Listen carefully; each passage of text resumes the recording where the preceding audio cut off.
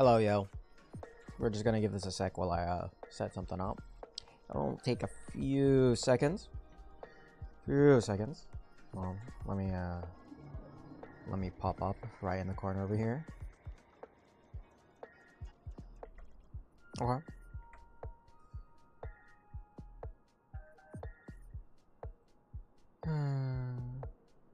Oh man. What a random way to just pop out of nowhere, you know?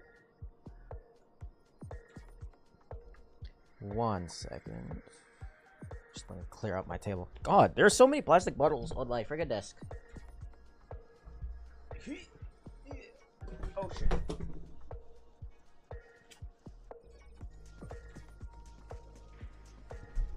I gotta recycle those eventually.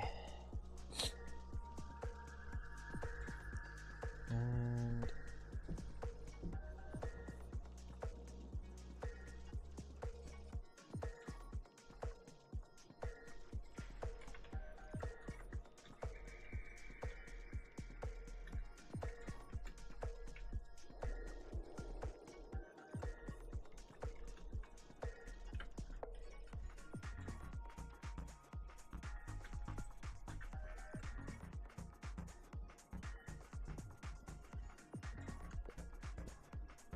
okay, pardon me. So anyway, we're just gonna be doing the Holy Grail event, or the Fate collab event in Honkai. Sorry guys, I kind of already did like pulling off screen because I didn't want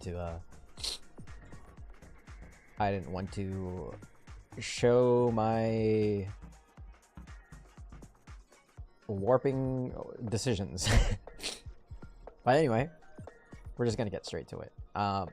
I was going to do it in my own time, but I completely forgot that I'm not supposed to be playing this game off screen. So we are going to do it today, like right now, which is exactly why I decided to stream it today. So here we are. I don't even know if this is the start because I'm not even I haven't even kept up with the Penacony story. Like I believe there's like that some like university freaking event. It's like a side quest or some shit, but apparently you're supposed to do that. I don't remember. 早く手の甲にある何でしたっけタトゥーを観客たちに見せてください。これはレージュ。そうレージュ。聖杯戦争の参加資格でもあるレージュの力があればピノコニーの歴史に名を刻む人物たちを従わせることができるのです。では、ここからは水晶日報のエリート記者さんにお任せしましょう。名誉隊員、もし聖杯を手に入れたらどんなお願いをする気なんだ If you win the Holy Grail, what wish would you grant? I would wish for 2 more wishes. じゃあ聖杯戦争を勝ち抜く自信はあるか Yeah, you bet. そういえば名誉隊員は誰を召喚するつもりなんだ私みたいにピノコニーの歴史について何も知らないなんてことはないよな Legendary figure. やれやれ Oh, what the hell? お姉さん Oh, I figured they sound 僕たち familiar. ベロブルグ人は銀河を旅することなんてめったにありませんそんな中で旧友に再会できてこちらは心から喜んでいるというのに確かにタイミングが悪かったかもしれませんがまさか話をそらし続けるつもりじゃありませんよね Whatever you say, Sparkle. 様と約束したんですせっかくの宴の星での旅ですからその中で出会う素敵な出来事を録画して故郷の皆さんに見せてあげるとそうしたらちょうどあなたがピノコニー聖杯戦争のインタビューを受けているところに出くわしたというわけですなるほど独占インタビュー権と配信権を手に入れたはずなのになぜ他局の人がいるのかと思ったらそういうことだったんですねでは今すぐご退場願いますでしょうか What is this event even about? 私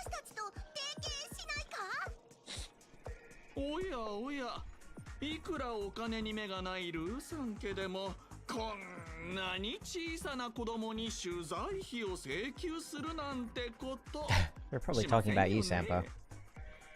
お姉さん、ここは慈善活動だと思って彼女に社会実習の場を作ってあげるというのはどうでしょう。 What the hell? Oni, what's up, man? この二人をつまみ出して。 I was thinking of training horses today, but I forgot that the Fate collab's happening at Honkai. So here we are, I guess. Who knows? Maybe I'll train horses afterwards. Just like literally on stream. If anybody's into horses, 七し人さんへのインタビューを始める前に、まずはこちらの CM をご覧ください。 commercial break. I didn't even get to say anything. Addicted to horse racing. It's so good.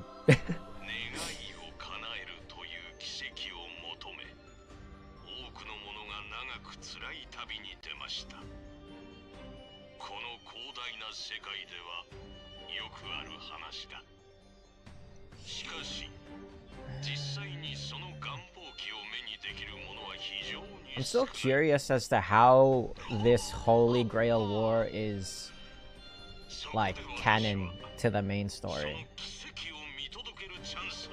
Because it's part of the game, so it has to be canon. It's either like, oh, it's like a dream or something, or it's probably like a... Like, you didn't see the cutscene before, but I was talking with Robin, and they were talking about, curios and stuff.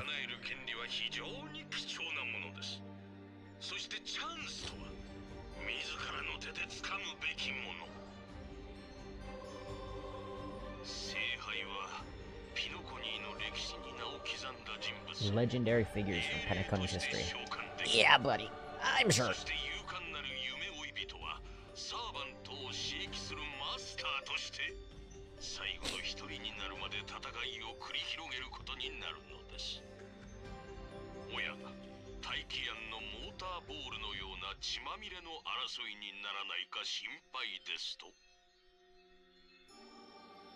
Blood splattering everywhere? Yeah, that's accurate.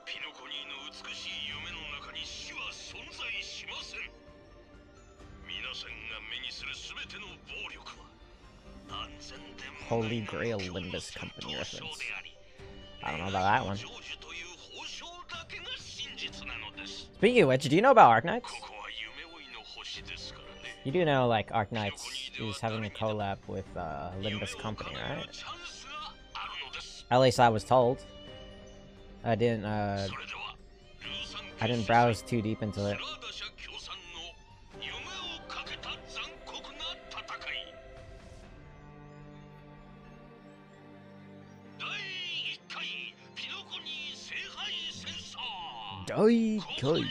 I've heard of Arknights, I got no clue what it is actually. Okay. That's unfortunate. I used to play that game in high school, but damn.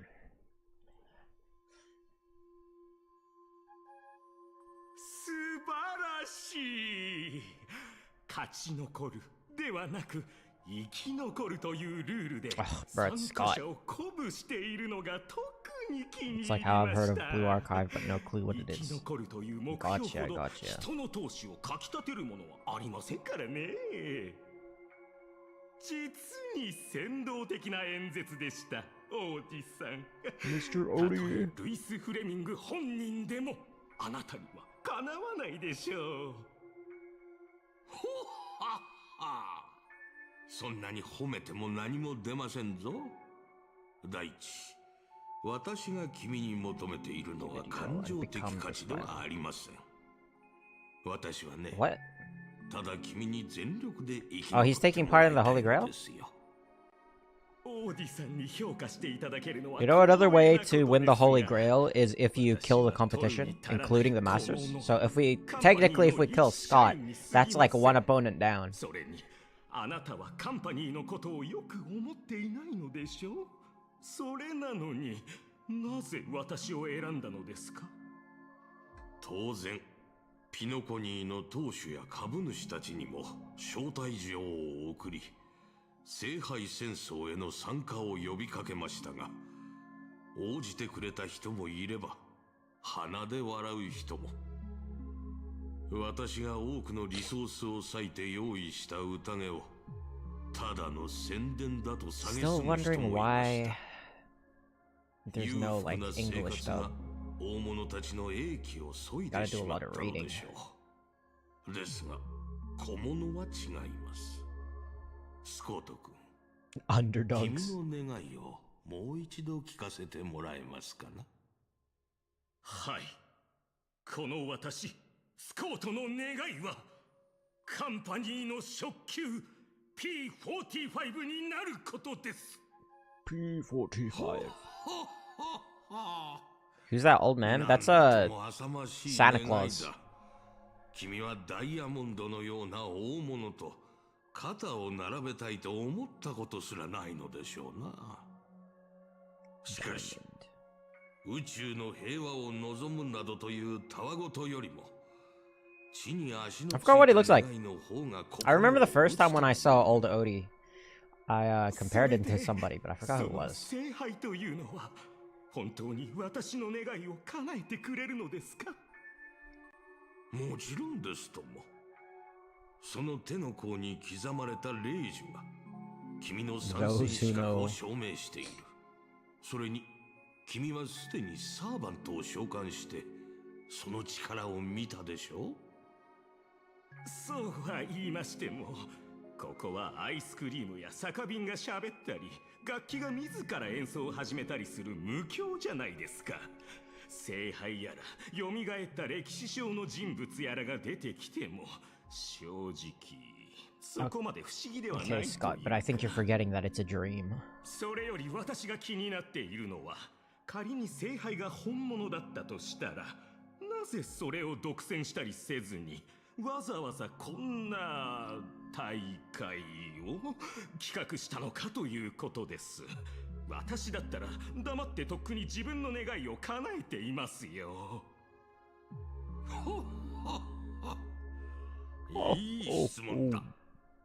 それではスコート君、逆に聞きたいのですが、10琥珀期も生き、数えきれないほどの陰謀と闘争を生き延び、使い切れないほどの富を築き、ピノコニーの頂点に上り詰めた老人にとって、He probably has everything already. 必ず叶えたい願いがあるとしたら、それは何だと思いますか？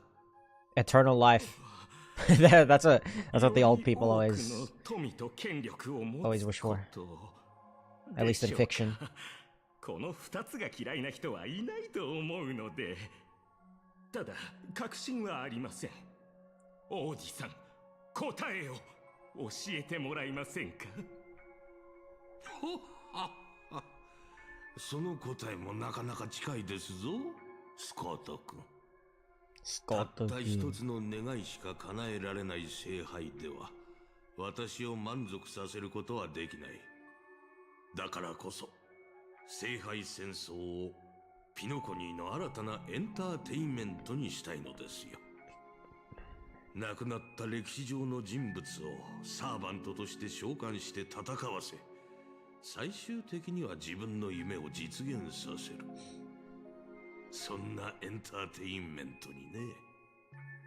素晴らしいと思いませんか？これでピノコニーは調和セレモニーに次ぐ全宇宙の注目を集める宴を持つことになる。数えきれないほどの資金と夢追い人たちがこれまでとは比べ物にならないくらい集まってくるでしょう。そしてその試運転となる第1回聖杯戦争である小物が願いを叶えたとくれば、これほど効果の高い宣伝は他にありません。これでわかりましたかな？なるほど。きっとあなたを失望させないとお約束します。王子さん、一匹狼としてこのスコートどんな境地に陥っても必ずや生き残ってみせましょう。実は先ほどの番組に He kind of talks like 私を何度も人生 Kirei の Kotomine. どん底に突き落とした宿敵 the が出て freaking いまし priest て from Fate. 彼女も同じ戦場に赴くようです。 Oh, he's gonna summon これは Gilgamesh. 運命としか言いようがありません。 He looks very different from how he talks. If それは請求列車の七死人のことですかな。 you should probably hear him in his English dub. It's a lot more accurate than his Japanese voice. 今までの私ならあの怪物ども It's a lot more の like 足元にも及ばなかったでしょう。 nerdy. しかし私は生まれ変わった。 It's kind of like マスターとしていかに I the great Scott will eventually be a cornerstone. Something like that. It's just a shame because like Hoyo is having troubles with their like English voice actors. I'm not caught up with like the drama, but like it's just gone through like a whole lot of shit. Who the hell are you?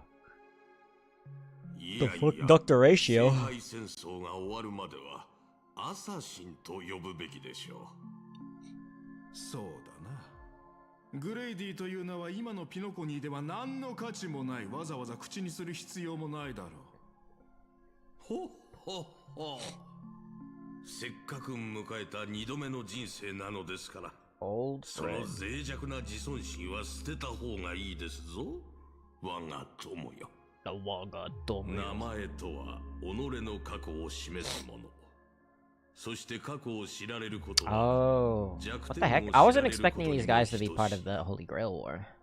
自分の情報は I thought it was just gonna be like 相手に与えない。 Adventure and Robin, それが賢い人の戦い方です。 and that's いい it, ですか right? 私は作品に対する著作者人格権を保障す Because る。 there's only 3 servants. そして英霊の記憶 Oh, を there's 体験 Boot す Hill. る What the こと heck? を Wait, why is 条 there 件 so many あの監督に masters? But there's あな only たは like よりしろになってもらい 3ました。 servants during this event. あなたは世間を震撼させるような作品を撮り、歴史に名を刻むことを望んでいたのでしょう。その体の持ち主 All right, Mr. Rekka, ミスター part of レ the ックも同じ夢を持ってい freaking ま monkey す。 event. I haven't played that. だからこそ That's why it's confusing. 私があなたたちのために用意したこの大舞台をどうか無駄にしないでいただきたい。今回の聖杯戦争に参加する者たちの経験を記録して、この野心あふれる Have you noticed the clothes that Mr. Rekka is wearing? He's wearing a black shirt and then like a beige coat over a underneath a brown coat. This guy's wearing 2 coats. 対象の動向はいつでも共有できる。 Like what kind of fashion style is that? 生かしたぞアサシン。この便利な力があればきっと優位に立てるはずだ。 Layering final boss. You know what's funny? For some reason, like it still looks like it still looks really thin. Like even if you were to do it for warmth, it's not really doing a good job. Why am I playing as Scott? What the? Why am I playing as Scott? What am I looking at? Check on the status of masters from other teams. Hey, that's me! 誰じゃこんなところにゴミを捨てたのは。犯人を見つけたら列車の衛星規則を100回書き写してもらうぞ。 Probably because I baked 3 off the 第 clothes 1回 into 1. ピノコに聖杯 Yeah, it's just a slip-on. 請求列車の皆様の It's ご just a 参 slip-on 加 coat. 心よりお待ちしております。こういう賑やかなイベントなら乗客も興味を持つかもしれんな。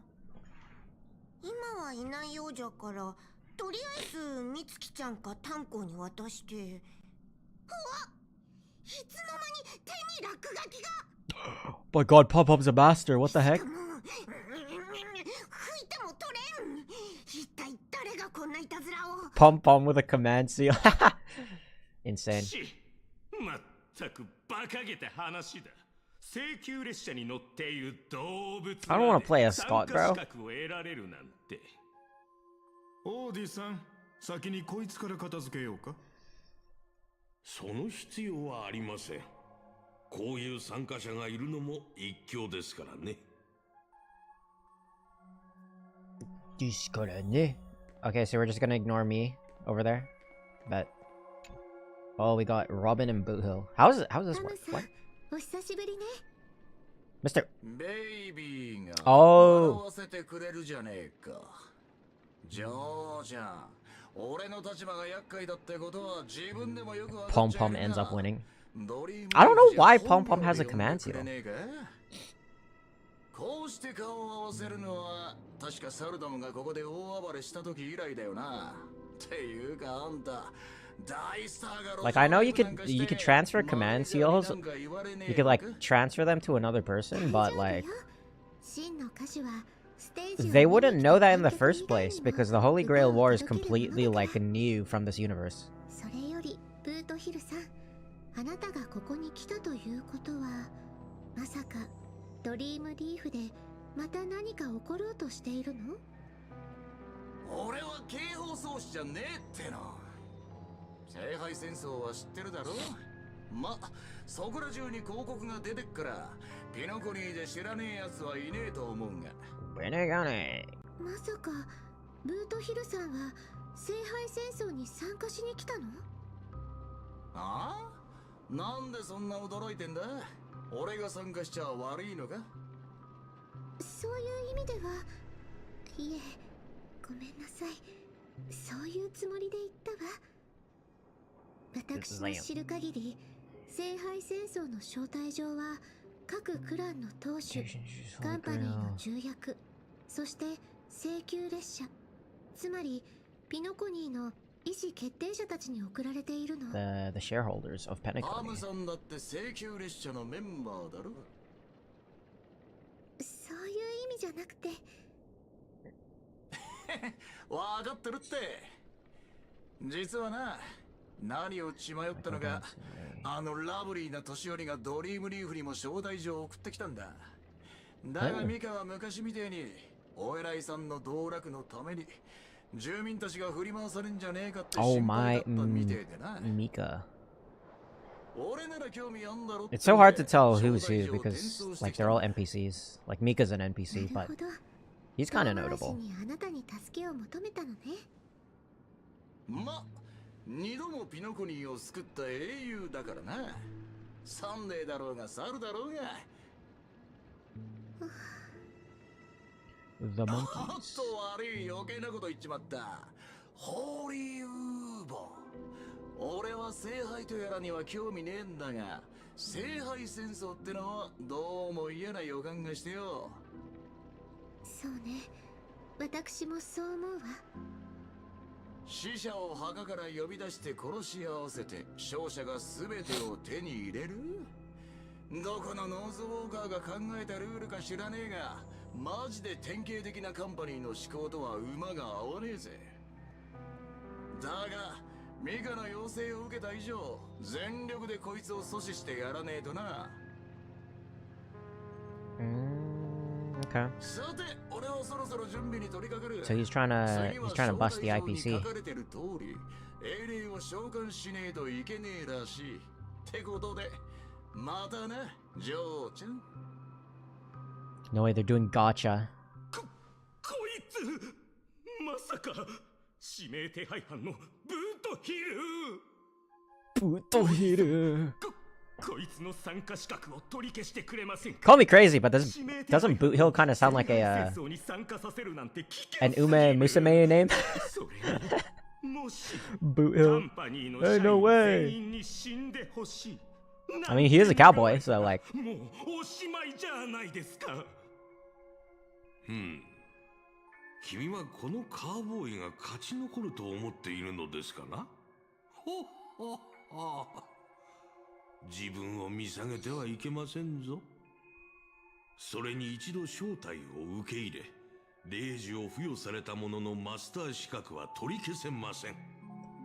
Unless something. ならハウンドを送ってこの指名手配犯を捕らえましょう。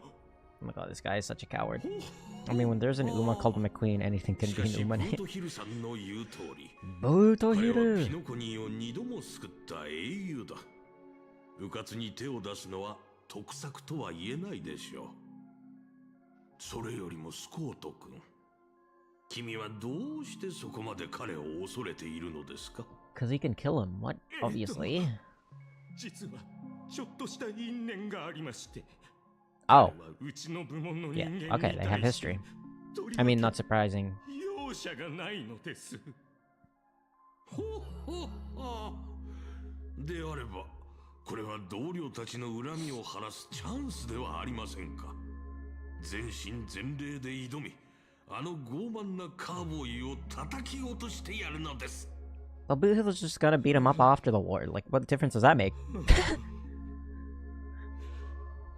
ご安心ください、オーティさん。罠と策略さえしっかり準備して A おけば small fry like たと Boot え Hill 相手 is がルイス・ crazy. フレミングであろうときっと討ち取れますから。ほっはっは。その意気です。 Oh, 君の手段を選ばないところは、 What happens if I leave? 若い頃の私にそっくりですぞ。 Shit. that Cannon Scott. He would just be leaving right now. He'd be scared shitless. 国宝を招待状にするなんてピノコニーらしいわね。こっちはもっとピノコニーらしいよ。あらゆる願いを叶えられる万能の願望機。 Holy adventuring. まるで I miss this 下 guy, 手な詐欺 man. のキャッチコピーだ。それもヤリーロ6みたいなど田舎の人さえ騙せないほどお粗末なねえ。オーディは飴を出した。 Old なら OT. その飴の裏に隠された無知は一体何なのかしら。ジェヘイド、君そのふざけた言葉を真に受けてるのかい？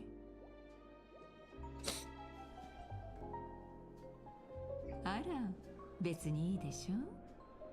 あのピノコニーの豪商が I これま completely での forgot 和気あいあ Jade いとした existed. イメージを捨てて当主や株主に招待状を出したのよ。 So many characters that like don't get enough spotlight, but maybe there are times yet to come, you know? 願いを叶えてもらえるなんて面白そうじゃない？面白い？権力者の時間にはその1分1秒に意味と価値がある。彼の茶番に付き合ってられる人なんていないと思うけど、それにもし後になって聖杯は嘘だったなんてことになったら、それこそ収拾がつかなくなってしまうかもしれない。オーディだってそのくらい分かっているわ。考えてもみなさい。ルーさん家の信用をかけてまで開きたい催し物。このビジネスには一体どれだけの利益が見込めると思う？なるほどね。だからこそ君はその万能の願望機とやらが実在すると思ったわけだ。 Oh yeah, it's totally real. 何らかの方法で運命の力を集め、 Those who know. 奇跡を成し遂げる儀式は決して珍しいものではないわ。私が結ぶ貸借契約も人々の願いを叶える儀式の一つだもの。私たちが授かった奇跡だってね。じゃあこの招待に応えるつもりなのかい？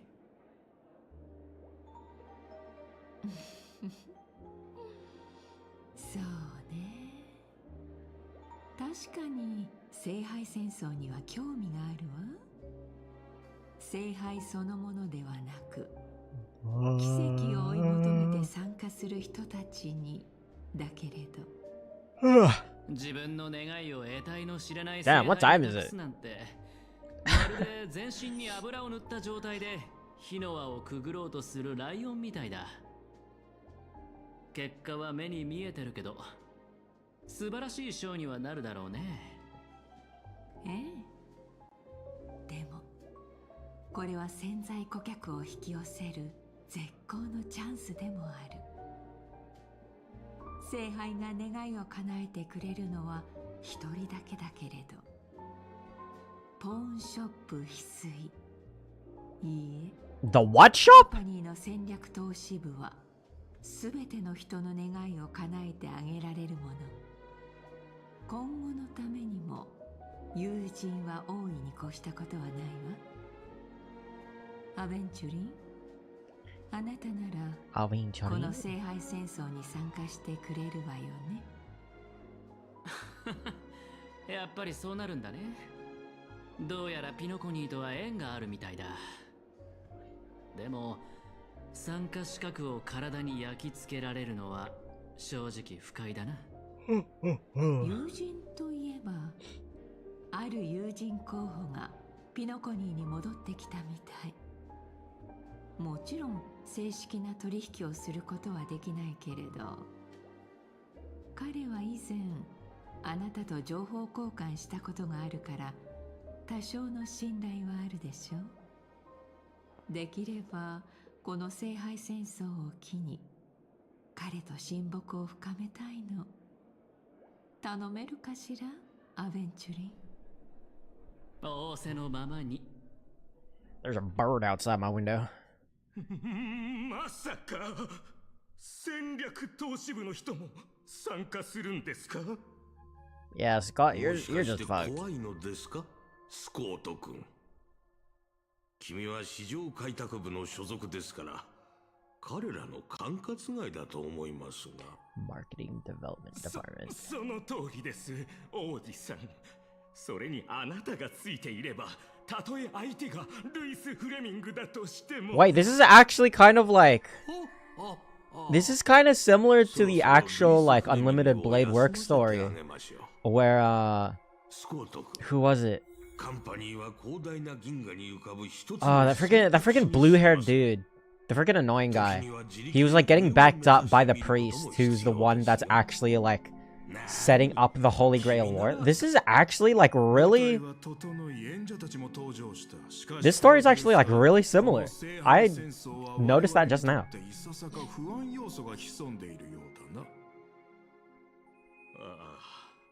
I don't know what the fuck freaking Rekka's doing here, though. He's just here. Wait, why is his name Grady? What the fuck?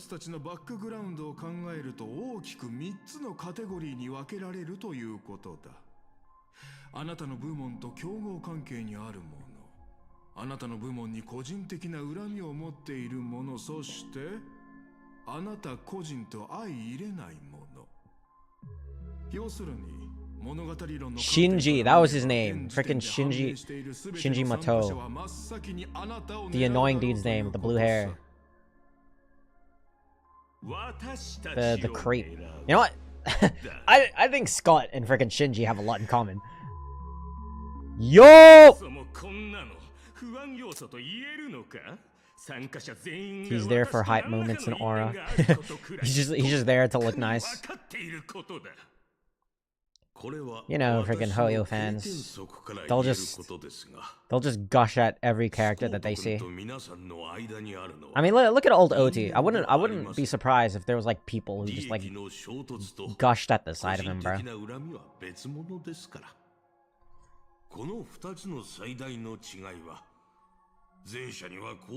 I mean, by all means, I'm not saying that old Odie isn't handsome. He's handsome, but just like, you know, he's an NPC.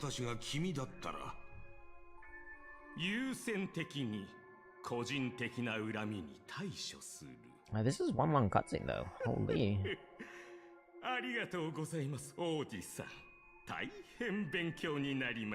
Old OT fun as hell. I get it. 因縁のある登場人物たちは聖杯戦争という舞台で勝負を決する定めにあるのだな。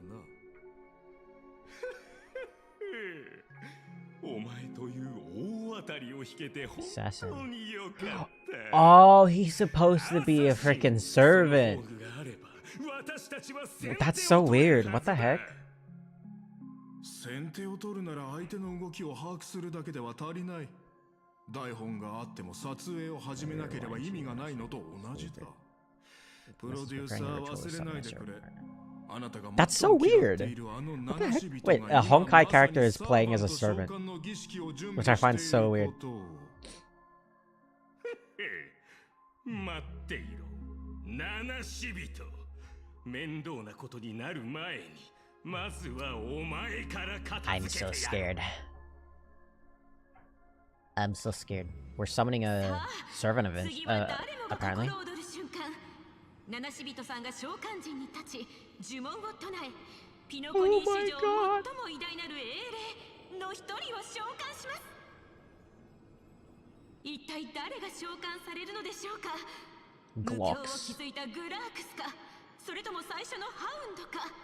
その答えは間もなく明らかになります。Oh, just like the anomaly right here.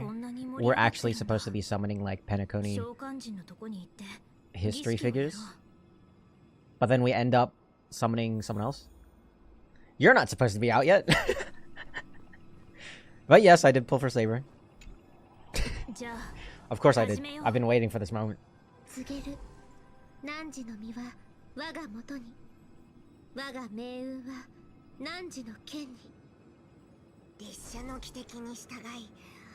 Wait, Pom-Pom's actually... Pom-Pom's actually doing the ritual? Why?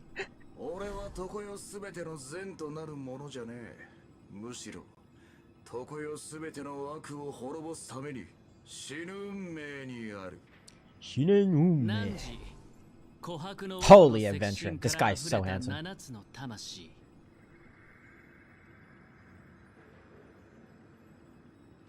Yes, sir.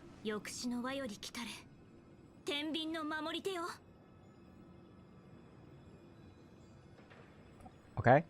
Yes.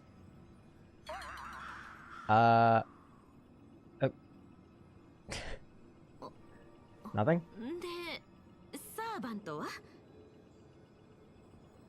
There was no light pollution, no exciting music, and no soul that came down from the sky. There was only awkward silence. This always happens in the Fate series. We just need to get attacked. Looks so clueless.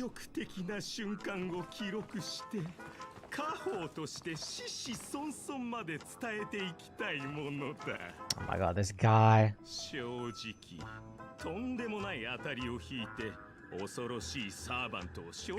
Like I said, the servant comes out when you're in a dangerous situation. This is where we get attacked. If I call it, that would be hilarious.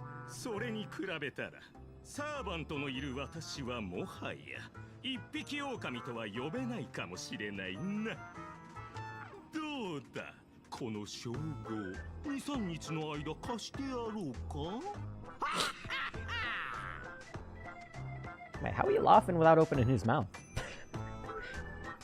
Are you my servant?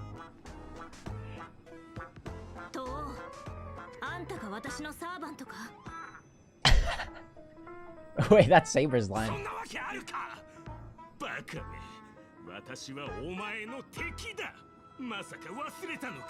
Who the heck are you? I've never seen you in my life.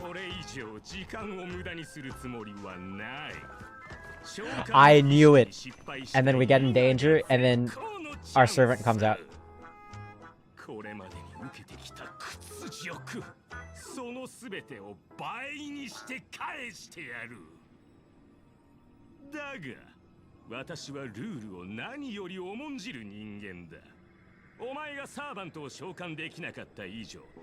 The war hasn't even started yet, bro.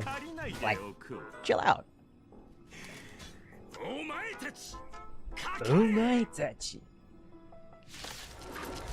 Oh, okay, so we're just fighting without... Well, we have sabers, so like, I mean... This makes things a little bit awkward. It's kind of like I already summoned the servant.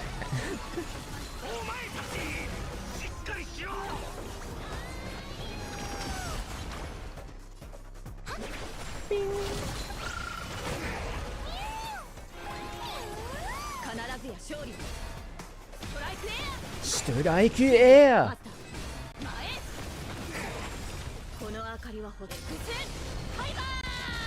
Bam! Oh, that didn't kill.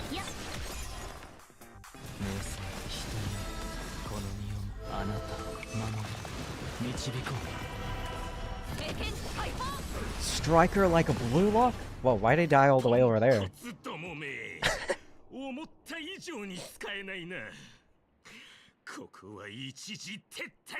And then he's gonna send his servant at me. Nope, he's just gonna run away? Okay. Oh!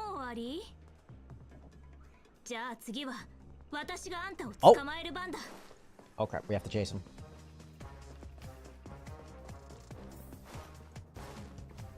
What the hell is this guy doing?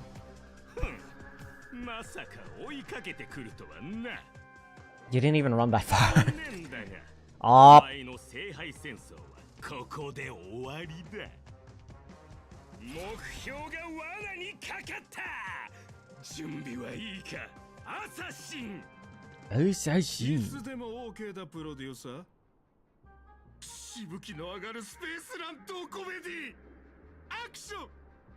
Axel. Wait, oh, we're still fighting. What the? when is our servant coming out? Help!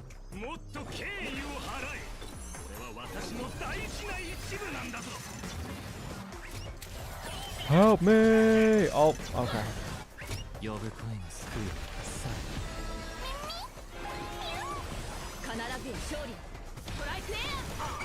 Strike air!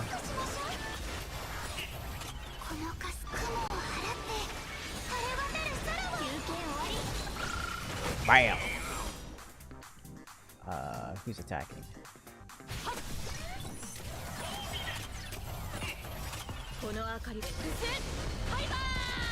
Kariba!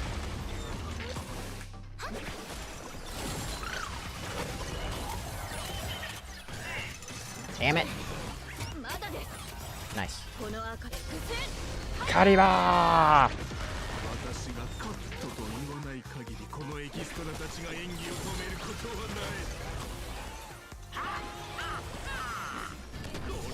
Bam!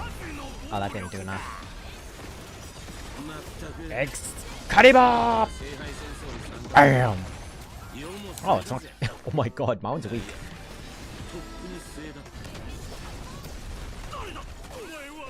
Hiya!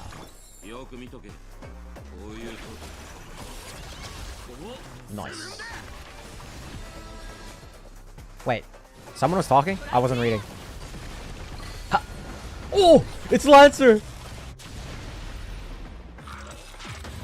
What the heck is Lancer doing here?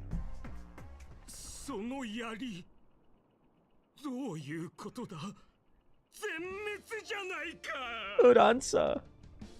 Oh my. Wow, look at these kicks. What the?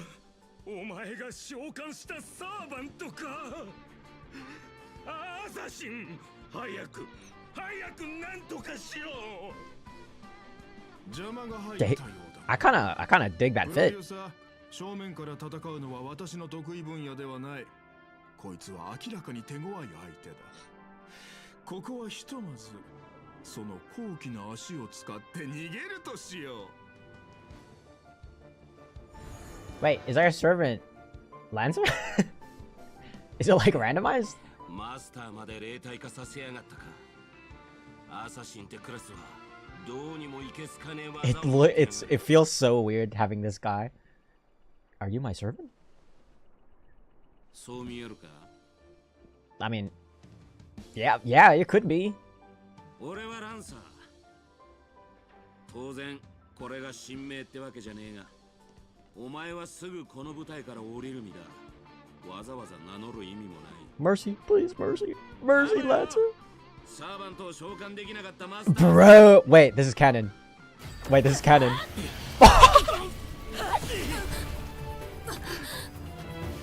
I told you we needed to be in danger.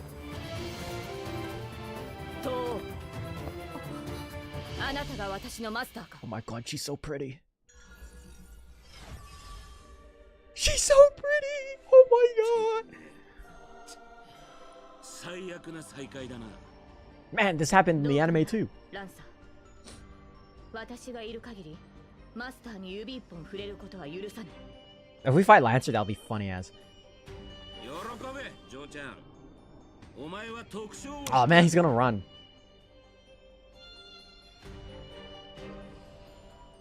もう安全です、マスター。怪我はありませんか？ Hi. My god, hi. Are you my master? I mean servant?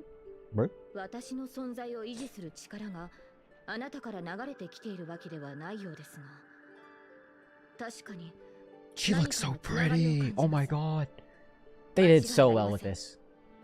あなたが私のマスター。そして私はあなたのサーバントです。You don't seem to be from this world. Obviously. それには私も気づいていました。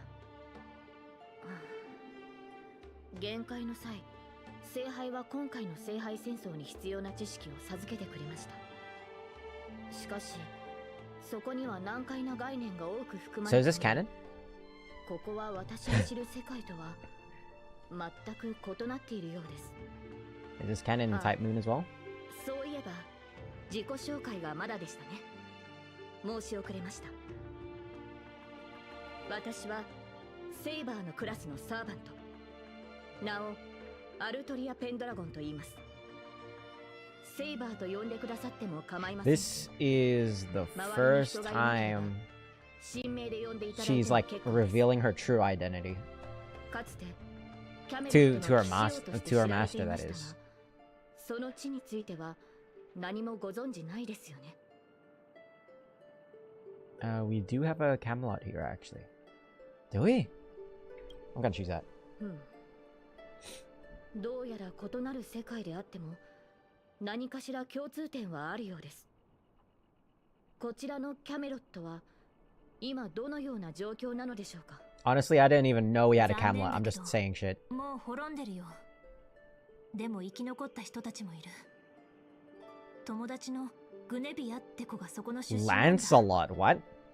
確か。Wait, where was this lore from? お兄さんもいたっけ？え？グネビアの兄上？ランスロット？血がつながっているのですか？いえ、それはひとまず置いておきましょう。どうやら異なる世界の間には随分と大きな違いがあるようです。Saber! To help the servant understand this dream world bathing in Memoria, you go on a lecture about interstellar travel and cosmic geography. Word. Only to suddenly hear a thunderous rumble. It seems the lady knight before you was starving. No way, she's just like... ogre-y. Was that thunder? 申し訳ありません。初対面でこのような見苦しい姿をお見せしてしまうとは。マスターには感知できないかもしれませんが、この世界にあるマナの量は微々たるものです。Magical 加 energy. えて、私のような誰にも知られていない他の世界の英霊は、知名度や神秘性による追加の力を得るのが困難となります。You could just say that you're hungry. そうなると、力を維持するには膨大なエネルギーを摂取する以外に方法はありません。She's just trying to sound cool. つまりマスター、この近くに比較的量の多い食事を提供してくれるお店はないでしょうか？ You don't really have to explain all of that. 失礼しました。ですが、初めて会ったマスターへの最初の要求が、たくさん食べさせてほしいなどとは、王としての品位に欠けているのではないかと思いましたので、理由を説明しておきたかったのです。じゃあ、ここの名物の天幹手羽バーガーを食べに行こう。そっちの世界にはない食べ物だろうし。You know what's so funny though? That Stell's voice actor, like Japanese voice actor, also voices Morgan, who is another heroic spirit. And Morgan is like the sibling of Saber, which kind of makes it ironic. 背中を任せる相手としてはあんたらみてえな腹に一物抱えた連中よりもよっぽど信頼できんだろう。確かに素晴らしいサーバントのようだけど They summoned friggin' Archer. 君ピノコニーの歴史上の誰なのかな。親愛なるマスター、この冗談のような世界と私に何かつながりがあるように見えるか？ Yes, you look like a... どうやら彼も別の世界から来たようだ。君のサー I've バン been トと going 同 on じ for a よう bit に with ね。 Sock, just saying how こ Archer ちら looks と like し an ては安 NPC. 心したよ。この水星無視の派手な世界がかつて私がいた世界の未来ではないと知れて本当に良かった。ロリポップがよそ者二人が揃って他の世界のやつを召喚するとはよ。なんだ聖杯戦争ってのはよそ者を差別でもしてんのか？ Wait, so Boot Hill and Adventurin are 他の using... 世界から来たサーバントは3機いる。奇遇だな、クフーリン。返り討ちにあって帰ってきたか？顔を合わせるなり神名を口にすると。てめえ、礼儀ってもんを知らねえのか。 Cool. 別に問題なかろう。この世界では誰も君や私のことなど聞いたこともないはずだ。 I have... 無論エリンの名もクランの猛犬の異名もだ。だがそれは俺たちがこの世界の英霊に対して不利な立場だってことを意味する。ここは奴らの世界だ。血のりがあるのは向こうだろうよ。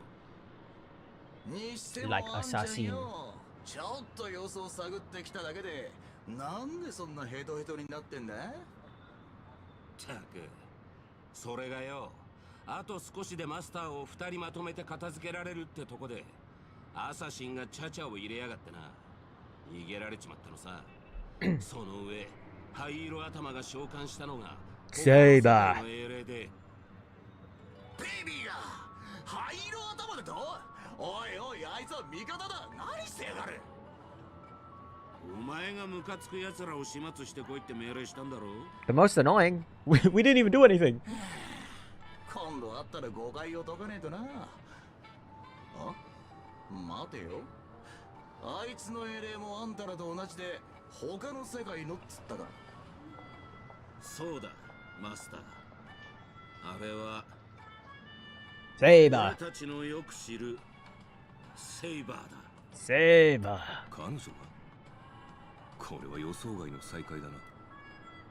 君たちってよく自分の世界じゃない場所 It's so nice to see these guys just like being friends rather than like 自分の俺たちサーバントっつうのは being ほとんどの場合 kind of 自分 I don't know の what じ to ゃ call ねえ it. 境遇に身を置くもんだ。 like harsh between one another. 国、戦争、すべて他の誰かのもんだろう。 Because like in the anime, they're like all serious and stuff, but like 異なる世界を見るのは初 in めて this game, they're kind of like, oh, you know, it's like a reunion. 抑止力 That's の kind 勝者として of unexpected. それが何 And they're like talking, kind of like in a wholesome way, you know? 私はもとより誤った聖杯戦争に現れるべき存在だ。他の2機もきっと似たような理由でこの世界に来たのだろう。なるほど。つまり俺たちはお前の巻き添えを食らったってわけだ。誤った聖杯戦争？君たちの世界じゃ聖杯戦争とはありふれた儀式で、それをオーディが間違ったやり方で行ってしまったという意味だろうか。俺たちの世界でもありふれたとは言えねえな。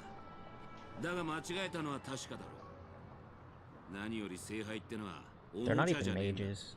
特にお前らみたいな魔術の何たるかを知らない奴らがむやみに触るとやけどする。今回俺たちの肉体は魔力で構成されてすらない。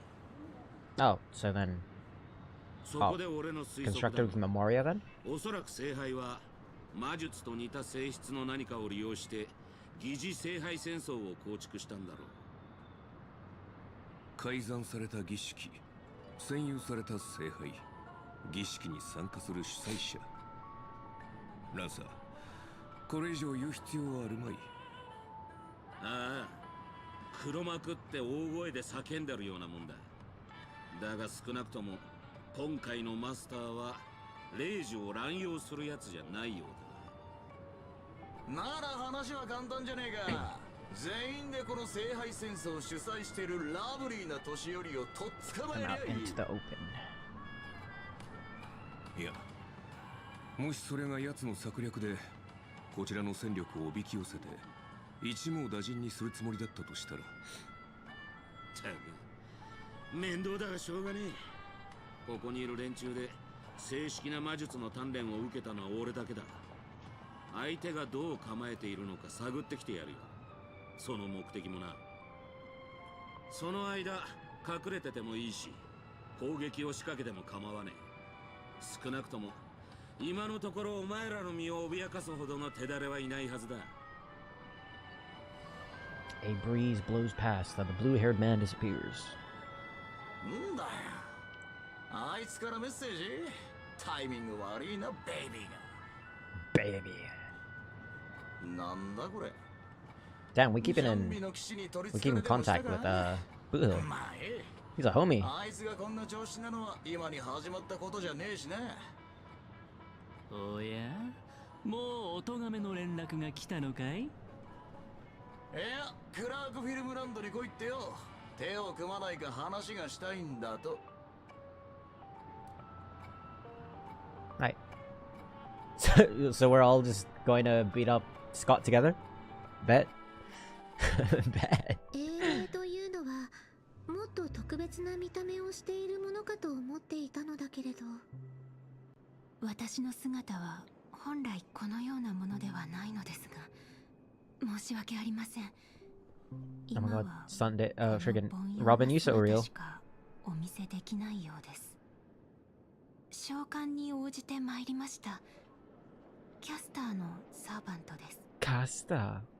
神名を名乗りたくはあるのですが、口にしようとすると It turns into this white block, white block, white block. 不協和音。でもあなたの名前なのにどうしてそんなことが。 Dissonance. 3 letters. 私の名前は商標登録されていて、すでに Copyrighted. この手を離れているのです。 That's 申し訳ありません、 crazy. マスター。その呼び方は慣れないから、よければロビンと呼んでくれないかしら。ではロビンさん、あなたを失望させてしまうのは心苦しいのですが、私は所詮夢追いの時代に活躍した今や忘れ去られた役者に過ぎません。 Wait, so is she from this world or not? エンタメ産業の中で剥がれ落ちた赤のような存在です。もちろん輝いていた時期もありました。私が誰か。 They call me Eternal Silver Screen Beauty. 山に埋もれた昔の雑誌をめくれば、 No, she's part of this. I think she's part of the Honkai universe. かつては永遠の銀幕の霊人シペが落とした金の音符などと呼ばれていました。他にも様々な肩書きを持っていましたが、デビューしてからは自分の名 She's a Halovian. 私のものではなくなりました。それは死んだ後も同じこと。たとえ墓から掘り起こされ、新しい世界でかつての古びた舞台に再び上がったとしても、自分の名を語ることはできません。少しでも口にすれば不協和音にかき消されてしまうのです。でもそれは私の紛れもなく私の名前なのです。すみません。Damn, 大 that's 丈 tough. 夫よ。それで心が落ち着くのなら何でも話してちょうだい。その気持ちはよくわかるわ。私も時々感情を抑えきれなくなることがあるもの。でも舞台の上でスポットライトを I'm 浴 gonna び be ている I'm gonna be 時、 RB like for a few seconds. I need to get a drink. 無理をしてでも平静を保つしかないのよね。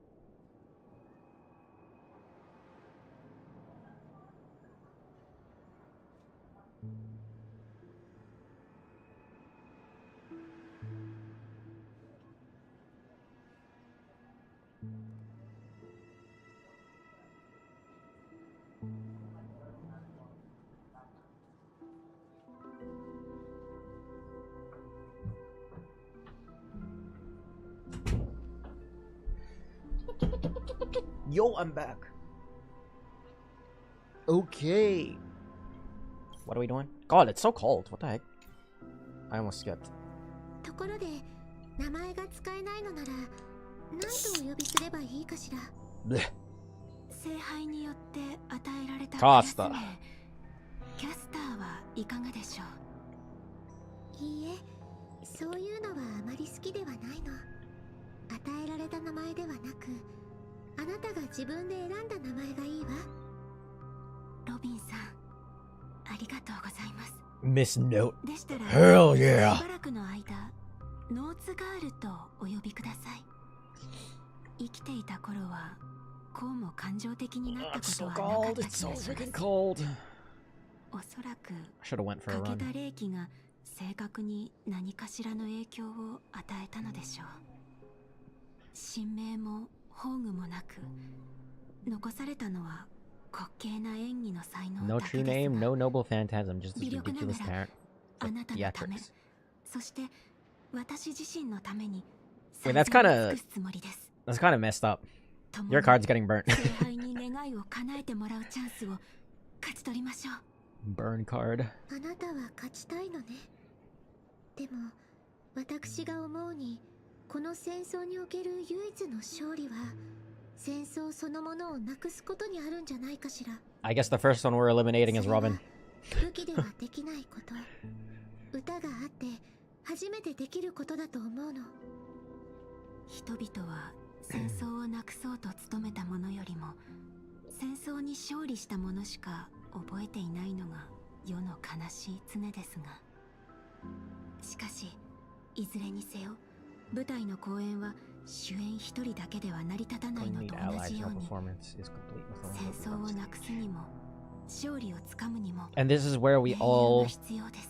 this is where we all team up and then gang up on Scott. 私もちょうどそのことを考えていたわ。 Cause Scott's a little 現 bitch. 状、聖杯戦争の参加者には少なくとも2人信頼できる友人がいるの。その1人に情報交換をしようとメッセージを送っておいたわ。ピノコに雲の Oh my god, Saber! 勝手に口の中に飛び込んでくるアイスクリームと綿あめ。本当に不思議な場所です。マスターの言う通り、ここは夢に浸っている世界なのですね。しかしこのドリームリーフという地に足を踏み入れてから、ピノコニーは確かに聖杯が選びそうな世界だと納得しました。 Why did it? どんなに豪奢な宮殿にも人目のつかない片隅には埃が積もるものです。そこには忘れ去られた人々の満たされていない無数の願いがひしめいている。だからこそ聖杯はここに降臨したのでしょう。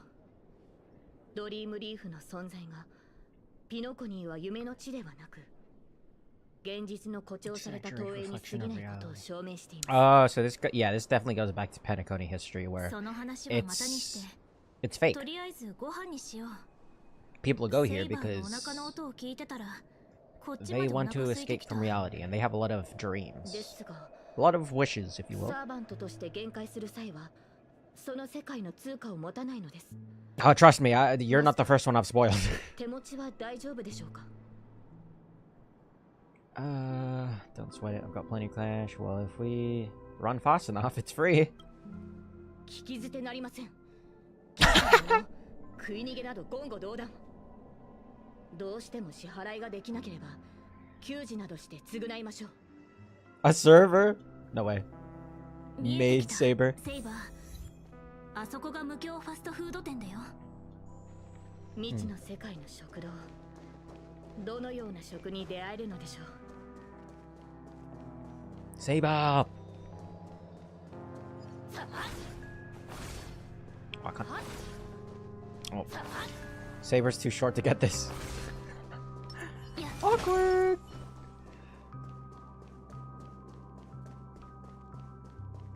Alright. Oh, this place. いらっしゃいませ。ご注文はどうしますか？ Can I get a... 我らがスター・オブ・ザ・フェスティバルじゃない。あなたも聖杯戦争に参加してるのよね。 Mm-hmm.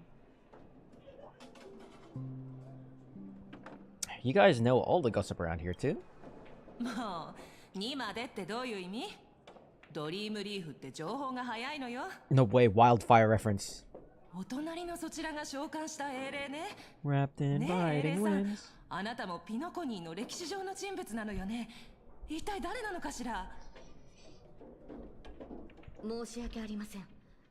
聖杯戦争において神明は極めて重要な情報のため教えることはできないのです。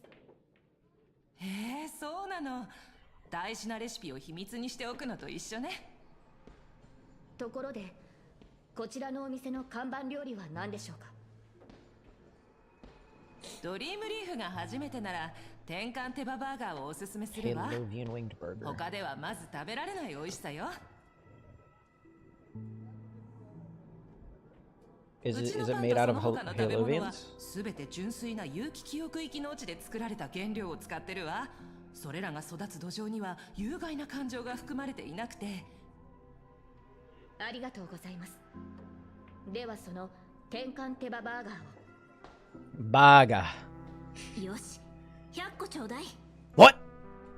かしこまって。100個Well, I mean, it wouldn't be an issue for Saber, to be honest. Just in case some of them fly away. 真面目そうに見えて、そういった一面もお持ちとは。 No, I'm being serious. I just wanted to be funny about 量も it. 量だから少し時間をいただくわね。ちょっと待っててちょうだい。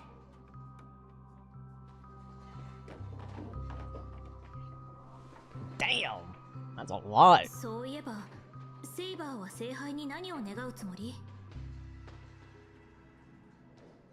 幸運にも勝利をつかむことができたなら、私はこの話は後にしましょう、マスター。サーバントが近づいてきています。 Oh, we're gonna fight right here? キ Kill her! キ Kill Kessler! これでいいかしら。 Oh, they both went eating. ですが、落ち着いて食事を楽しめそうにはありません。すぐそこにサーバントがいます。Oh, the tension in the air is a little bit, Okay, relax. Relax.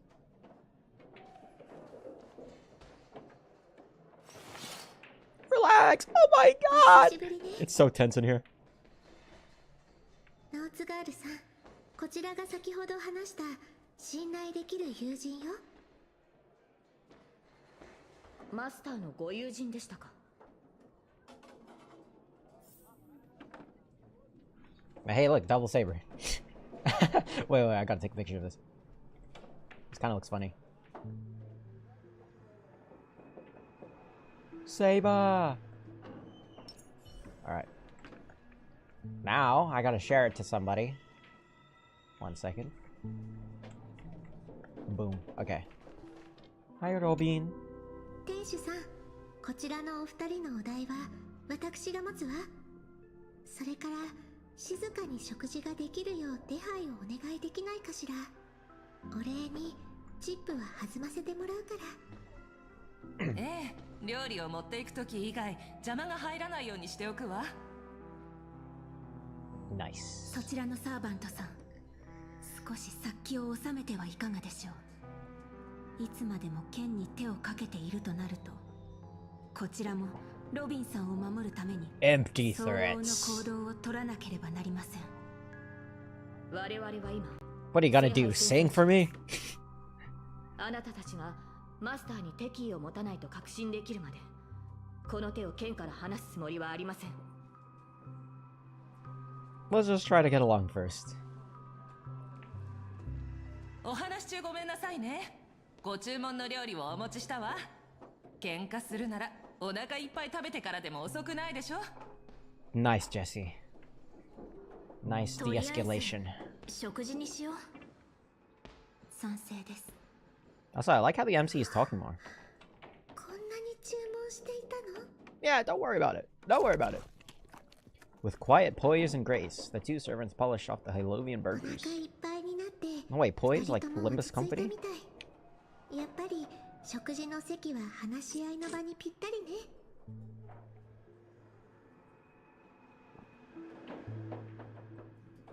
The heck, bro? What was that noise?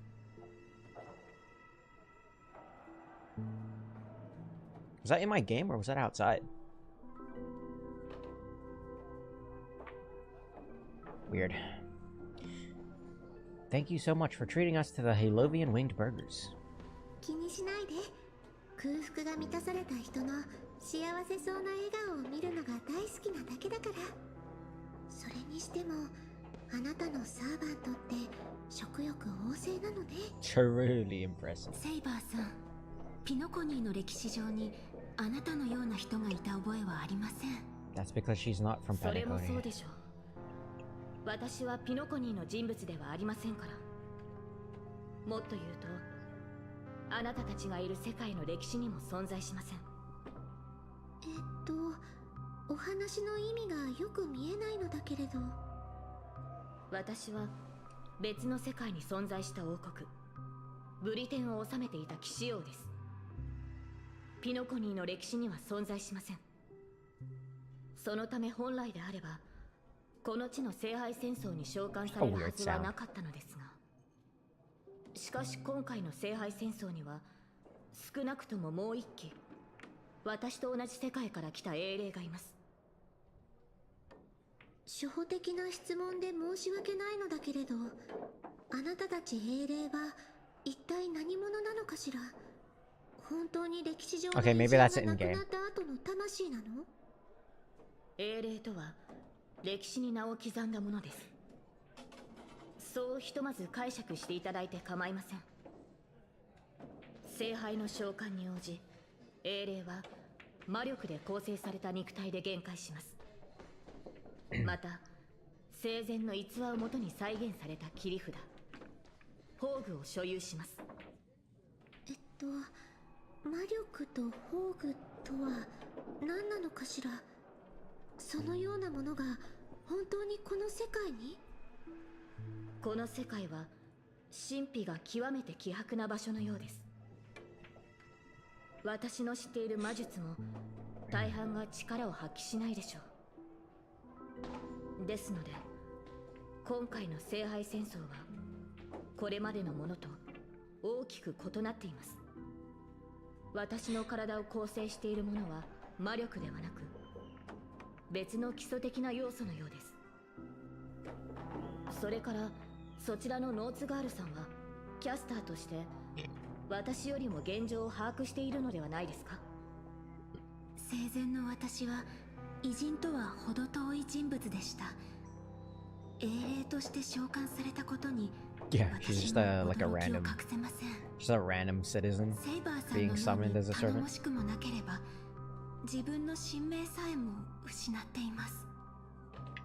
私のような力のないサーバントがマスターのために一体何ができるというのでしょう。ノーツガールさんだとしても英霊として聖杯に召喚された以上、あなたは自分の物語を歴史に刻んだことを意味します。それに聖杯戦争において英霊の力は勝利を目指す上での絶対条件ではありません。Yeah, you could just be like really smart or something. その通りだと思うわ。以前兄様がこのように話していたことがあるの。ピノコニーに伝説はあれど英雄はいないと。兄様からするとピノコニーの歴史に名を残す偉人も伝説に登場する英雄もその姿は後世の人々が脚色したものに過ぎないそうよ。それらはショーウィンドウに飾られた退屈を紛らわすための商品で夢でさえリアリティショーの景品になり得てしまう。けれど今この瞬間他の世界から来たセイバーさんも過去から来たノーツガールさんもちゃんとここに存在している。決して誰かに脚色された商品ではないわ。マスター、慰めてくださってありがとうございます。ですが神明が封印されている以上、セイバーさんはおろか他の敵からあなたを守ることすら難しい状況。夢を叶えるとなればなおさらです。私はオーク家に残された唯一の指導者であり調和の調律師よ。あなたが思うほど脆くないわ。それに今さら聖杯に託すような願いなんて持っていないの。マスター、一体何を言っているのです？聖杯に託す願いがないならなぜ霊樹を受け入れ召喚人を使って私を呼んだのでしょうか。私も最初は半信半疑で参加を決めたの。この胸にある漠然とした願いを叶えられるんじゃないかと思って。かつて兄様は自分の願いのために強大な力を呼び寄せピノコニーを眠りの中の理想郷に仕立て上げようとしたわ。でもそれは失敗し贖罪の道を歩むことになった。あの儀式がもたらした影響は今もピノコニーの人々の心の片隅に残っている。できることなら聖杯の力でそういった方たちの傷を癒し兄様が犯した過ちを償いたかったの。Okay, yeah, that noise is definitely in そ game. の考えは間違ってい Man, I た got みたい scared. ノーツガールさんを限界させた聖杯には何かしらの力がある。そんな得体の知れないものに漠然とした願いを託すのは危険極まりないことだわ。 Why is it getting louder though? 誰のためであろうと私の願いは独りよがりなものよ。それは兄様が願っていたことと何も変わらない。ごめんなさいノーツガールさん。あなたを召喚した瞬間私は理解したの。自分が行おうとしていることの意味をね。ピノコニーの人々はエナの夢に救いを求めるほど弱くないし、私ももちろん聖杯に願いを託すべきじゃないと考えている。それよりも今はオーディさんが聖杯を利用して何をしようとしているかの方が気がかりなの。 He wants to bring こ destruction. の聖杯戦争に不審な点が多いのは間違いありません。私のいた世界では聖杯戦争はもともと魔術師たちの儀式でした。その神秘性を保ってこそ奇跡を起こす力が生まれます。しかしあのオーディさんは主催者でありながら儀式を大々的に喧伝した。このような神秘性のかけらもない儀式は本来成立しないはずです。supposed to be made in これまで secret. 幾度か聖杯戦争を経験してきましたが、今回のようなものは見たことがありません。 Yeah, he announced it like 慎重に a すべき public か。 event. マスターはどのように考えますか？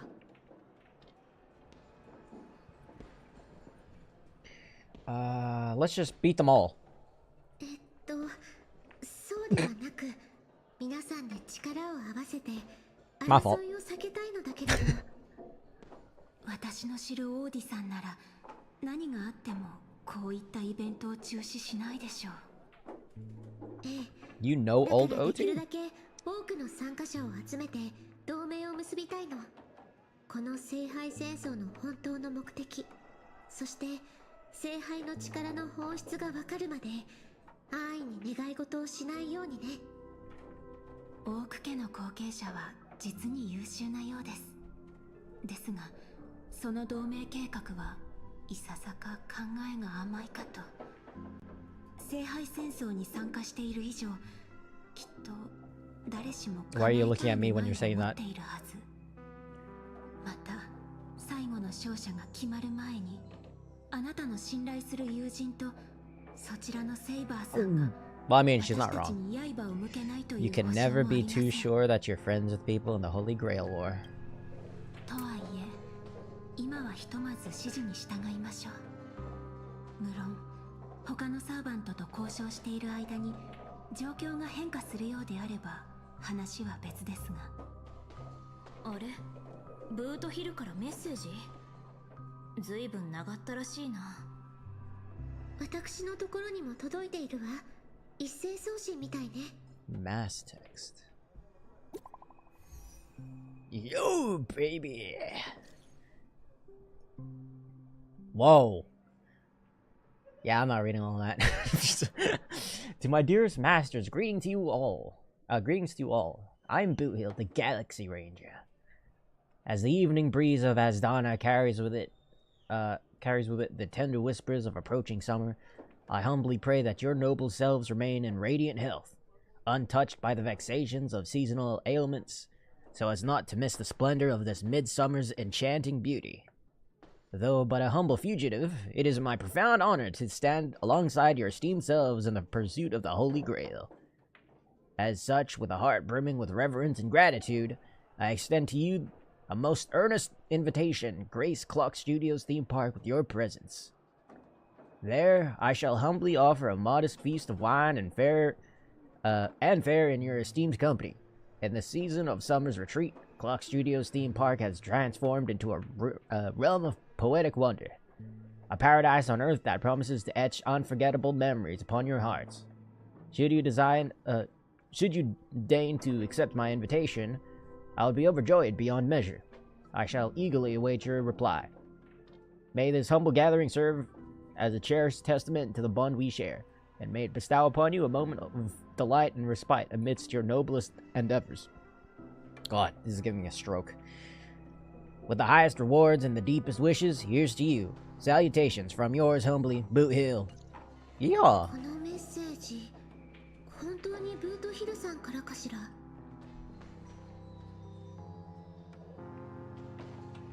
I didn't even know he could text like that. For the love of Akivili, he's cursing up a storm. もう脳内でブートヒルさんの言葉に変換したの？ Yeah. 待って、このメッセージ、あの人が書いたものではないと思うわ。 That's what I thought. どうやら殺し合いはもう始まっているようですね。 Mutual や slaughter. はり平和とは戦争の幕間に過ぎないのですね。 Wait, what? そのブートヒルさんも By who? もしかするとすでにやられているかもしれません。いいえ、彼は腕の立つ方だからこんなに早く負けるなんてありえないわ。 It's old OT. Oh my god. スマホを使って私たちをクラー Boot. クフルムランドに誘い Freaking 込もう OT と got して to い Boot るんじゃ Hill. ないかしら。それにしても随分と丁寧な招待状ですね。誘われたのであれば応じるのが礼儀というものでしょう。Yeah. 私もそう思うわ。それに今行けばブートヒルさんを助けられるかもしれない。 Sure. どうかしら。 I want to see some action. I like diving right into the trap. ええ、私もそう思います。 Damn, I thought you would, okay. 術中吐く相手は罠を張っているでしょう。しかしそのリスクを負ってでも救援に向かわなければ我々は二人の盟友を失い以降の戦いが You don't have to worry about that, Saber. You're OP. よし、早速行こう。 You're a 5-star servant. What's there to be afraid of? たく、待ち合わせ場所はここで合ってるよな。あいつどこほっつき歩いてやがるんだ。 He actually read it? いや、なんか妙だ。まさか俺らが来る前に誰かにやられちまったなんてことはねえよな。 Wait, did they get sent a fake text as well? あのセイバーをたやすく倒せる実力者がここにいるなら、私たちでは太刀打ちできないだろう。ひょっとしたらカンパニーの人間が一緒にいるのを不審がってるんじゃないかな。それで物陰に隠れてこちらの様子を伺ってるとか。なんだ、君たちはかつて敵同士だったのか。 Oh, set up by 昨日の敵は Scott. 今日の友だってこともある。そうだろ、カーボーイ。 Yeah, boy. カンパニーの人間はともかく一緒に視線をくぐり抜けてきた俺のことは信じてくれたっていいだろ。こっちは何も企んじゃいねえ。そろそろ顔を見せたらどうだ。 Well, I mean, if you say that, that's a little bit 声を張って scary. も無駄だろう。ここに来るまでにいくつか可能性を考えはしたけど、どうやら最悪なのが当たってしまったようだ。どこぞのラブリーがこの巡回レンジャーを騙そうとしてるってわけか。おい、愛に飢えたベイビーたち、耳の穴をよく聞きやがれ。あんたらが何者で何を企んでるかは知らねえが逃げられやしねえぜ。さっさと姿を見せたらどうだ。 Oh, my chat didn't even like freaking load. もっと早く出てればよかったって後悔。 Driving in my car. 聞いたか。出ていかないと生まれ変わった時に後悔するらしい。さすがはカンパニーに高額な懸賞金をかけられた指名手配犯だ。口を開くなり悪人オーラ全開だな。恐怖のあまり内臓まで震えてしまった。ん？お前の隣にいるのは銃の赤心のアベンチュリンさん。なぜカンパニーの重役が Because they're best buddies. 指名手配犯なんかと一緒に。 Driving in my もし car. そこのカーボーイの人質になっているのなら瞬きで合図してくれ。それともまさか二人は友人なのか。 Yep. カンパニーの重役が指名手配犯と結託。アサシン、この素晴らしいシーンをしっかりとっておいてくれ。 Assassin, you must cancel this 君 guy. のサーバントはミスター・レック。いや、よく見ると雰囲気が少し違う。おい、レックの隣にいるやつ、カンパニーの制服を着てるが、知り合いか？ Yeah, he's just annoying. 僕の顔を知ってる社員はツガンニアの砂漠の砂よりも多いんだ。 Oh damn, he 彼 doesn't. が誰なのか知ってるわけもないだろう。That hurts. たとえ銃の赤心の一人であっても怖くはないぞ。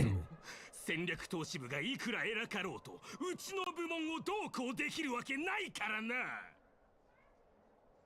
聖杯を勝ち取ったら全員私の言いなりになってもらう。ひざまずいて誰もが私に許しを請うんだ。それから Not Mr. Rekka doing the cat face. いや、カエルの鳴き声を真似させよう。聖杯を使って鳴き声の真似をさせるとはなんともったいない。No. ところでオーディさんは君の部門にも招待状を送ったのかい？ピノコニーに派遣されたその部門の社員はごくわずかだったはずだけどもしかして君は私の名前を聞いたことがあるのか？いや、ただの一般社員の名前をさすがに覚えてはいないよ。Man, I love adventuring. お高く止まっている重役たちは底辺社員を気にかけたことなど一度もないのだろうな。たった一つの指示で私を泉州という野蛮な地に飛ばしたと思ったら今度はピノコニーと来た。ピノコニー。最初はいい仕事だと思ったがまさか Why is it so 下を cold? 向い Oh て my ピピ god. 詩人たちとの商談に明け暮れることになるとは。おかげで首の痛みも悪化してしまった。だがそれらもすべて過去となる。アベンチュリン？はあ、この私が代わりに新しい銃の赤心になろう。さあ、お前の宝具で私に勝利を捧げてくれ、アサシン。 No way, Noble Phantasm? ようやくこいつのサーバントとやり合えるってわけか。あじゃ戦闘準備だ。なぜそうも危機としている？ Huh? Wait, who's his master again? さあ、カメラを回してあの時代に戻ろう。ザ・サイレント・ホラー・ショー The what? アクション Hog. Oh. Where'd the voice go?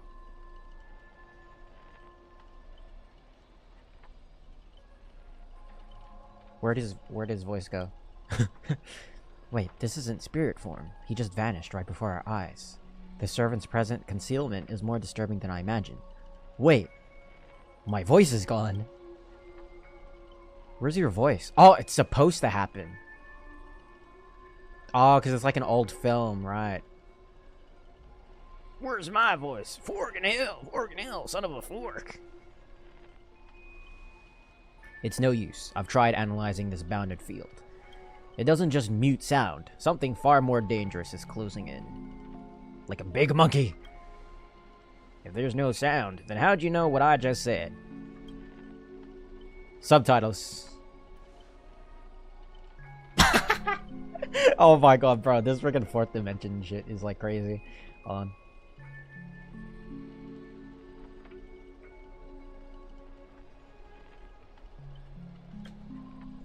What the heck there is?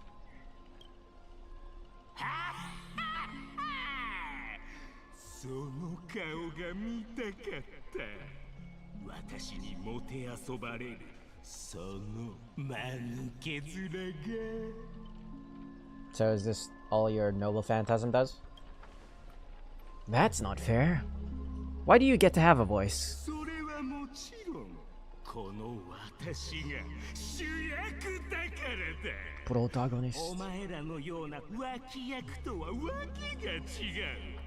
ああ、この恐怖に満ちた上映会で耳をつんざく悲鳴を早く聞きたい。おっと、すまない、忘れていた。What's the point of this noble phantasm? What? It doesn't do anything. A moment later, the cowboy's friends arrived, equally clueless. Word! What's up, guys?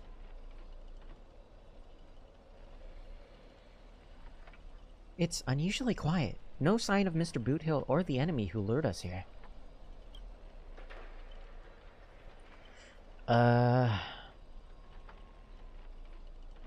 Saber's a knight who gives her all too. I'll protect everyone to the best of my ability. Please don't stray too far from me, but with the enemy in the shadows and us out in the open, even the greatest caution can't guarantee our safety. In a wide open area like this, if the enemy sends Archer to attack from range, we'll lose the initiative and be at a serious disadvantage. From what I know of old Odie, he's the type to hire the lowest scum as his pawn, summoning the most wicked servant to eliminate anything in his way. Haven't you noticed? Since earlier, our voices vanish when we speak. That's true. Could it be the enemy's so-called noble phantasm? How do you just know that? More importantly, everyone, I have a question. In this world's history, is it possible for a non-primate to become a heroic spirit? Say, a billboard or maybe a TV? If it were an Intellitron, that's at least plausible. But a billboard? A TV? Then what's that thing up ahead? A TV appearing out of nowhere turns its polished rear to the crowd. Creak, creak, creak. Bro. It's obviously a trap.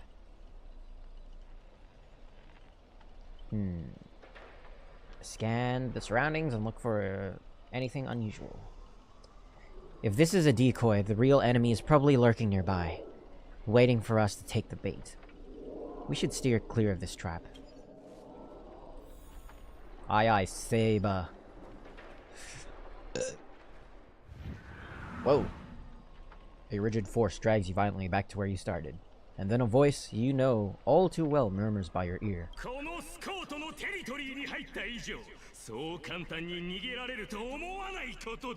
Ah. Why does it sound like a dog barking? Scott? The IPC specialist who does those bionic voice impressions? Unbelievable. Scott's really made a name for himself. Even the acclaimed Robin knows who he is. Alright, I'm the one who told her. Can a gal share a few wild travel stories with her friends every now and then? The brief silence that lingers between you was enough to convey every ounce of fury and exasperation from this old acquaintance. See? Always so hasty. The battered TV wobbles, buzzing with static noise, but alas, this is a silent film. You can't hear a single crackle of the snowflakes. You're on TV, bro. Seriously? It's not the time for this. Watch out for his servant. That guy turned this whole place into...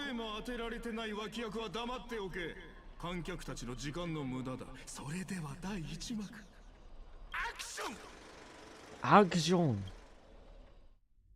What's going on? Huh? Midnight Chainsaw Rhapsody.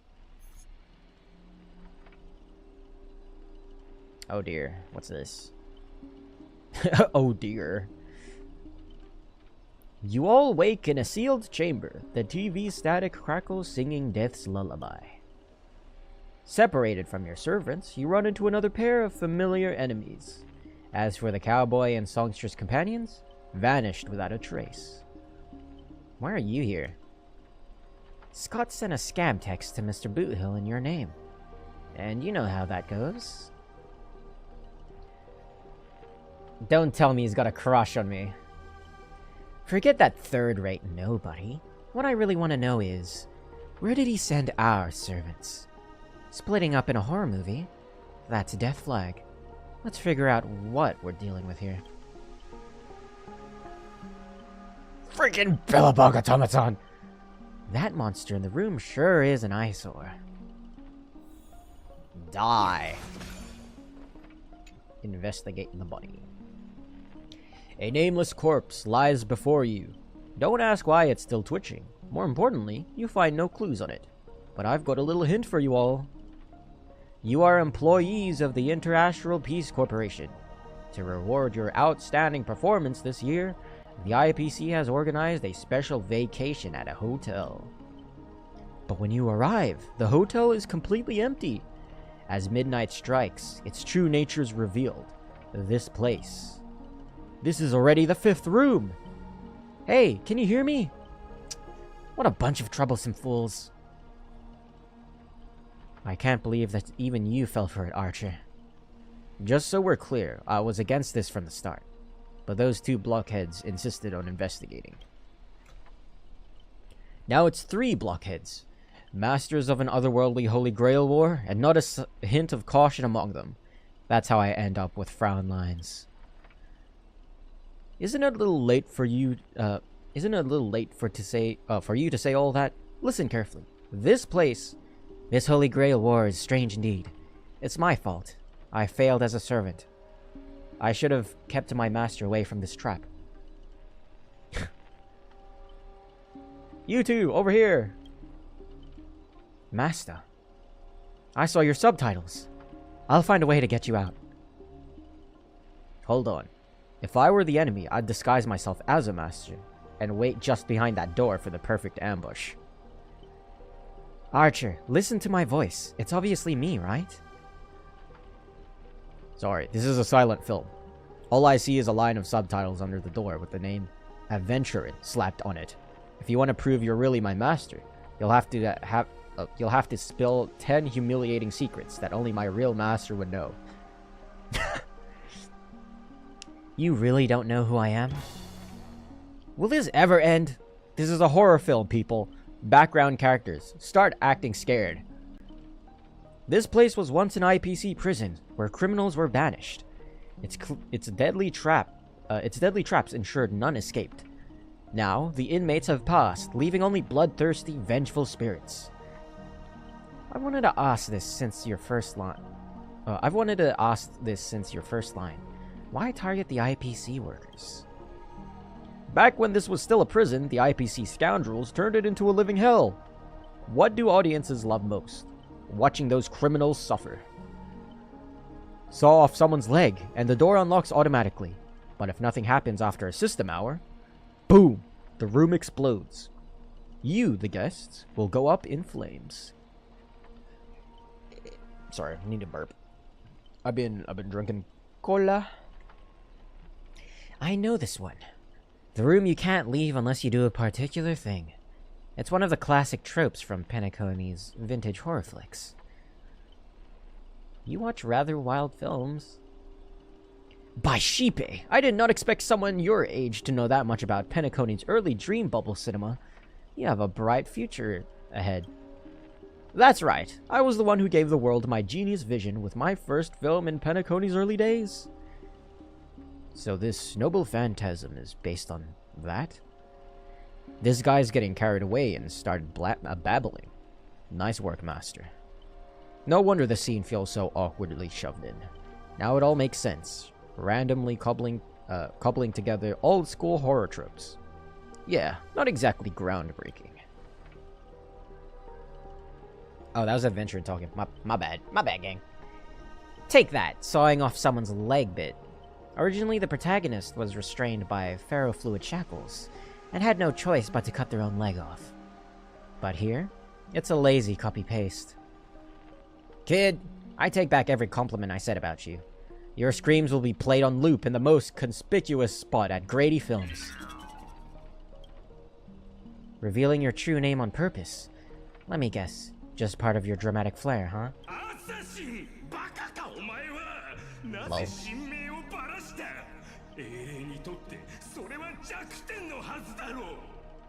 My god, we finally get a voice. But not the one that I wanted to hear. Don't panic, producer. I'm not some legendary hero or anything like that. Just ask them. What does Grady even mean in Penacony?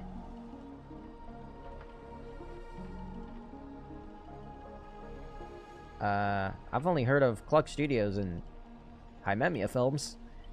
As expected, soon you'll see who Penacony's great as a director is. For now, I'll slip behind the scenes. So what will it be? Self-sacrifice? Or will you turn your blades at each other right before my eyes? Take what little time you have left and talk it over. But keep stalling, and, well, tick-tock. Boom! Boom. Okay, what's this robot have to do with anything? Oh, you finally meet a kindred spirit, and I don't get any fan benefits? Master, you heard him. Pick a leg, left or right. Honestly, if I could get a bonus, I'd rather go for the arm with the command spells. Hey, you're my servant, remember? At least consider cutting off Mamo's leg instead. Bro! Wait, old pal. Don't give me that look. I was kidding. Everyone, don't dance to his tune. Don't let him pull us along. The more chaos he sows, the calmer we have to be.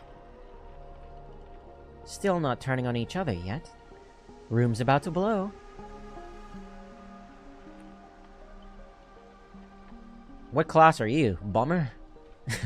Let's vote. I vote for my flamboyant master. Hey, no need to egg things on. You already figured out the real answer, didn't you? A sealed room, a bomb about to go off. It sounds dramatic, but... rationally speaking, as a servant, wouldn't it be easier to just cut down the door? Master, please take 2 steps back. The sword-wielding girl unleashes a fierce shout. Crack, the lock splits, and the door creaks open. Master, stay close to me. I don't know what that assassin plans to do next, but it's still dangerous here. Using brute force in a horror film?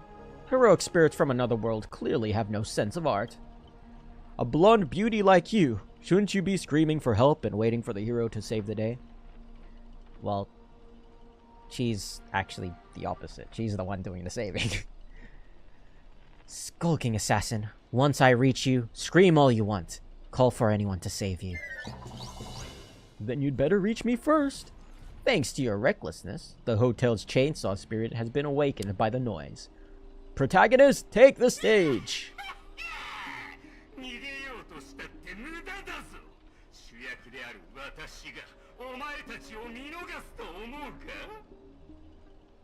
What are you, a piece of gum stuck to my shoe?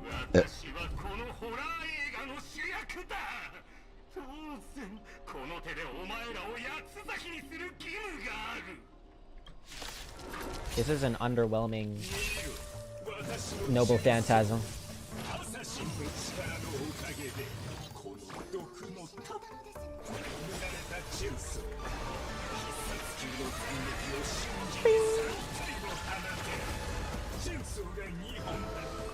Zeba!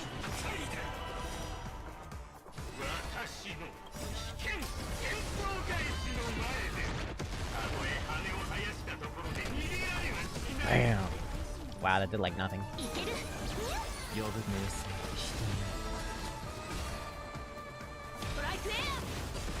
Strike air!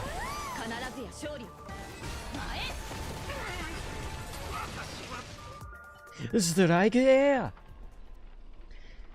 This. What kind of evil spirit gets beaten to a pulp by its victims? Forget it. Producer, take 5. We'll be needing you again later. Matekure. So this is the power of a heroic spirits from another from another world. Figures. Penacony is just a backwater speck with 10 amber arrows. With no real legend or history, of course we pale in comparison to true heroes. But that's also why you're going to lose.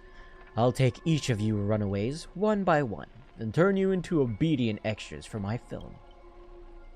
Pray tell, does anyone look like they're running from you? Don't get ahead of yourselves. Act 2 is about to begin. Whoa, I'm sitting! What the heck? This game has sitting animations? After a brief pause, you exchange the information you've gathered with one another.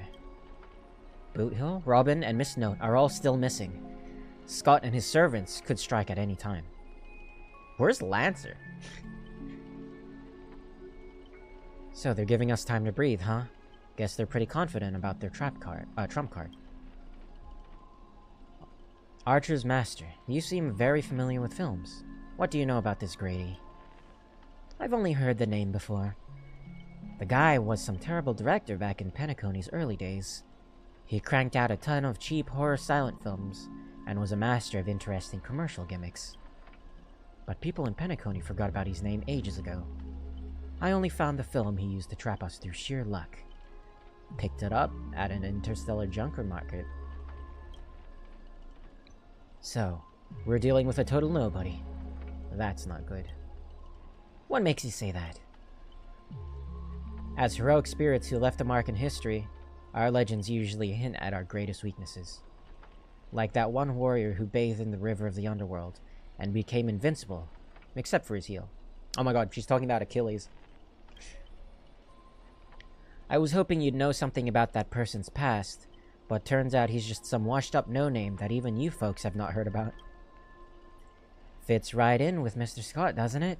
A pair of nobodies with shady tricks up their sleeve. Still, I've got this feeling. Even if they got an upper hand now, they've got no real way to finish us. We're all just fine for the time being. Tricksters never pack much of a punch anyway. Right. He was a film director in life. That means he's not gonna suddenly become a powerhouse after turning into a heroic spirit. His noble phantasm proves it. He built it off one of his old horror flicks. Basically a reality marble. Though it's a rare ability, it feels more like a trap. One that only ensnares its victims. But if the trap can't hurt the prey, then it's the hunter who will be in trouble. Now he's got 3 servants in his stomach, while the strongest fortress always falls from the inside. You really do have a mind of a leader, always so sharp when reading the situation. I'd better pull my weight too.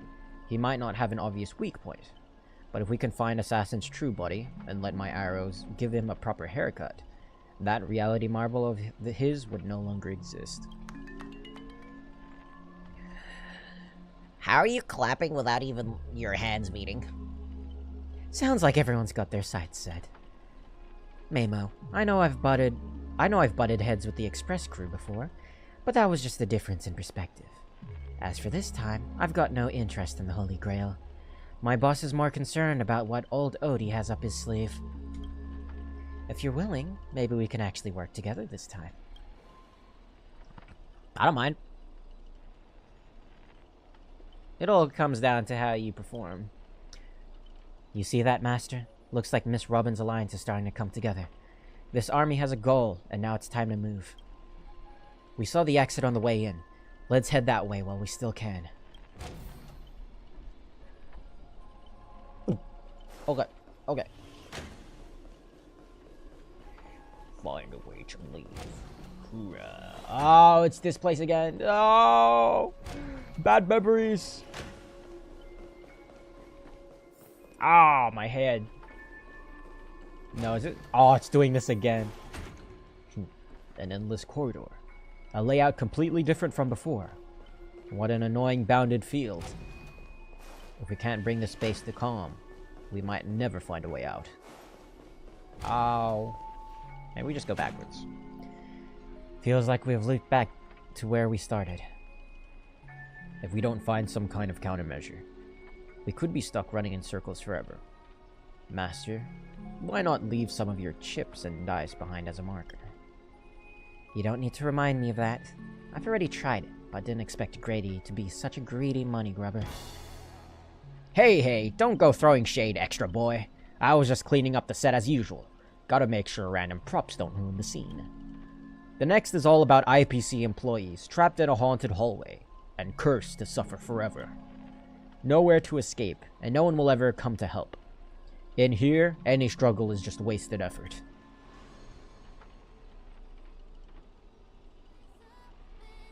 Is that Miss Robin singing? Grady, looks like you forgot that you didn't only trap us in your noble phantasm. That's what you get for cutting the budget, Grady. While you're busy writing, directing, and starring as yourself, Miss Robin already found the way out on the other side of the set. Everyone, follow the music. Producer, you useless piece of junk. I sent you ambush 2 mere low threats. Characters, how did you still mess that up? What's this? Oh god, I am not reading all that.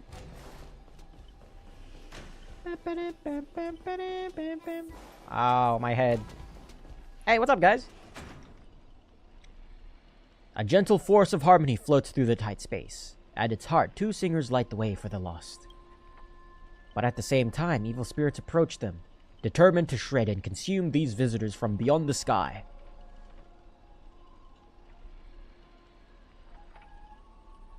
By my command spell! Whatever you have in mind, it's already too late. In a blur too fast to track, Miss Note grabs the attacking monsters and viciously smashes their head into the floor. Oh no! My cathode ray tubes! Ah! Don't hit my screen with your microphone! Ow! Clunk, clunk, clunk. Bang, bang, bang. Clang, clang, clang. Honestly, that might be the first R-rated scene in the whole movie. You started to wonder if Robin actually summoned a berserker. That's it? The guards back in Asdana prison were tougher than these things. Bravo! Truly Penacony's brightest bloom. Brilliant in both drama and action. This terrible wardrobe. The nonsense plot. No one else could have cooked this up but you, Grady. I spent so much effort clawing my way out of the grave, so quit burning my eyes with your bargain bin flicks. Of course, real directors know when to leave the stage to the actors. Miss Note is so cool. We meet again. As a caster, your combat style was quite a surprise. Quite a surprise, sorry. Can't say that counted as a fight between mages. Guess people in Penacony really have a broad definition of caster. Really? I thought it was pretty normal. An archer dual-wielding swords isn't qualified to talk about this. I managed to feel out the right path using the power of harmony, all thanks to Miss Note's protection. White box, white box. I saw you covering me in that fight. Even if you can't say your name, I know you must be someone great. I believe in that wholeheartedly. Master, this cannot change the present situation. Without a true name, I'm just a weak Iris family artist. No, the way you shielded your master just now proves you're an exceptional servant. You'll never understand the despair when even your name is taken away, and you've been wrung dry of all worth. Exactly! Powerless, barely able to protect her master, let alone win this Holy Grail war. Then why not work with me again, like before? Mr. Odie can grant you all your wishes. Shut up! You're a fool with less artistic taste than an automatic instrument. Your work doesn't even have the artistic value of a ruined roll of film. Sorry, Grady. That was a bit harsh. But why are you serving that opportunistic fat old fart? Hiding somewhere off-screen, Grady sighs too, his voice full of melancholy. Because he summoned me. Of course, even in death, forgotten by the world. Penacony clutches our souls like a miser. But hey, sweetheart, at least we have a chance to rewrite our past failures this time. This gloom won't do. Let's kick off the final act of Midnight Chainsaw Rhapsody. The true evil awaits at the end of this haunted hotel. No, it's Scott! It's so horrific! It's horrible! Get this off my face! Whoa. The director really went all in this time.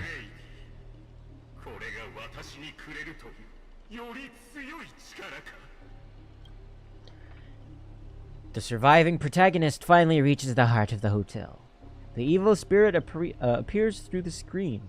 Then I gather all the lights and effects on you, shaping you into an invincible monster.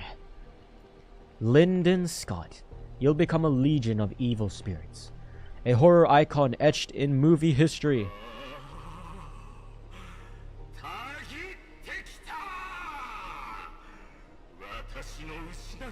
Let me guess, you turn into that TV T-Rex.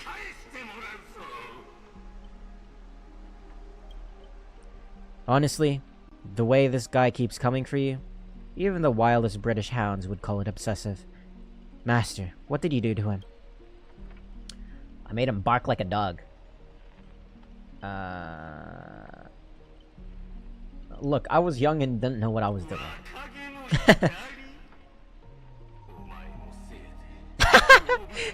Like, even I don't have to say it. He's just gonna explain it for you.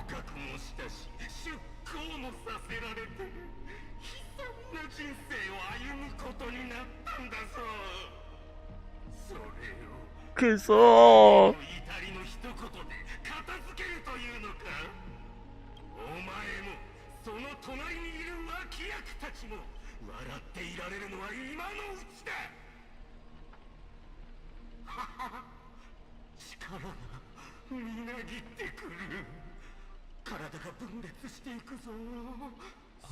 What?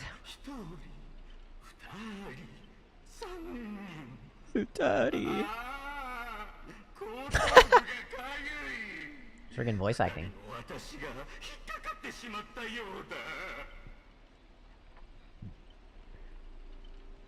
Master, your line. Say your entrance line. Whoa, he's so scary.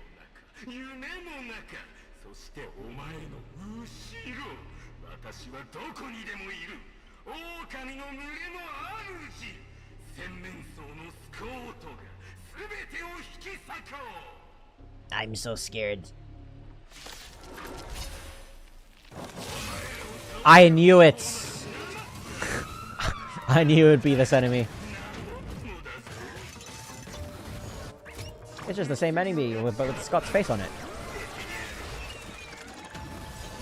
Ow.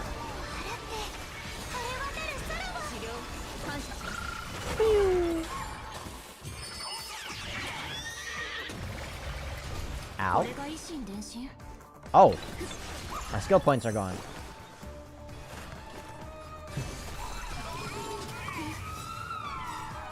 And then we place ult on save up.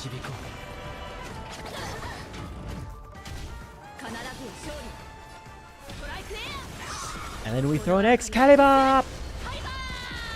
Bam. Excalibur.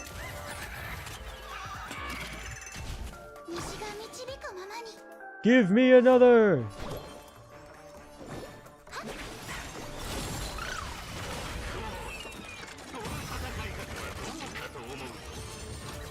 Oh yeah.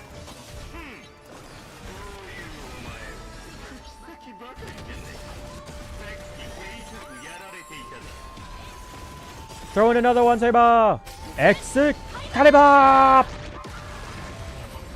Oh my god. Such a good collab.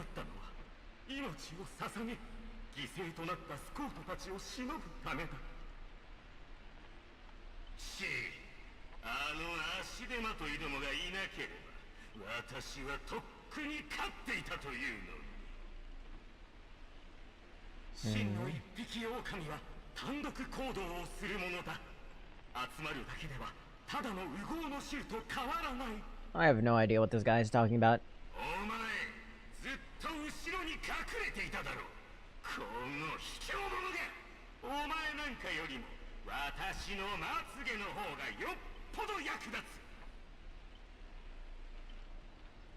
The Scots start bickering and tossing blame around.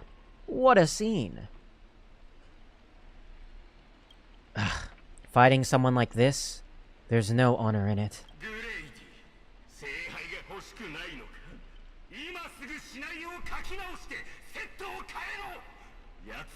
Can we just get out of this already?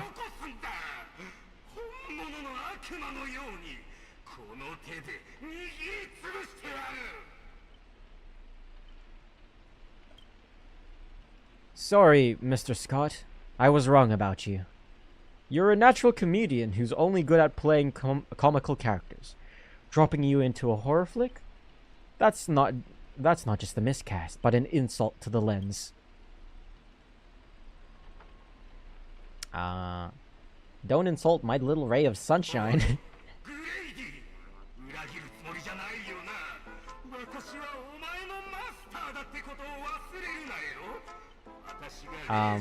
What?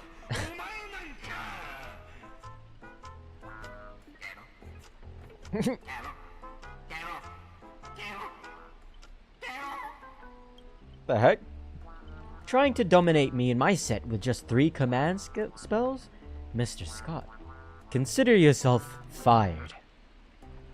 Apologies, cast and crew. You had to witness that little meltdown between director and actor.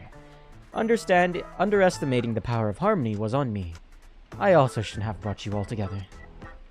So, I'll be more thoughtful with your stage entrances next time. I look forward to hearing your piercing screams all over again in our next film. Are we finally out? No! No, we're still inside. Did we just leave his reality marble? Apparently not, because our voices are still gone. And I gotta voice it all. Something's off. Each night, the clock hand will reveal its unknown side. As the protagonist, you open your eyes and find yourself trapped in a nightmare with no exit. And now, a terrifying enemy is standing right beside you. Sorry.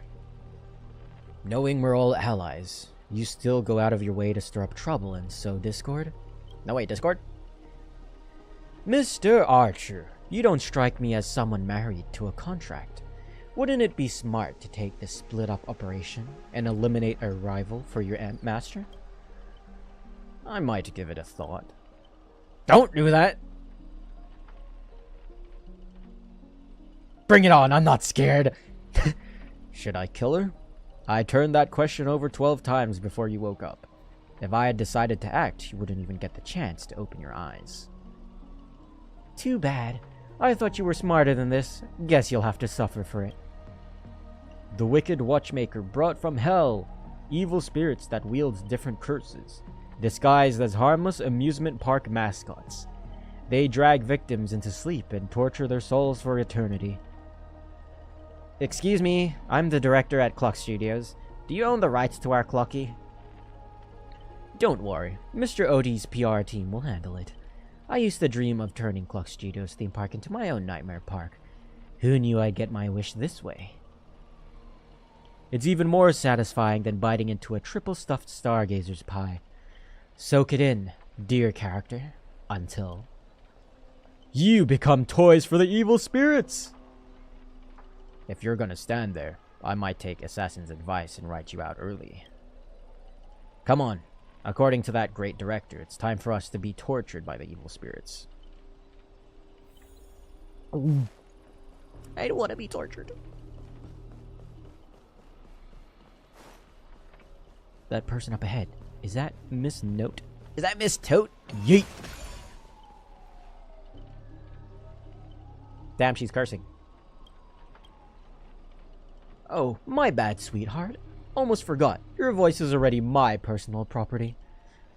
First, it was the copyright of your songs, then your image, and finally, your name. They found a younger, prettier girl, slapped the name on her, and put her on stage. And you'll die in despair in the desert of Dreamscape. I'll devour your body piece by piece, and even that fake name, Miss Note, will be mine.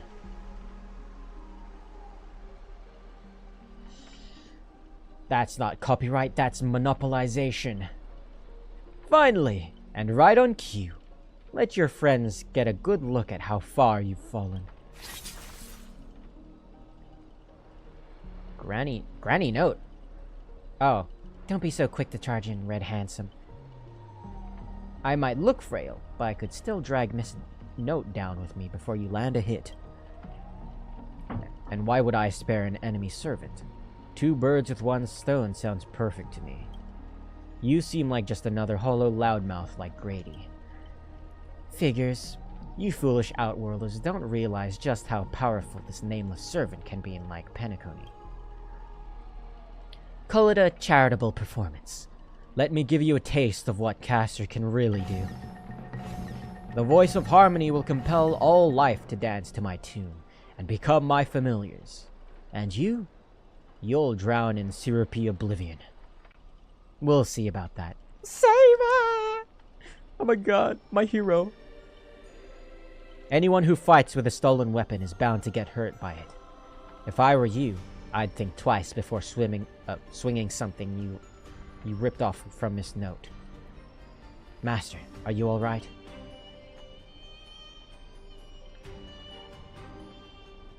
Let's fight side by side. No need to trouble yourself with small fry like this, Master. Trying to steal the spotlight from the star. Get them! Whoever takes them down gets a lifetime supply of Soul Glad from our investors. For Soul Glad. For free meals! Oh my lord. The gas is really kicking in. Seriously? Soul Glad and 2 bottles of syrup. And you're all in for the devil? What happened to your pride as monsters? I'm a background extra who has time for pride. Human or monster, beast or demon. If you've got a mind of your own, then you've got the right to chase the hope with your own 2 hands. Your soul's worth is far more than the pittance your employer is offering. I can't promise you paradise, but I swear I'll always fight on the front lines. Not hide behind you while you die. So what will it be? Spend your life as a dancing puppet for him, or live one moment as a knight? It's not too late to turn back now. There's only one answer to that. Wherever so my king's sword points, our hearts shall follow. I was here first. How are you controlling my familiars? Call it leader charisma, my friend. You traitors! One pep talk and you're switching sides? You're just extras. Don't you want your paycheck? Wait, I just realized she's riding the T-Rex. What the heck? A little bit random, but okay. Look at you, acting all high and mighty. What else can you even do besides throwing money around to strong-arm us? I'm the king of knights. Mount now. I'm the king of knights' mount now. Not some familiar you can boss around like a dog. I bestow upon you the name of my beloved steed. Lamray 3. Now come with me. Let us vanquish the evil before us. In the name of the king. Wait, if you kill me, you all vanish too. You're still my familiars. Ah! I failed to protect my master. Was forced to separate from her. And now to make matters worse, it's the enemy who came to save me. Ma'am, this is where you say thank you instead of sorry. But no excuse can cover up my incompetence and negligence. A powerless servant is nothing but a worthless doll. About Miss Robin, there's something. Never mind. Just come with me. Right and B. Well, what's that? What am I looking at? What's that in the distance? Save up! That's her thing. Oh my god! Her halo got ripped out. I'm not sure what the enemy did, but she's been split into pieces. Took me a while to find even these few. I figured I managed to do nothing in this war. I don't deserve to be called a heroic spirit.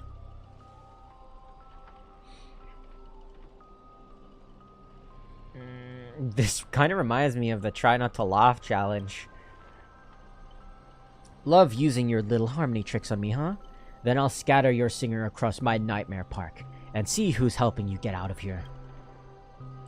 Please don't be sad because of us. You've already done your best, just like an iris by the riverside. Call it what you want. She's still too weak. No need to sugarcoat it. Man. That old fool.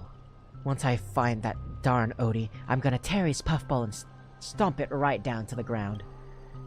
Judging from what I can tell, splitting up like this was probably an act of revenge.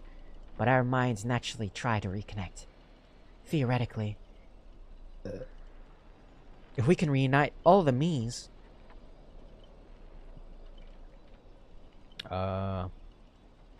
You'll go back to normal? The correct answer is she'll merge into her original form. That is, if you survive the curses from the devils. Then let's get going. Wait, you're really planning to drag all of these dead weights with you while you fight? Heads up, I don't have the action part of Robin with me. I only think, I don't do. Wait, please, someone just stay behind with me to protect Miss Robin. I know this is asking too much, but I'll even offer my life. Victory gained through coercion is a disgrace to any warrior. Since Miss Robin is our ally, protecting her is our only right.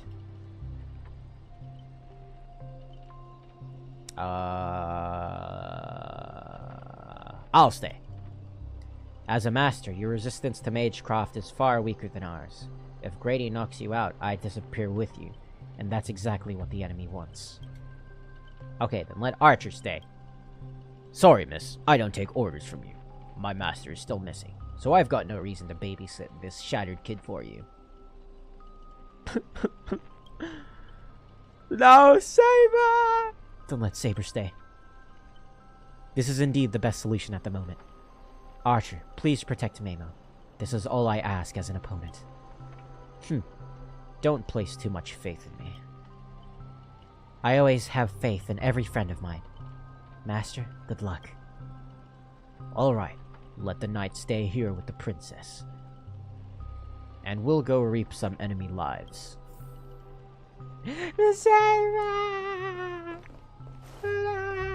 Find the lost robins. Man, this is...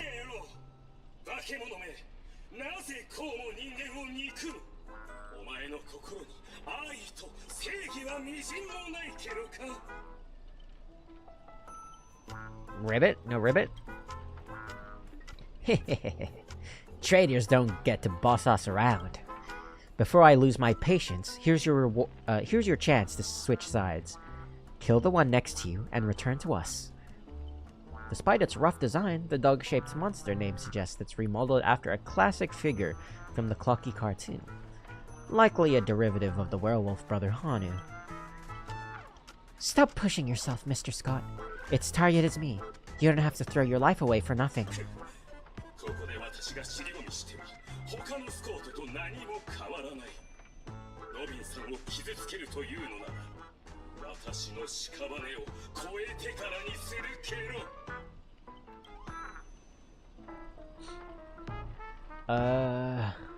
This nightmare is terrifying.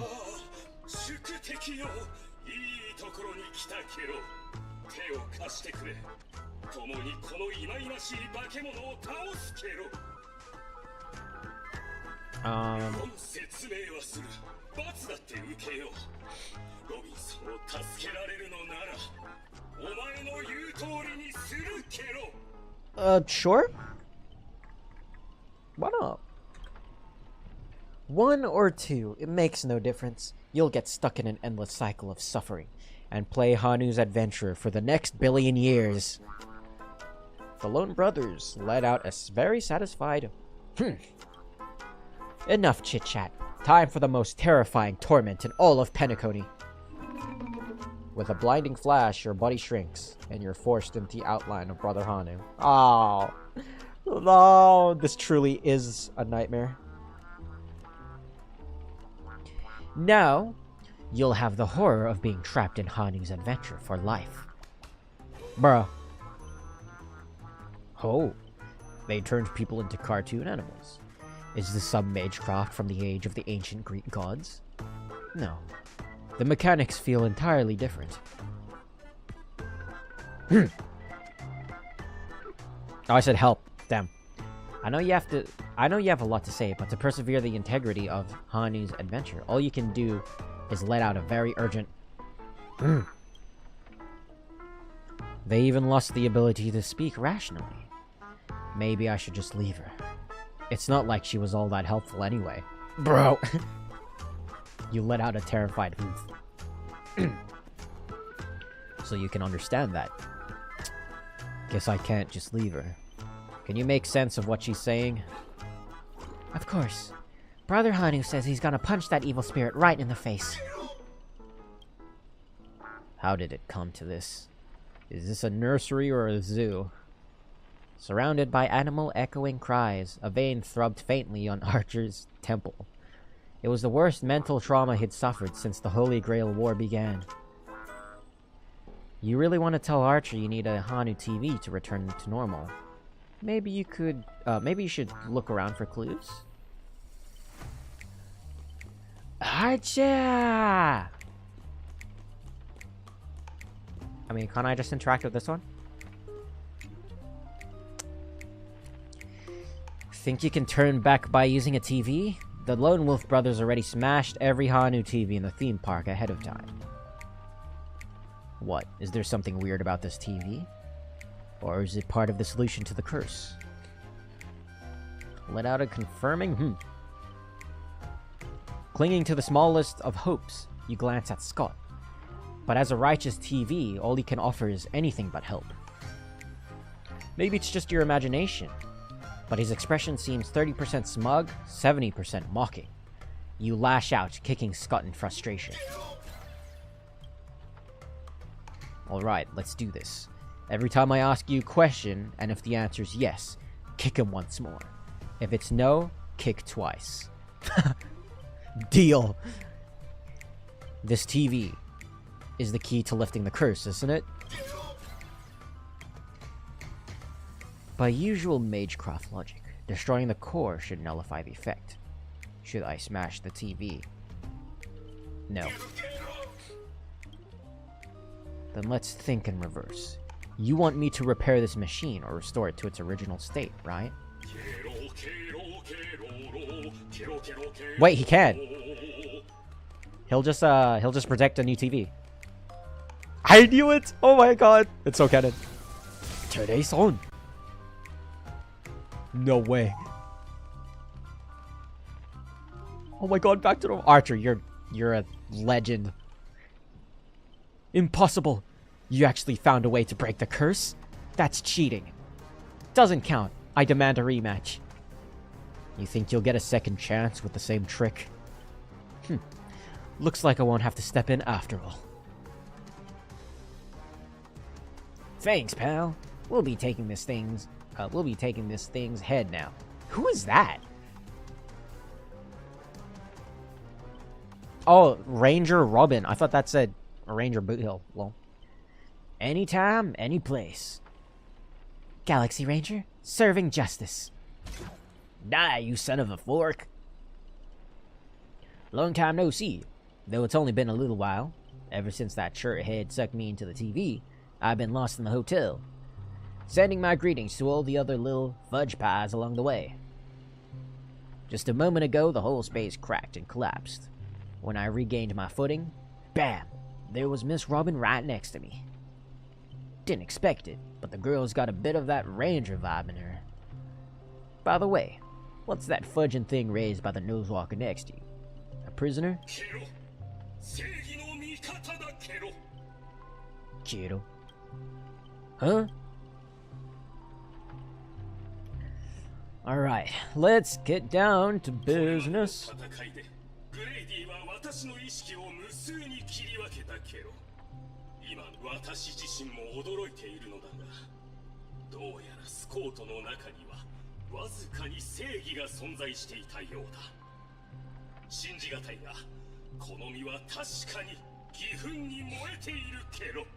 So is this guy supposed to be... No, he's definitely an enemy. Scott of Justice is not like those evil ones. He threw himself in to protect me, Tweet. You trust this son of a nosewalker? Might as well believe I'm a general of the Xianzhou. No offense, but making someone like him turn over a new leaf is like asking the Antimatter Legion to plant trees in the kingdom of banditry. I completely agree. We can't afford the risk. If the enemy cursed him or turned him into some kind of special familiar, then...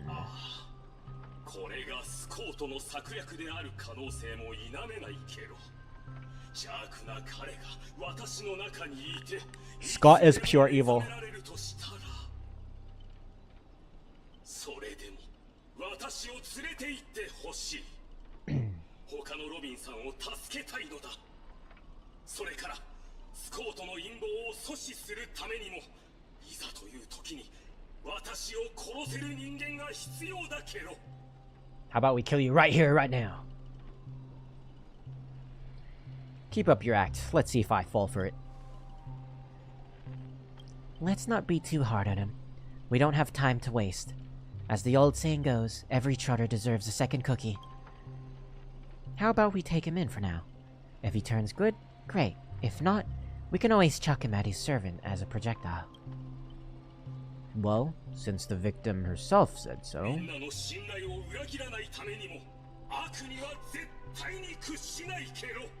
Shiro? Miss Ranger, we'll count on you to escort this. Little Bird back to the Saber and the others. We'll wrap this up fast. Find the rest of Miss Robin and track down my unreliable master.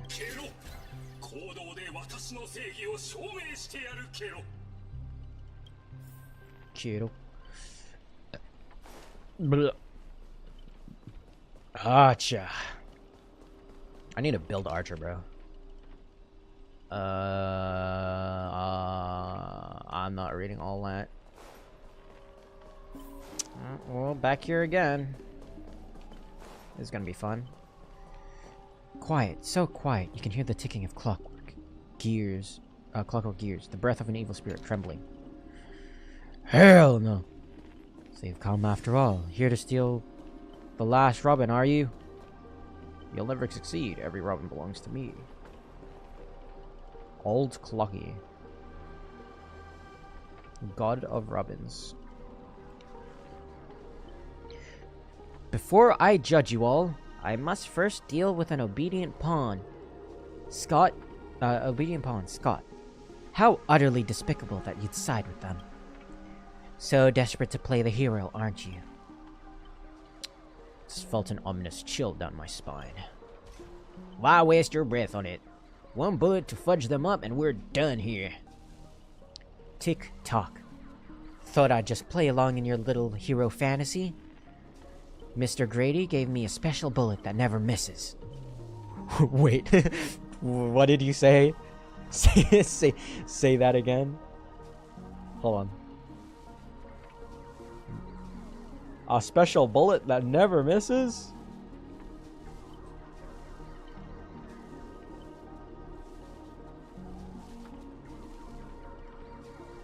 This is the best reference yet. I'm taking a photo of this.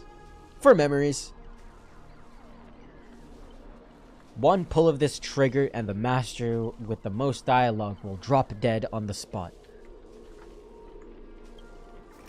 Die, Mamo! Scott took the fatal hit meant for you. Scott!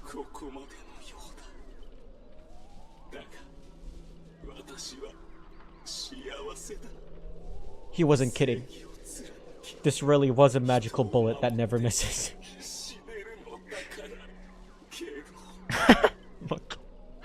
I'm autistic, man. Scott, are you serious?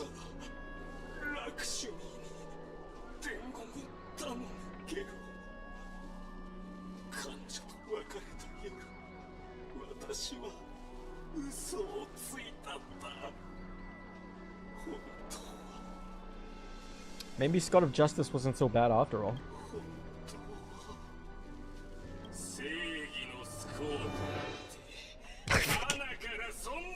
I freaking knew it. This is the same guy who was like, call the ambulance! Like, call, what was it? Like, call an ambulance, but not for me.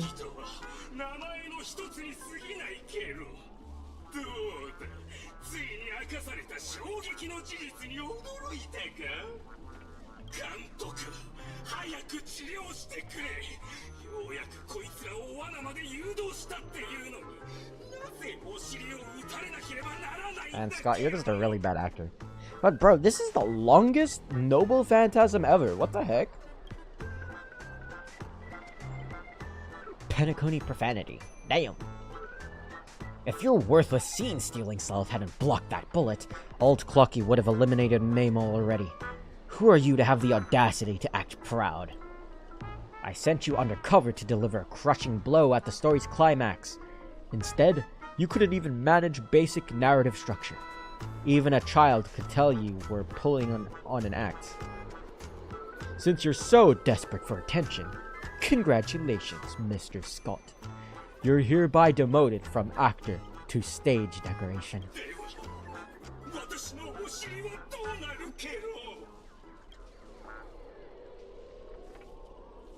You don't even have it behind. Old Clucky. Quit playing dead. No completed scene. No paycheck for you. Tick-tock. What gave you the impression I was faking? My clockwork has been ticking away this whole time. Did you know? For a demon, manipulating human emotions is like playing an instrument. Just a light touch and you get something like this. Really? Haha, that was so fudging satisfying. Time to break out the Haldor and smoke malt juice to celebrate. Uncontainable joy surges through the man's heart, sending him into euphoria. And yet, this is nothing more than a common mental attack. Watchmaker, witness this. Your most prized trick now belongs to me. Darn it, for some bizarre reason, I have this sudden urge to dance with this jerk. Tick-tock. Behold the clockwork, invented by the watchmaker, the devil who once ruled Penacony. In its presence, even the strongest minds become nothing but blank pages, easily rewritten at will.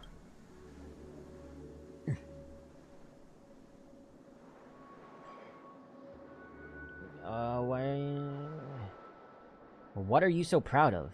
You cheap imitation? Messing with your bro Boothill? Big mistake. Come on, Mamo. Let's show this knockoff what actual clockwork can do. Please reset Boothill's emotional state back to normal. No way. We're gonna do the thing again. Ho! Maybe, if you're reading this, it means you chose the wrong opponent.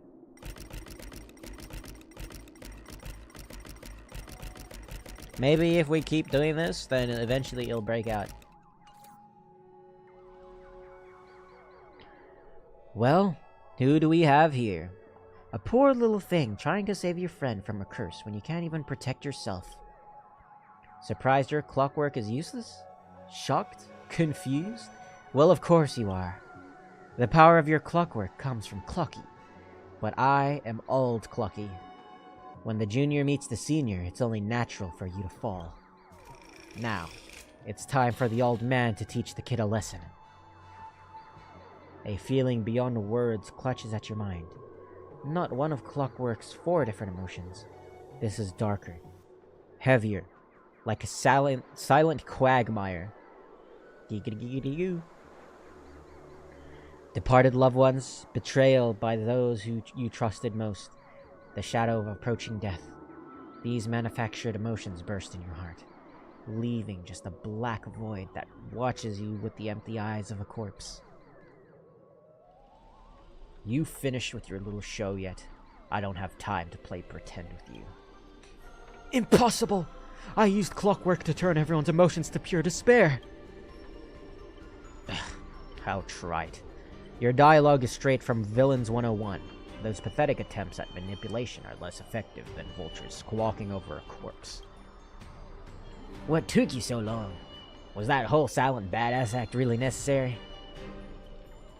Was it your magic book? Was it your magic resistance that blocked the mental attack? If only it were that simple. Unfortunately, my magic resistance isn't nearly as overpowered as Saber's. I wanted to see how deep this monster's hell could go in the strange universe of yours, but it seems your world still has hope and a future after all. Despair? Please. I've witnessed enough scenes of despair to submerge this entire playground of nightmares. I've seen corpses hanging from gallows that stretch like endless forests. I've witnessed the charred remains after a doomsday battle where people became nothing more than a ravenous beast devouring each other. He's also created a million blades. Just who? Who in the world are you? A hard-working guardian, though admittedly somewhat of a workaholic. I've seen far too many forms of despair. But to break me, your fake illusions don't even come close. Tick-tock, cranking power to maximum. I refuse to accept that anyone could resist my clockwork now. Ever seen bodies mangled under war chariots? Trace on! Oh yeah. Wait, why did he make... Oh. I was not expecting that. Oh! Well, that just happened. Archer just made a bowling ball.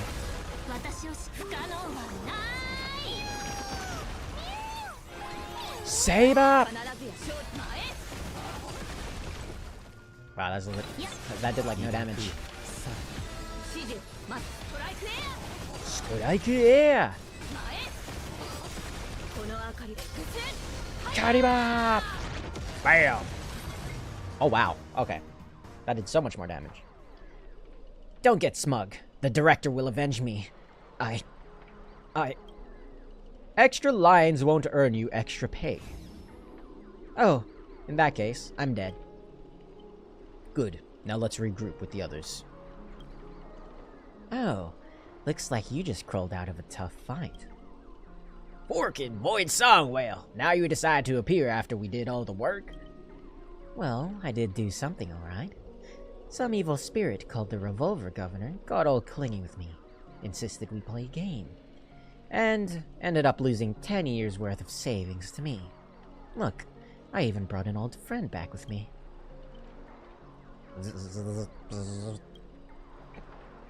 After a short break, the scattered allies finally reconvened.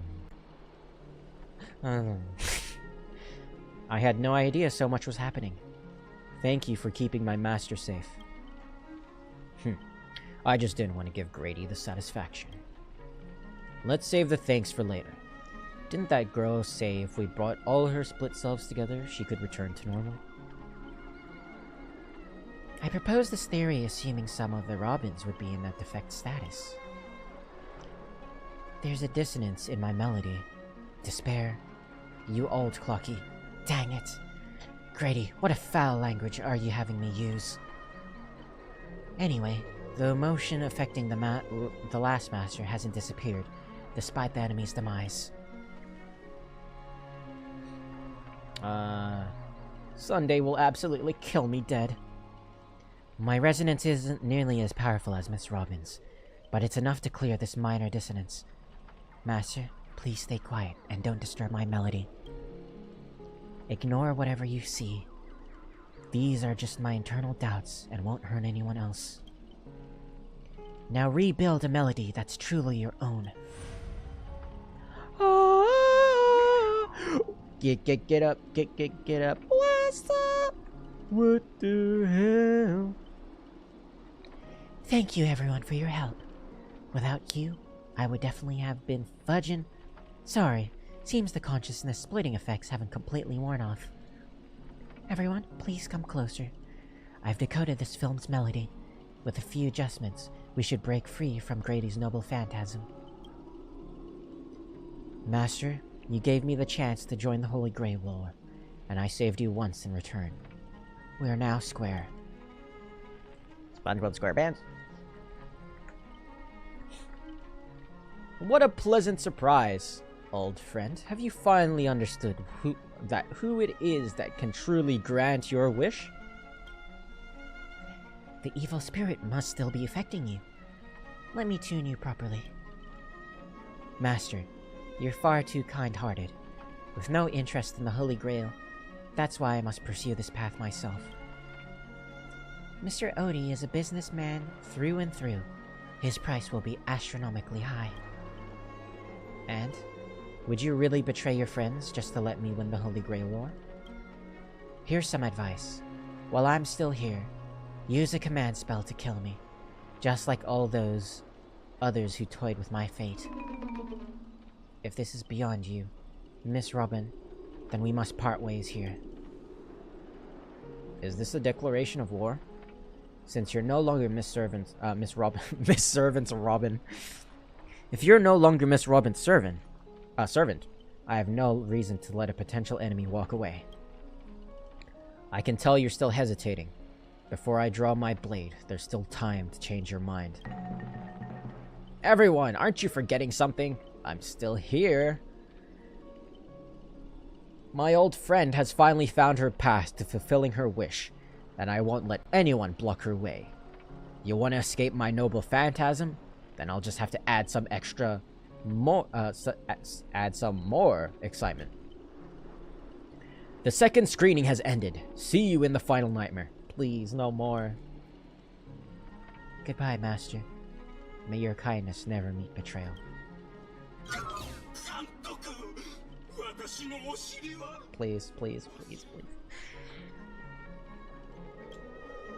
Please. No! Screwed. Why are we in Herta Space Station? I'm so confused what's going on with the story. Hero's blood. Monster's blood. In this third act, the story details how explorers cause bloodshed in strange worlds. This is exactly what dream chasers of a pioneering age live for. Dadgum wubbaboo. When will this ever end? Aren't these movies all the same? Oh. Oh my. Even a proper pioneer like the cowboy can't bear to watch any longer. Director, though I don't know your life story, but surely a box office disaster and a miserable end seem all but fated. And you, Mr. Scott, did you change your tune because you were planning to abandon the darkness and embrace the light? Looks like not even Assassin's Master can tolerate his trashy films anymore. Director, did you place me in the wrong spot? I'm still among the bad guys. No, no, no. Given your stellar performance earlier, our partnership ends here. As for old Odie, I'll file a claim for accidental casualty compensation on your behalf. It'll be issued to your family. Because the ending of this Plan 6 from outer space is no survivors. Grady, since you've shown no mercy, don't blame me for returning the favor. Director Aventurine? My earlier hostility was just an act to fool our enemies. I infiltrated Odie's group specifically for this moment. To help you win the Holy Grail. The only one who truly deserves it. There it is. Scott's special begging technique. Ah, Mr. Scott. I know things haven't been going smoothly for you in your department. But if you can show enough commitment, the strategic investment department might have a better spot for you. How do you accept such things so easily? Grady, you don't think I was truly going to let you play me like a fool, right? As an actor, I am part of your noble phantasm too. As such, being the former protagonist, I can naturally see your second noble phantasm's power. How dare you? Director Adventurin, this is the show of my commitment to you. Deploying staff access one-click noble phantasm skip. Oh my god, Scott, you legend. Thank god. Like, wait, this is actually the first. I actually like Scott now. Lyndon Scott. Well. Beep, beep, beep, beep, beep. Me. How can there be an audience so uncultured? You skipped all the best parts of the movie. This is the result of my entire life's work. And it was trash. You know nothing. I am the creator of the Dream Bubble movie genre. It was I who established the first film company in Penacony. If I hadn't given up on my monopoly on filmmaking technology, the Watchmaker and Maven would never have achieved what they did. Dude, I need a hydrate in my throat. My voice is hurting right now. Sorry.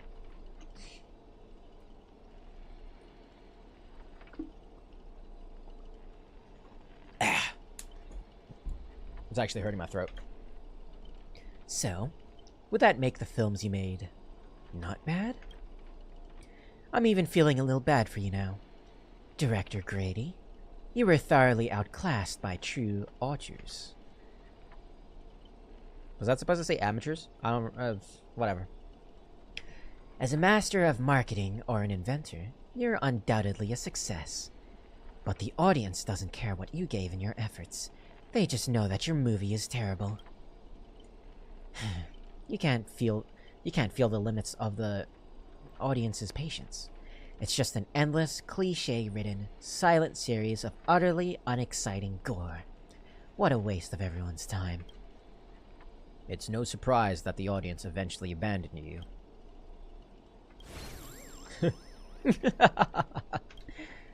Well, it's hopeless. This guy's probably gone mad. Archer. What? I simply offered him a final shot. You're the one who drove him insane. What a sharp tongue! Amusing and flamboyant actor you are. It's rare for anyone to make me go completely speechless during a debate. What the heck is this? Didn't see that coming, did you? Strangling you all in this nightmare pantomime feels a bit dull now. Tell me, would you be interested in siding with old Odie? Oh my god. Oh, that's not good. What are you yapping about this time? Trying to drive a wedge? If we join forces, we could sweep the rest of these opponents off the board in an instant. Surely a senior executive of the Strategic Investment Department who understands investments better than anyone would make the right choice. Wouldn't you agree, Mr. Adventurer? You seem particularly obsessed with me, Director. Is it because I, as an amateur film critic, repeatedly tore apart your masterpiece? Of course, it's because you're the cleverest one here. Most aware of the fact that despite your apparent power, none of you have actually escaped my bounded field. For someone like you, betrayal is always an option to consider, not a moral absolute. Someone like me? You may be a terrible filmmaker, but you're not bad at reading people. Your Adventurin's lying. Fork me, you're not seriously. A good businessman always evaluates the situation and adjusts their stance for better investment.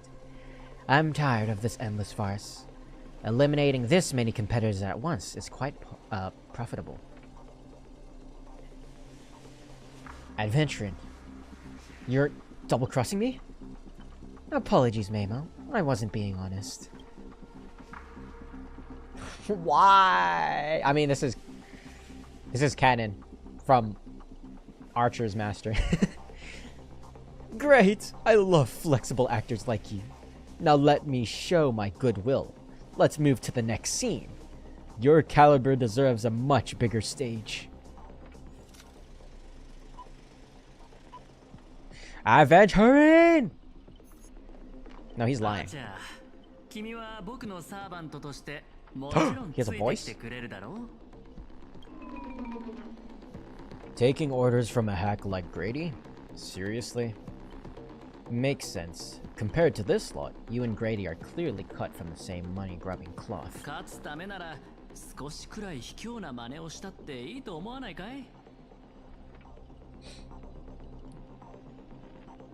Adventurin, did you really turn on us? Totally misjudged you. Guess I'll need to use a few extra fudging bullets on this guy. No, it should be my sword that delivers the final blow to the enemy commander. Master, if you're just joking, I can still cover for you if you apologize now. But if you're serious, this won't end without blood being spilled. I think I have a feeling Adventurin is just like acting to understand more about what is it? Grady's Noble Phantasm.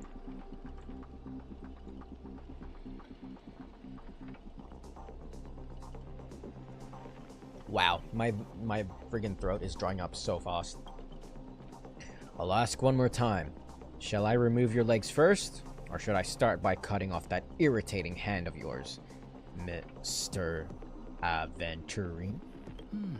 断られるとは。令状を使って服従させるべきなんだろうけど、体に刻まれたもので他人をどうこうするのは嫌いでね。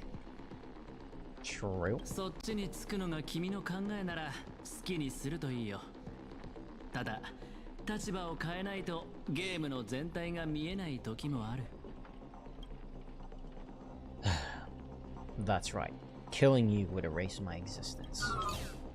Well then. Sorry everyone. I surrender. I give up. Acha! You gave up way too quickly. What did I expect with my awful summoning luck? I told you, a guy covered in gold is never good news. But as your servant, I'll follow your commands. Wait, director! I can be a traitor too! I want more scenes too. Wow. Never mind, Scott's still an asshole. Fantastic! 2 more exceptional leads at once. I'll give you bigger roles. Turn you into unstoppable monsters who tear everyone apart. Sorry. Step into the spotlight, Mr. Aventurine, and enjoy the special featurette I've crafted just for you. Gulp.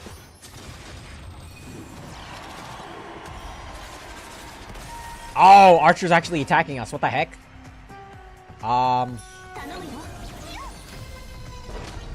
Gulp? Oh, wow. Okay, that's actually... That's not funny, dude.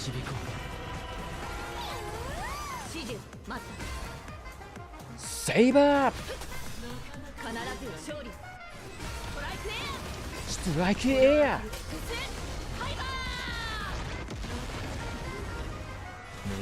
That ult goes crazy.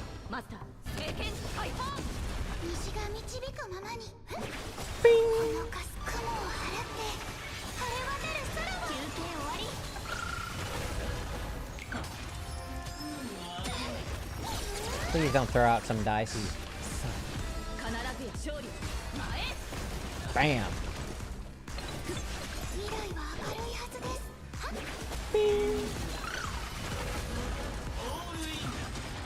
Oruinda!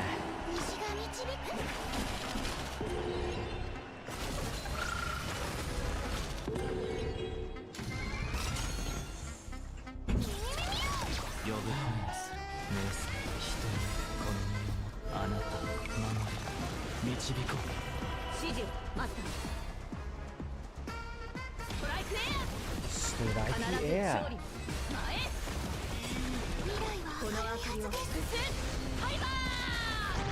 Bam. Alright, throwing ults. You get tackled. Throwing a basic, you get tackled. Buff saber. And bam!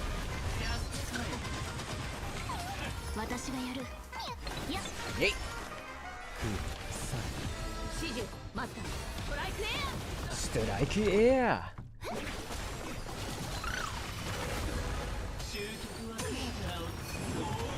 Nope! Okay, so we don't have to worry about that.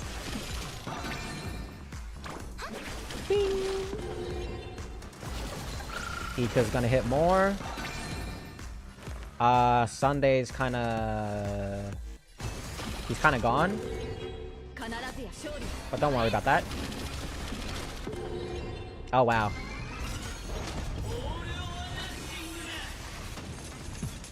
Oh, nothing. And we're gonna dispel all of that. Bing.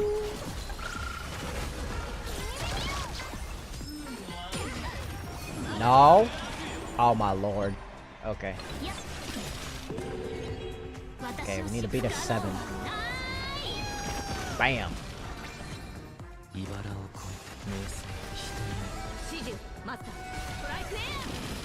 Strike air. Bam. 必ず勝利。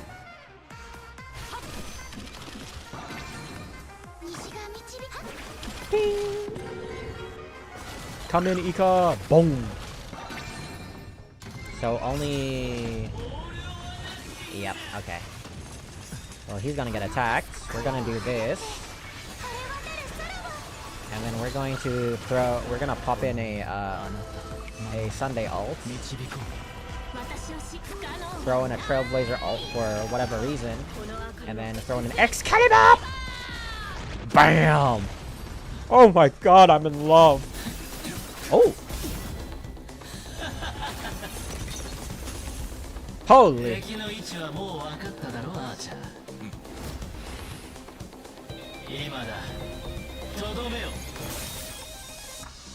What? He shot the camera! I knew it! I knew he did another 180. Oh my god, I love adventuring, bro. 映画が続く限り怪物は幾度も現れる。なぜなら本物の怪物はスクリーンの外。Finally, they have voices. 君の気配遮断はつまるところ映画の登場人物がカメラの向こうにいる監督を感知できなくなるというものなんだろう。So he's actually still there. カメラの中心に捉えられる存在。そのため奴らの目は常にカメラを向いてる。だから怪物を演じるスコート君には君が見えた。乾杯だ。まさにその通り。何も言うことはない。カメラの後ろに隠れた悪魔がスクリーンから本物の怪物を目の前に登場させる。これは私が最も得意とする手法だったんだが。私の方が。数百年経った今見抜く人が現れるとはな。だがどうしてわかった？言ってなかったっけ？グレイディ、僕は君のファンなんだ。Wow. Wait, weren't you the one who roasted him so hard before? 数百年も前に死んだダ作ばかりの三流監督を戦略投資部のお偉いさんが評価するとは思えないな。慰めようとしているのだろう。気持ちはありがたいがどうやら嘘が下手なようだ。もう少し自信を持ってもいいと思うよ監督。前にたまたま君の一作目を見たことがあってね。気になってグレイディシネマズの歴史を調べたんだ。映画館に入る前に面積事項を確認させてサインさせる。本物の記憶域ミームをホラー映画の上映中に乱入させる。こういった観客を巻き込んだ取り組みとマーケティング戦略は時代をはるかに先取りしたものだった。市場のニーズを鋭く察知し、限られたコストで最高の効果を生み出す。驚きを禁じ得ない手腕だよ。もし当時の君と出会っていたら、間違いなくマーケティング部門に席を用意していた。惜しいな。今さらこんなところで認められるとは。一生裕福に過ごせるはずだったのに、全財産を映画に注ぎ込んで理想の芸術を追い求めた。それだけで Yeah, worthy of respect, even though we all like shit talk your films, but you know, water under the bridge. したことは許されることじゃない。昔時計屋にも同じようなことを言われた。認めよう。Hey yo! 私には才能がない。 Only one of my hands are cold. 作り出すなど到底無理なのだ。人は死ぬと何もかもどうでもよくなるようだな。And then he fades away. だったらそろそろオーディさんの計画を教えてくれないかな。彼が本気で願いを叶えるつもりなら、適当にマスターを雇って参加させ、バラエティ番組のようにあらかじめ結果を決めておけばよかったんだ。Is old Odie that なの bad? にわざわざ制御できない人たちを呼び集め、成立するかもわからない聖杯戦争を開催した。ここへ来る前にオーディさんから予備案について話された。私が敗れた場合、おとなしく負けを認 The め、 grand あなたたちを future. 大劇場まで招待するようにとのことだ。彼も聖杯もそこで待っている。オーディさんの話を聞けば謎は全て明かされるだろう。せっかくだ。ファンサービスということで私の考察を教えてあげよう。オーディさんがあなたたちを選んだ理由は単純だ。視聴率が高くなるから。 Higher ratings. それに Like 尽きるだろう。 restricted? グレイディの話は信用できるのでしょうか。このピノコニーに大劇場よりも番組のフィナーレにふさわしい場所はないさ。ところでブートヒル、なんでそんな目で僕を見てるんだい？あんたみたいな目の肥えたやつがあの監督のファンだったことに驚いてな。服装もそうだが、さすが我がマスターのセンスといったところか。Okay, Archer, that's uncalled for. マスターなんて上下関係を隠さない無粋な呼び方より、さっきのミスター・アベンチュリンの方が僕はいいんだけど。Mr. Adventuring. 見たか赤色の兄弟。商売をやる連中はみんな同じだ。罵りだろうと皮肉だろうと全部笑顔で受け止めちまう。まるでコットンに弾を撃ったみたいにな。では仰せのままに、ミスター・アベンチュリン。No way, he actually said it. 決戦は劇場ですか。オーディさんはすでに戦場を整えている。 Where is Lancer? Lancer's gotta be like Mr. Odie's freaking グレイデ servant. ィよりも厄介な相手となるはずです。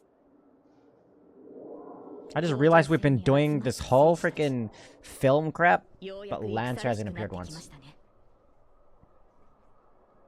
Or at least 私も一緒に行く a わ。 third time. ノーツガールさんを連れ戻さないと、たとえ何が待っていようとも。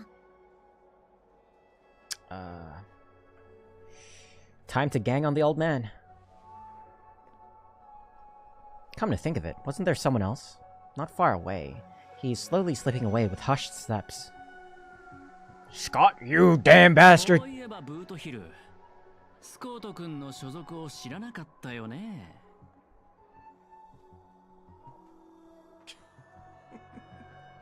なるほど。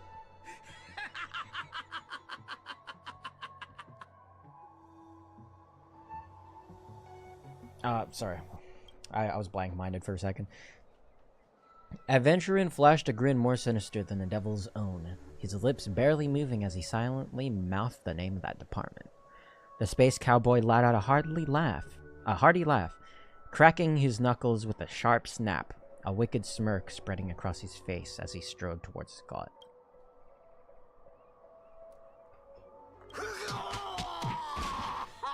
Whoa.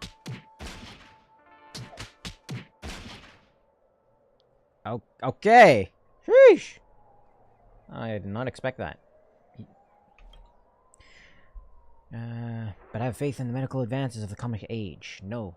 Scott was irreversibly harmed in the Holy Grail War. Especially not in a dream.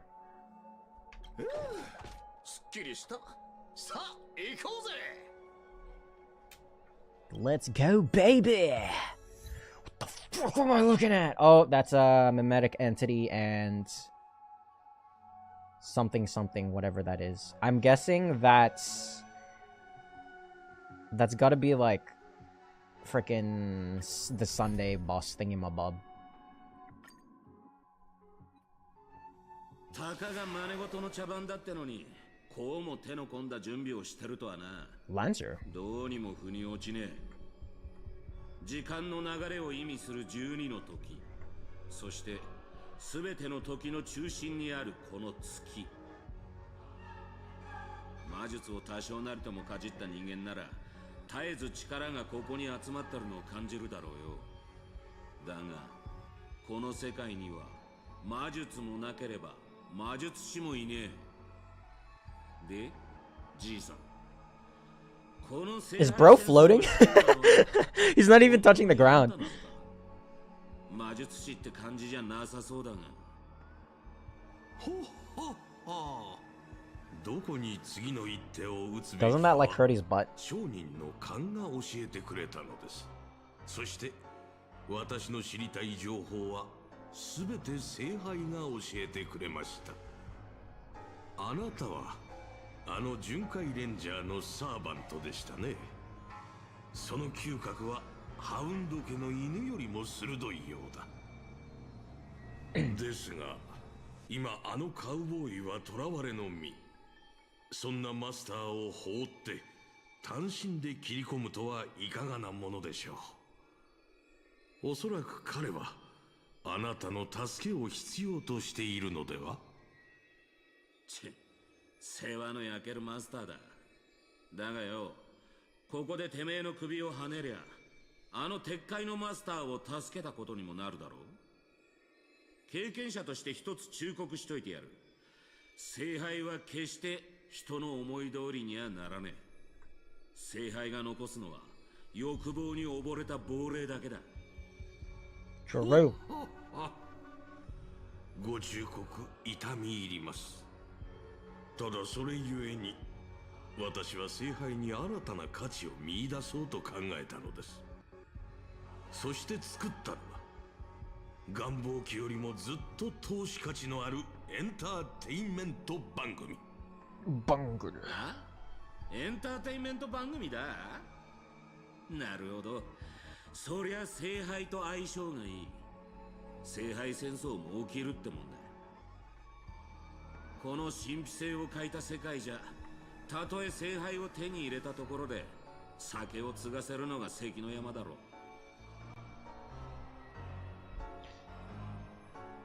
だが魔力とは別に聖杯に奇跡を注ぐ熱量があるのなら話は違う。神秘の秘匿を守らなきゃならねえ聖杯戦争が誰もが見られる番組にガラリと変わった。そして人々はこの夢の星で聖杯の儀式を知り、英霊の召喚を見て聖杯がもたらす奇跡を信じ込んだ。ここの連中の小さな願いがエネルギーとなり、聖杯には偽りの奇跡が塗られた。お前の仕切るこの茶番はそいつらの願いを踏みにじった上で成り立ってるってわけだ。 And the whole planet will start flooding. これはまたとんでもない見方をされる。他の世界より訪れたサーバントよ。あなたが現れたのは想定外でしたが、実のところ必要なことでもありました。聖杯にはより純度の高いエネルギー、つまりあなたたちが必要になります。ノーツガールさん、いやはさん、今こそピノコニーにあなたの魅力を見せる時です。 What? What? You're supposed to be Robin's servant. 頼まれたことはちゃんとやりましたよ。 She freaking incinerated Lancer. What the heck? 長い年月が経ちましたが、私は今でもあなたが演じたシーンを、ダンスを、歌声を鮮明に覚えています。当時のあなたはまるで鮮やかに咲くアイリスのように輝いていました。ですが今のあなたはそれ以上に美しい。余計なものを取り払った飾らないあなたの方が。そういうのは結構です、オーディ。時代遅れの比喩は身の毛がよだつものなので。約束は果たしました。 And then he betrays Miss Note. Boom. そう焦らないでくれ、我が友よ。あなたの願いは魔術や奇跡に頼らずともお金で叶えられるものだ。聖杯とはただ黄金で作られた容器に過ぎない。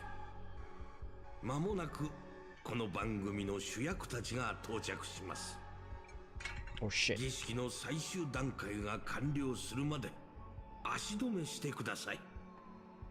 成功した暁には必ず約束を果たしましょう。オーディ、あなたの詳細はこの星と一緒に落ちてしまったようですね。先ほどのサーバントを捕らえるのでも精一杯だったの。今度は彼ら全員の相手をしろと。Don't worry, I'll bestow you more powers. そう自分を過小評価してはいけませんよ。グレイディとは異なり、あなたは本物の芸術家なのですから。舞台上で何千という人々の人生を演じてきたあなたは、Who will win? A universal threats or a Hoyo NPC? 聖杯に溜まった力をあなたに預けましょう。この盛大な儀式を成功させ、素晴らしい結末を迎えようではありませんか。Zeba! Oh, okay. Holy baby! あの青髪のあんちゃん、様子を探りに行ったきり連絡一つね。まさかあのラブリーな年寄りにはめられたか？争った痕跡はないようです。ランサーらしくありませんね。 Or maybe he went fishing. あの男のことだ。売らなくてもいい喧嘩を売り満足して立ち去ったまであるが。You! ノーツガールさん、ご無事で何よりだわ。待った。様子がおかしい。ノーツガール、ここでランサーに会ったんじゃないかい？ええ、大劇場に到着するなりオーディを槍でスクリーンに突き刺そうとしていました。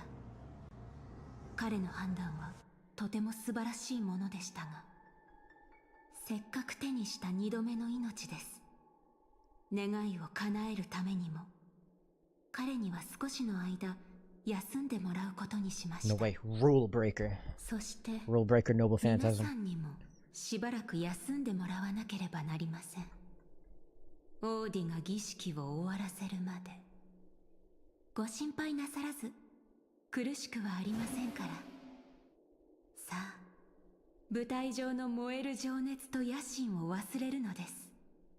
Who are you to tell me what to 楽屋 do? で役者たちが仮面を外すようにゆっくりとお休みください。閉幕の時です。あ、カノンカンクリザンス。 What the heck?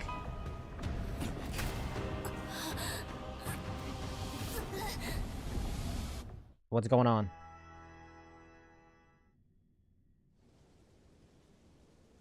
Where the fuck are we? ここはバカな。どうしてブリテンに？ Britain? What the heck? Is this your homeland? ええ、この地を忘れたことはありません。すべて覚えています。この草原も風も街並みも。 What the heck? キャスターが私の記憶を利用して。 For a second, I got a little bit scared. I thought this was what was it, Finon's homeland? Because I haven't been there yet. よー、アルトリウスじゃないか。あんたの剣を抜きに来たのか？アルトリウス。そうですか。では、あなたはエイデン。Aiden. 試したくなる気持ちもわかるよ。 He's just a shadow. 岩から剣を抜いた人間がブリテンの王になるなんて大層なことを言うんだもんな。見習い騎士だって一回くらい挑戦してみたくなる。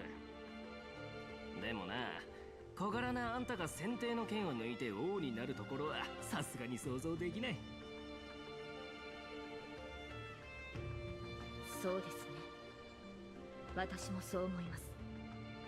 岩の剣がどうか正しい王を選ぶように。行きましょう、マスター。ここに用はないはずです。 Wait, we're roaming around Britain? What did he just call me? 私の男性名です。当時ブリテンの王が女性だと知られれば統治に支障をきたしますから。Artorias, like from Dark Souls. That 今 name goes 私 hard. たちがいるのは私が選定の剣を抜く直前の時間でしょう。私たちを足止めするためキャスターは魔物や異民族の軍隊、竜といった手勢を用意していると予想していましたが、本当に I love the theme. 何もかも Or 懐 the かしい。 soundtrack, I mean. 騎士として村を出てから戻ることはなかった。私がまだ何者でもなかった時の幼い夢の話です。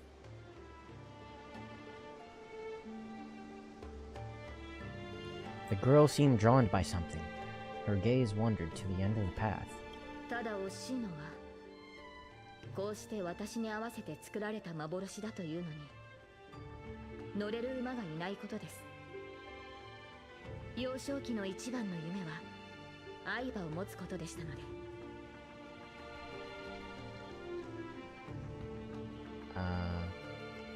Is there somewhere you want to go?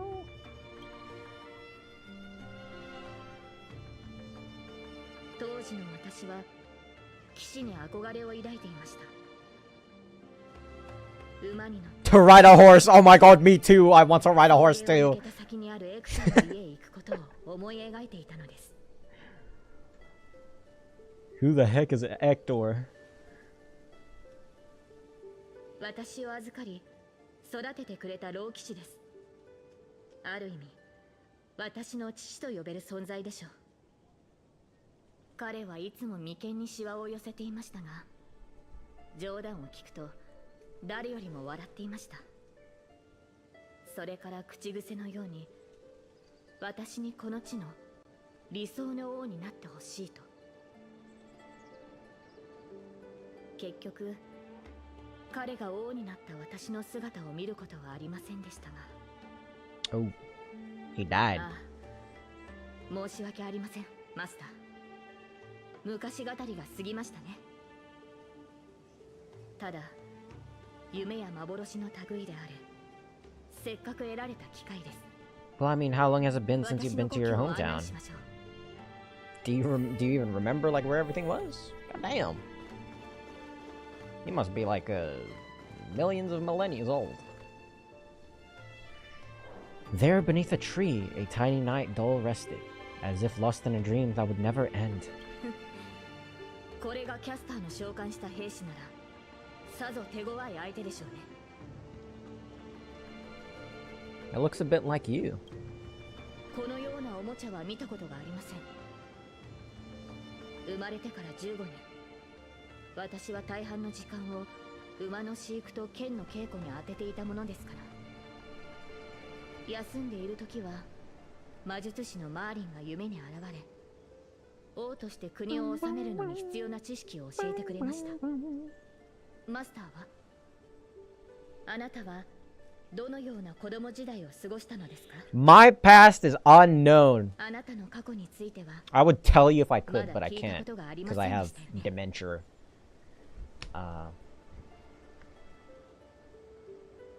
I don't remember a lot about my past. 覚えてるのは宇宙ステーションで誰かに起こされたってことだけ。そうでしたか。マスターの性格がいささか自由なのは過去のしがらみを持たないからなのですね。 Not really, but I'm still scared. Like, この記憶が始まったの maybe I は was canceled. 軍政に向かう列車に乗った日からなんだ。でも気の合う仲間たちに出会えたし、過去はないけど未来はある。I'm really lucky. 私は恵まれてる。それは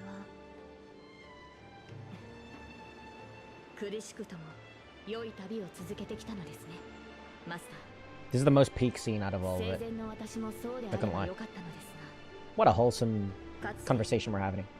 私には目指していた人物像がありました。白き竜と化した費王ボーティガーンからこの地を救い、異民族に蹂躙されている民を解放するため、皆が望んだ通りブリテンを救う理想の王になる。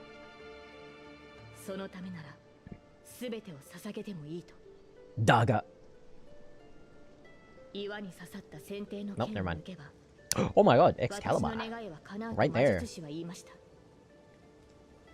They actually muddled it in game. ブリテンは救われると思った。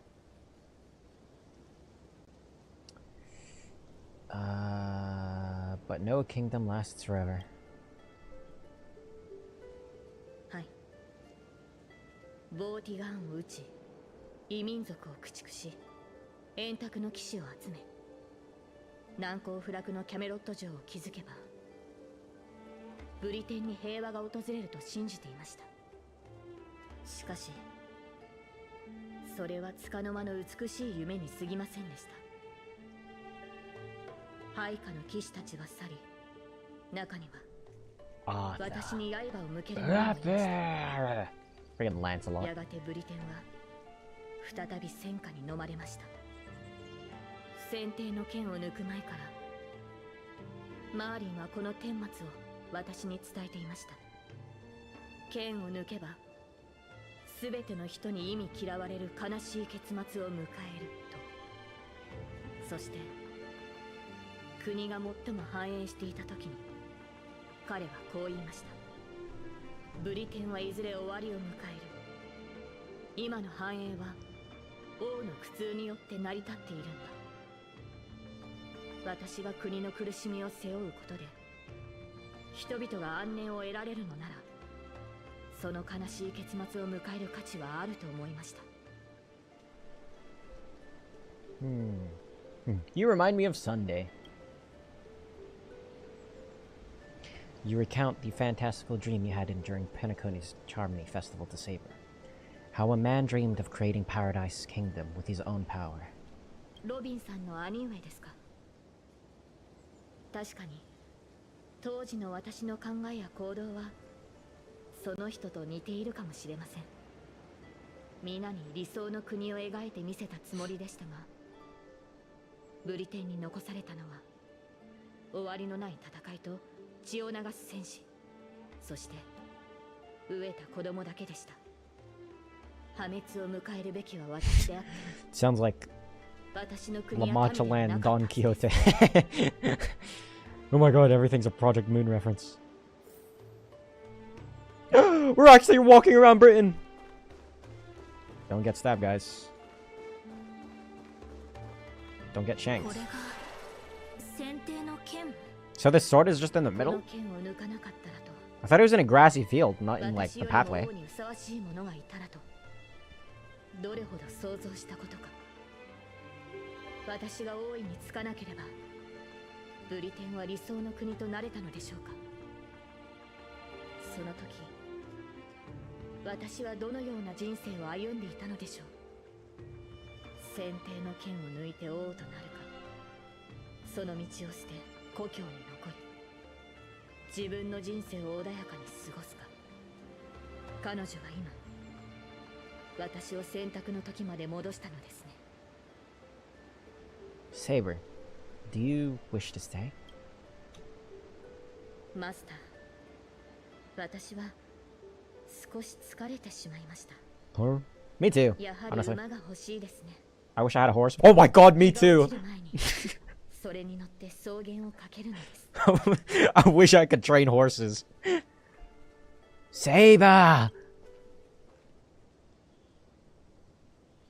You called out, your voice echoing, but the drawn-out words never reached the servant. In the moment she hesitated, fate had already been sealed. In truth, you were never here at all. What remains in this place is merely a shadow of you who fell into a noble phantasm, lingering in the dream of another.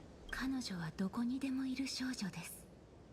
王を演じるのは大変な苦痛を伴うというのに、なぜ英霊という幻の中でまでそれを味わわねばならないのでしょう。Blah blah blah. 剣も栄光も捨て、舞台を降りるのです。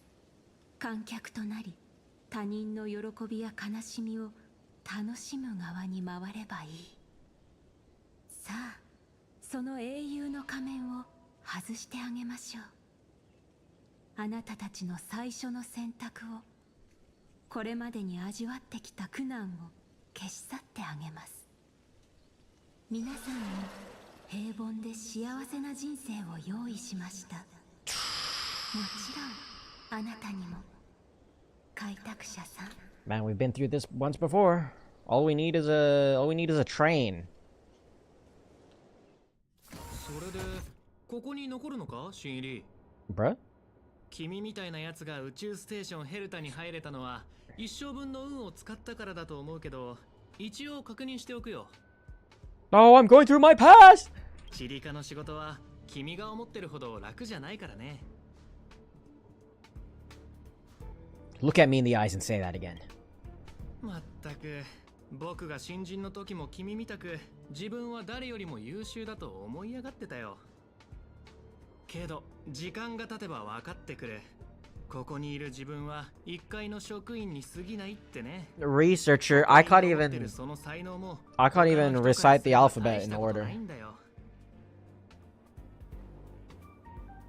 But I'm a nameless. I don't belong here. おいおい、正気か？おいおいおい。休みを取って医療科で頭を見てもらったらどうだ？まあ気持ちはわからんでもない。僕も請求列車のちょっとしたファンだからね。あの列車には輝かしい冒険をした七死人たちが乗ってる。対して君はどんな冒険をしたんだ？ Well, I prevented all of this. I face tanked the Doomsday Beast, yes. Defeated, yes. Woke Penacony from its, yes. But I know all of this is just optional, so I'm just gonna go this one. はは、そういうことか。最近大物家が夢の泡を仕入れて世間知らずの若い職員たちが仕事そっちのけで夢中になってるらしいけど、君も頭に奥質がこびりついて幻覚に悩まされてるんじゃないか？そうでもなきゃ自分 How do you know what Memoria is? 勘違いしないだろう。けどまあそれもわかるよ。君列車に乗らないか誘われたのに断ったそうじゃないか。今になって後悔してるんだろ？ Oh my god, this is what the alternative ending would be if you chose not to go with the Astral Express. But I did board the Express! You try to yell at the researcher before you, but your wavering voice gives a different response. Yes, I regret my choice. And that's exactly why I'm going back. 後悔してる。 But was that answer truly what you thought? Or was it some sort of elusive manipulation? You try to piece together what has happened, but your memories feel more distant with every passing second. About the Astral Express and the Nameless. Like sand under the waves, your memories crumble and fade, and suddenly you understand why Saber chose to stay. Even just for a moment. Why didn't you step aboard the Astral Express back then? On that split-second impulse. It no longer matters. The researcher in the Department of Cosmic Geography standing before you watches you closely. Perhaps searching for words of comfort, or maybe looking for the right joke to shatter the heavy silence. Eventually he speaks. 君の履歴書を見る限り、これといった特技もなさそうだから、とりあえず簡単な仕事からやってもらおう。チリカに溜まった過去半年分の経費精算書の整理、研究会議で使う部屋を1ヶ月分予約、各クラスのスタッフが提出する課題申請のまとめ。しばらく忙しくなるはずだ。God, this is so boring. Why do people do this? Isn't this the Department of Cosmic Geography? 別に驚くことじゃない。この宇宙ステーションじゃ、チリカは食物連鎖の最底辺にある。Who would ever work as 雑 this? 務は日常茶飯事さ。じゃ、僕はそろそろ行くよ。サボらずちゃんとやるようにな。I'm gonna jump. He turns to leave, yet could not help himself from looking back at you. 僕も同じだよ。今も14歳の時に宇宙地理ではなく量子歴史を選んでればよかったって後悔することがあるんだ。あの時の僕は自分に数学は難しすぎると思ってたから、よくこんな想像をする。当時もし別の選択をしてたら今みたいに落ちこぼれてなかったんじゃないかって。ま、そんなこと考えても無駄だけどね。シーリー、選択したことを後悔しちゃいけないよ。ほら、今の僕だって悪くないだろ。 They get bad eventually. This is all wrong. You scream internally, but the fury is fleeting. Cool. Report at the workplace. No! I'm fucking employed! Fuck! 遅いですよ、新人さん。あと数システム日で経費申請の締め切りが過ぎてしまいます。まあ、新人ということで今回は多めに見ましょう。Aye, aye, Captain. 業務に取り掛かってください。机の上が随分散らかってる。これを全部整理しろっていうの。 There's like nothing to organize here. The fuck am I supposed to organize?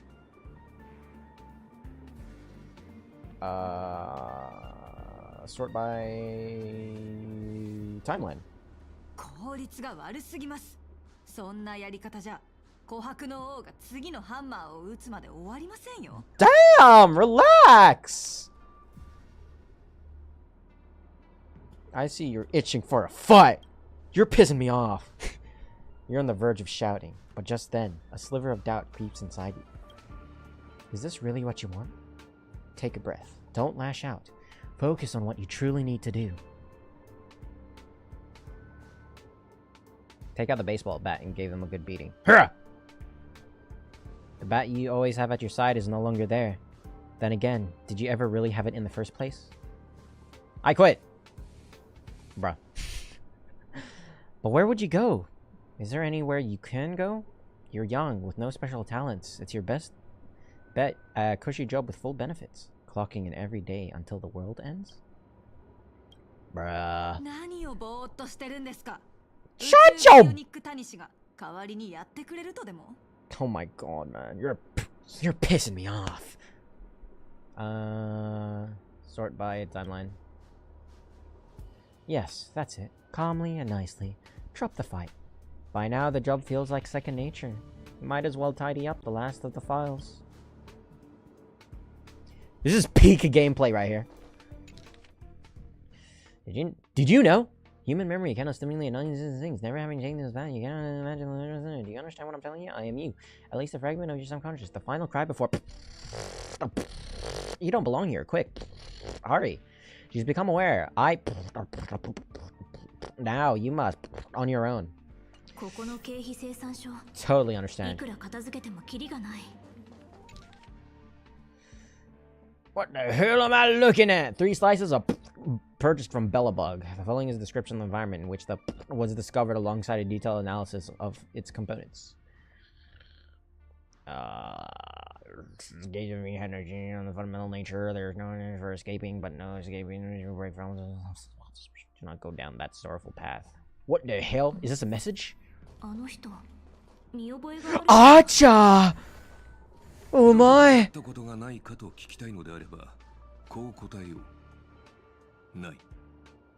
Wait, seriously? But I feel like we've... You glance at his work tag. Oh. On it, just a single letter. A. Department. Domestic Services. Wait, since when does the space station have a Domestic Services department? Uncle A. You should have been one of the summoned her experts. I dreamt that I was part of the Holy Grail War.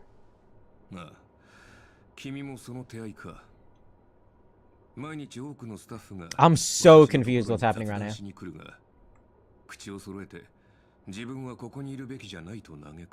Oh my god, and then we're gonna pull a sword, and then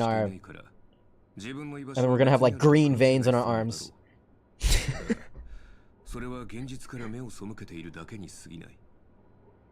その少年を叩き直さない限り、他の場所へ逃げたところで同じだ。いずれ行き場を失う。Would you be nameless, even if that path means spilling blood?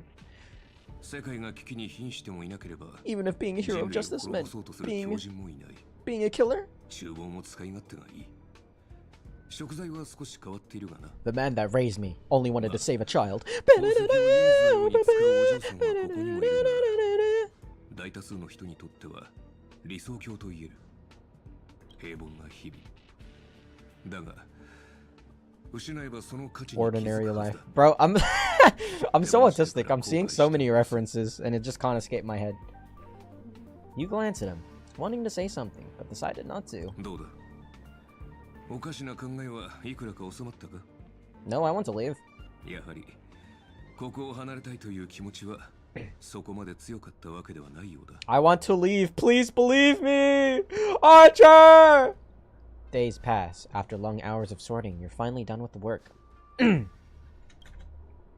Although an uncanny feeling lingers in your chest, before it's resolved, you should take a break. 限界だ。頭がもう働かない。限界だ。Oh my god.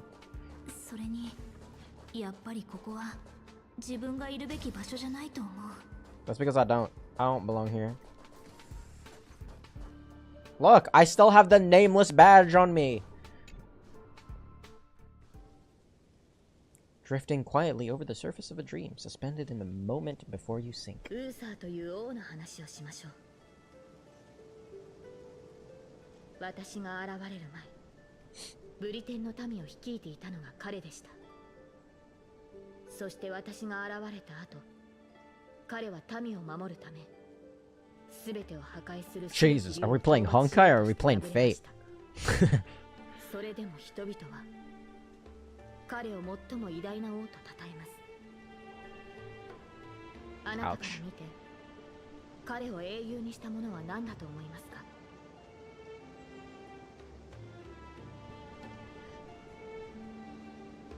？The deeds he achieved as a knight. いいえ、王のそばには彼よりも勇ましい騎士がいましたが、その名が後世に残ることはありませんでした。ウーサー王は勝ち目のない戦いに挑みました。白き竜を前に剣は折れ、体は引き裂かれました。人というくくりで考えれば、それは失敗以外の何者でもないでしょう。しかし、何かを救うために剣を掲げた彼の姿は、真っ暗なブリテンの空 Oh my god, it was the courage that he had. 私たちの目に届く星は今の姿と異なりますが、輝きに偽りはない。その光が次なる英雄の道を照らし続ける。I will be a hero of justice. あの名を失ったサーバントは私たちの人生を舞台とそう呼んでいました。彼女は宝具で星々の輝きを塗りつぶしたのです。しかしマスター、もしあなたにまだ勇気があり、今なお星になることを望むのであれば、あなたを見つめる観客もまた舞台に上がり、英雄となるでしょう。つい偉そうなことを言ってしまいましたね。これはあくまでマーリンの下手な真似に過ぎませんから、お気になさらず。Marlene. Where are you? 私は舞台に立つべき人を待ちながら草原を馬でかけています。マスター、あなたの夢も私の夢ももうすぐ終わりを迎えるでしょう。Huh? 変な夢。まあいいや。 Yo, 今日の仕事を終わらせないと。 I was dreaming in the hallway? That's crazy. チリカの Lancer! 1ヶ月。Yeah, I feel like I've seen you お前 before. もサボりか。悪いがもう満員だぜ。I'm reporting you. あいにく課長は今逃亡中のルアンメイの創造物に悪戦苦闘してるところだ。俺なんかに構ってる暇ねえさ。 Okay, he could just read it later. まあいいじゃねえか。お前は仕事、俺はサボり。ここはお互い干渉せず仲良くやっていこうぜ。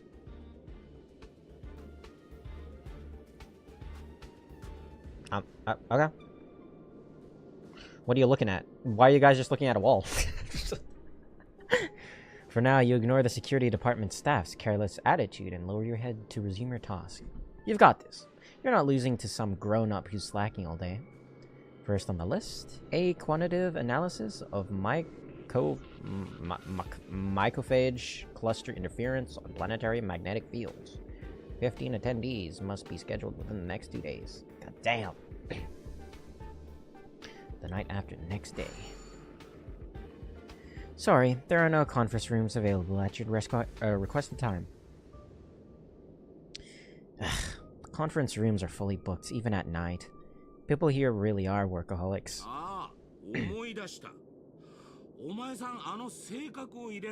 Firefly?!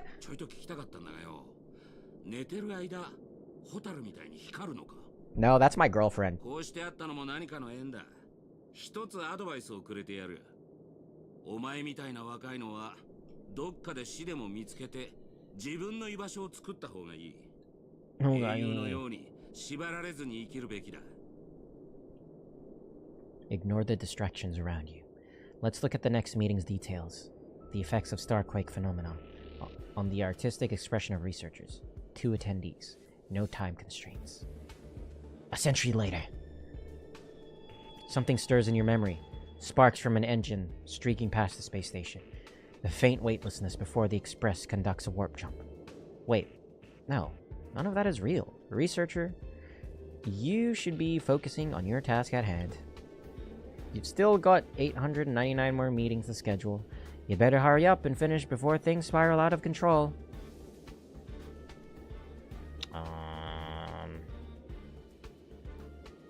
Planetary decline observation. Alright, including the 2 new system-generated meetings, just 897 more to go, and the list is done. Stellar collapse observation. That's right. Exactly. What the fuck am I looking at? You're in the zone now, handling the work before you with practice ease. Stellaron Symposium. ところでお嬢ちゃん、釣りに興味はねえか？外は真空だが、意外と釣れるもんだぜ。回遊する無形のハクレ、熱い戦いを期待できる軽素軟骨魚。そうそう、この前なんかプーマンも釣り上げた。Really? Fishing sounds nice. Although you are exhausted beyond measure, the man's expression moves you. Your entertainment during a momentary respite from work. A fishing rod. Life at the space station isn't as bleak as you thought. Maybe this is your utopia. 請求列車がまた来るらしいぜ。今回はしばらくここに滞在するってよ。せっかくだ。見物がてら近くまで行ってみねえか。あの時、私は請求列車の誘いを断ったけど。Yes, but hop on. その選択は本当に正しかったんだ。I need to break out of this dream. I want to be a hero of justice.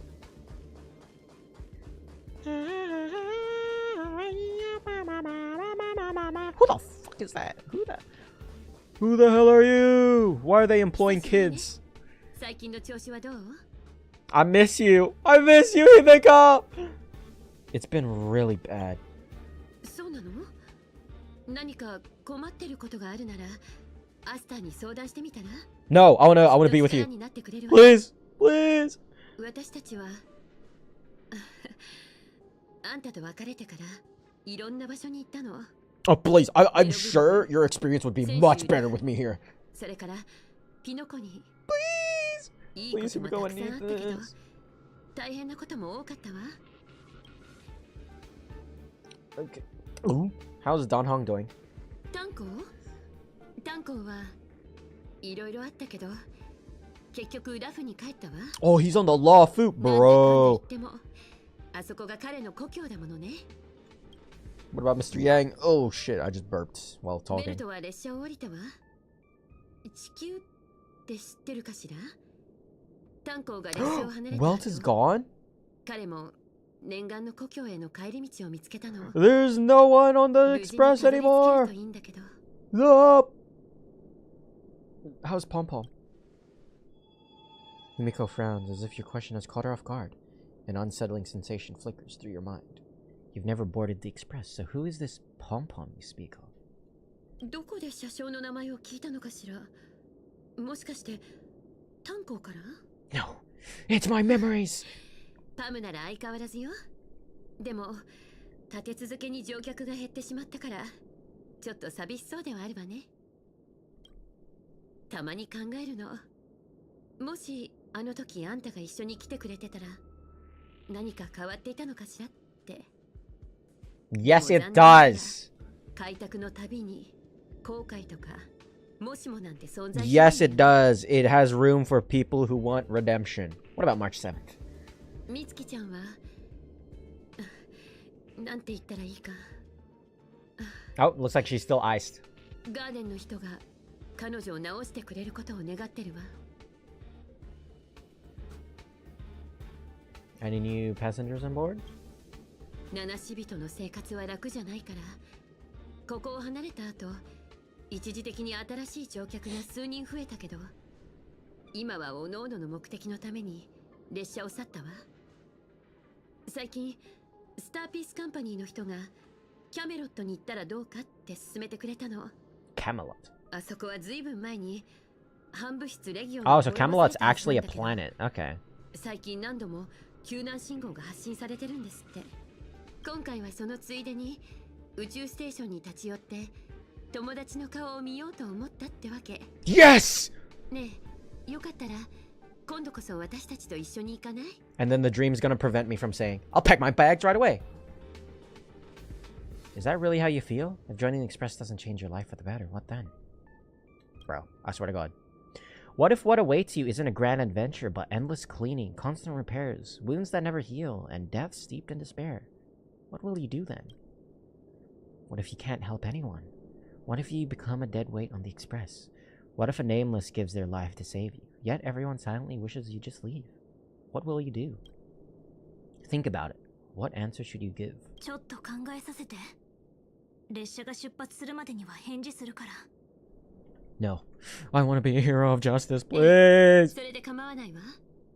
どちらを選んでもその選択を尊重するから。 Bro, if we turn down Himiko twice, I'm... 疲れた。とりあえず戻ろう。請求列車は Sleep on a desk? Damn. A peaceful dream stirred by bird song beyond the window. However, can a robin really sing in the vacuum of space? 無実の罪で投獄された Why is Robin ある鳥 here? の話をしましょう。その鳥は歌手だったのですが、権力者に好まれない曲を作ったために鉄の牢獄に入れられてしまったのです。牢獄の中で鳥は多くの嘆きの声を聞きました。そこで彼女は同じカゴに入れられた人々のために歌い、彼らの郷愁を慰め、反抗の志を鼓舞しようと決意します。最終的に鳥は一つの懐中時計と一匹の狼、そして数えきれない仲間たちと共に牢獄を破ることに成功しました。そうして自由を得た鳥は新たな人生を始められると思っていました。舞台の上や銀幕の中で美しい羽と歌声を披露すれば、かつてのように持たざる者たちに希望を届けられる、そう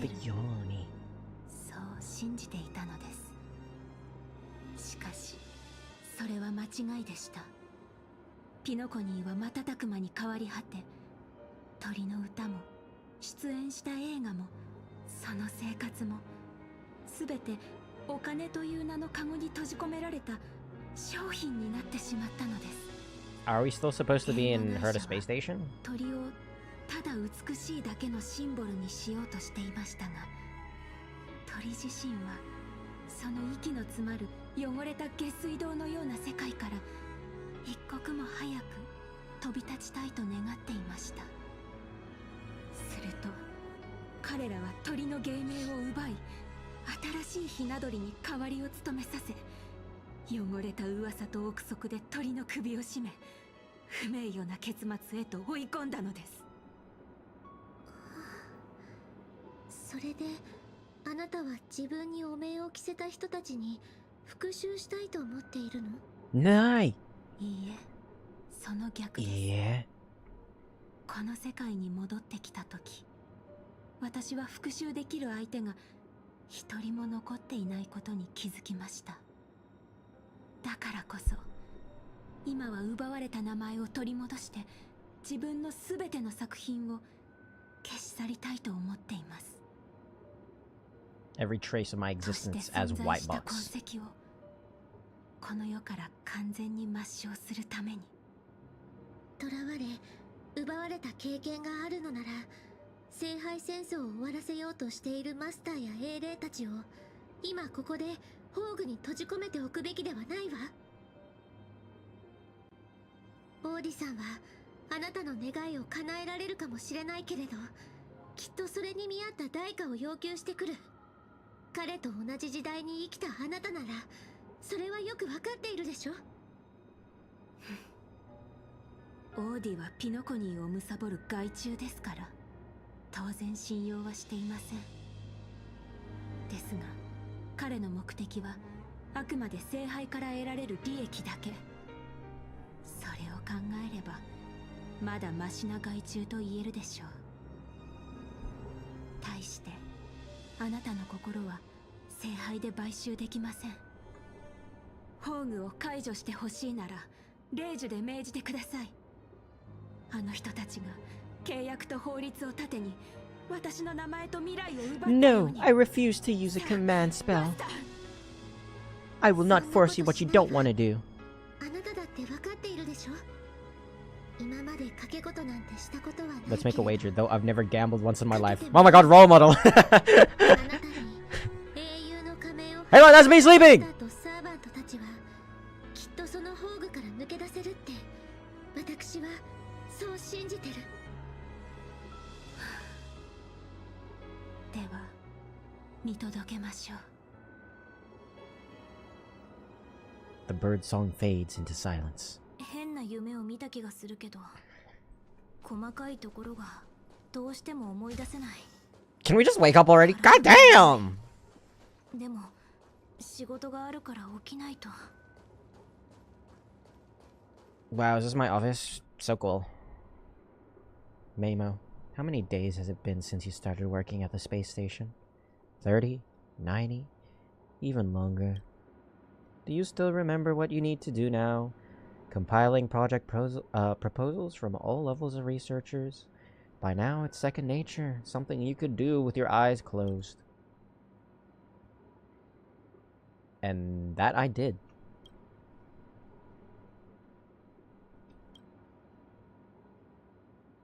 Okay, I'm breezing through the work. Still thinking about the Astral Express? You've been wrestling with that choice for ages and you still haven't made up your mind. They'll be departing soon. You wish them a journey full of wondrous encounters. I want to leave! Bruh! I don't know where to go! Oh my god! If you board the Express, what waits for you may be nothing but danger and the terrifying unknown. Your deeds will be forgotten in time, and your journey will eventually come to an end. Let me go! Bruh. I long for a quiet, ordinary life. So you were glad you stayed. No ticket, no bet. No danger. Just a quiet, peaceful, and undisturbed life. The work you had piled up took far too much of your time. 1 day, 2 days, 10 days. Maybe you'll never catch up to the Astral Express again. You're tired. Find a room to take a break. I'm just sleeping right now, bro. What are these guys doing here? What the fuck? Oh yeah. 正確のお嬢さんじゃないか。カクテルでもご馳走しようかと思ったんだが、まだ未成年だったな。I feel like I've seen you guys before.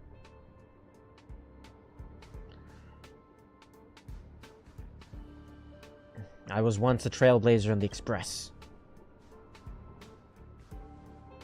奇遇だな。俺も自分は宇宙ステーションの警備員なんて柄じゃねえって思う時があるぜ。Right? つまり、君は請求列車に乗りたいのか？ Yep. That's right.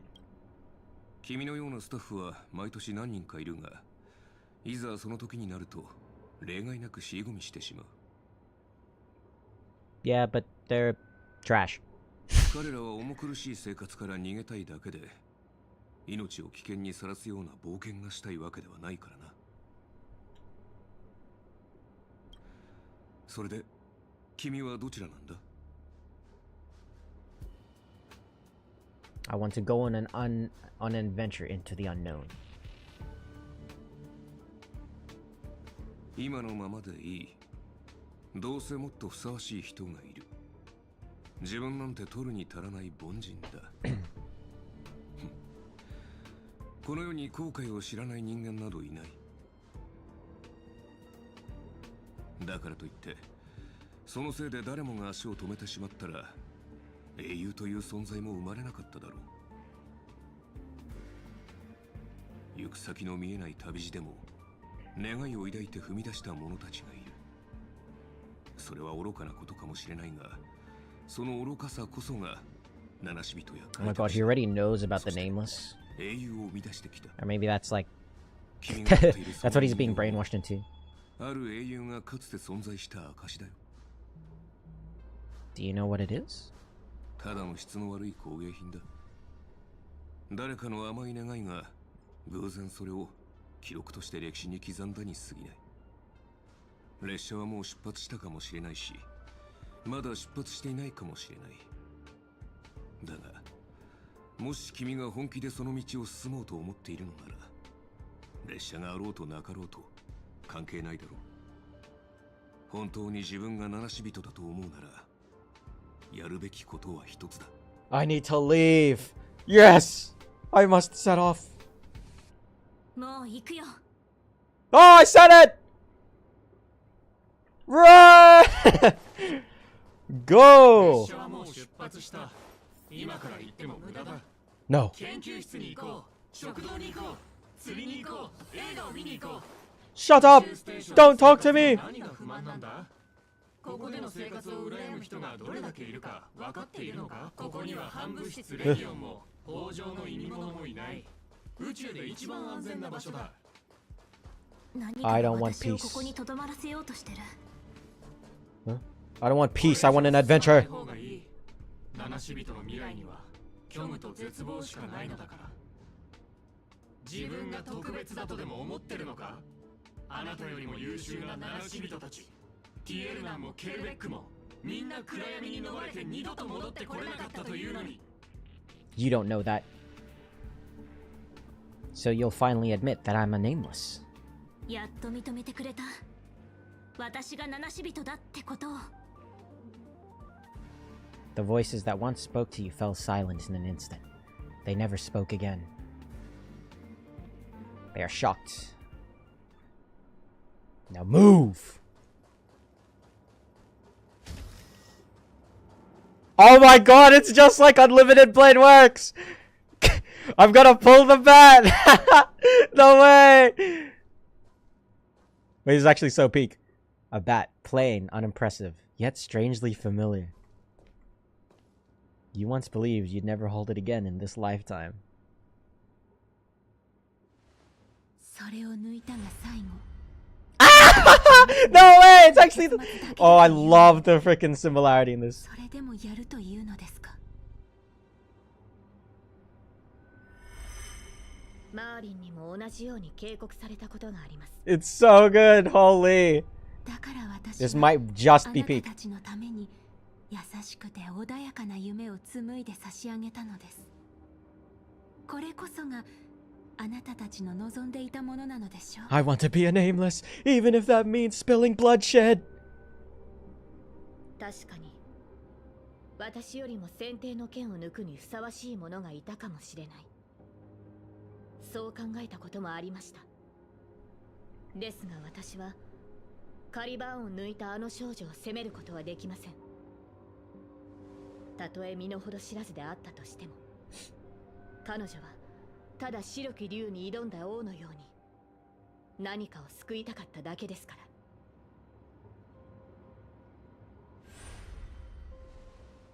I missed them! Oh my god!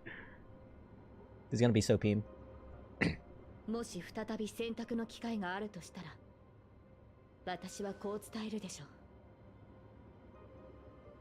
過去の自分を超え、より良い未来を切り開けることを願っていると。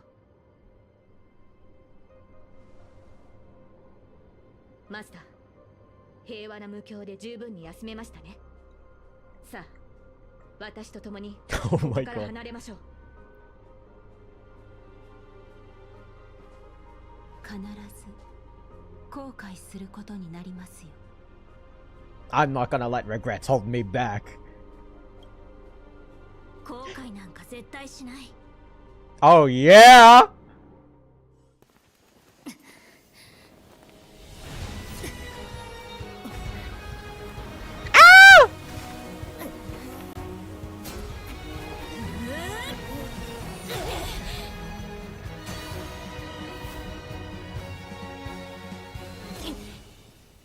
Oh.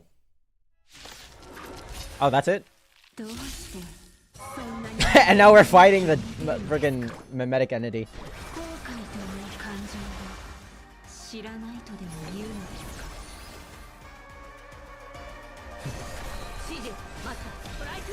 Strike air!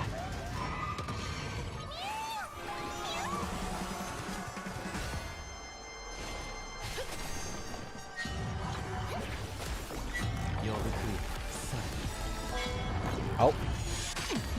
Oh, rest in peace, Sunday.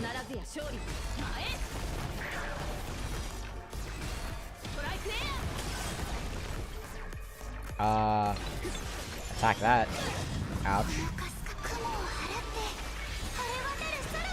I need you, Sunday! Now come out.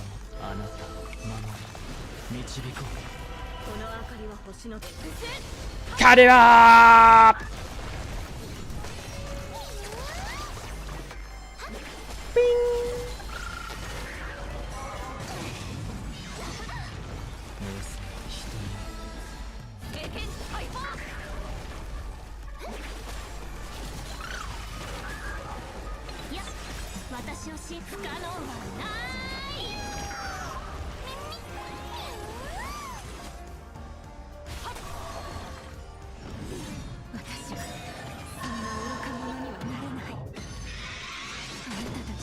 Oh.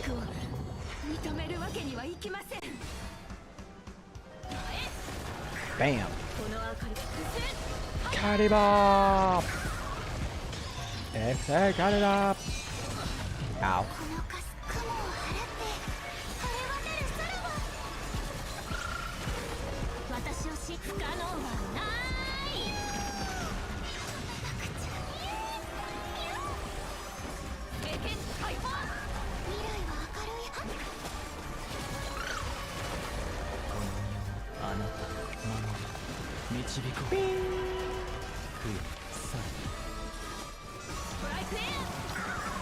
Exit. Cut it up. 生きていた頃と同じようにまた失敗してしまいました。 And then she gets impaled by Gilgamesh. 裏切り者にはふさわしい結末ですね。舞台に立つのがそんなに苦痛だったなら、どうして牢獄を出た後もピノコニーの舞台にとどまることを選んだの？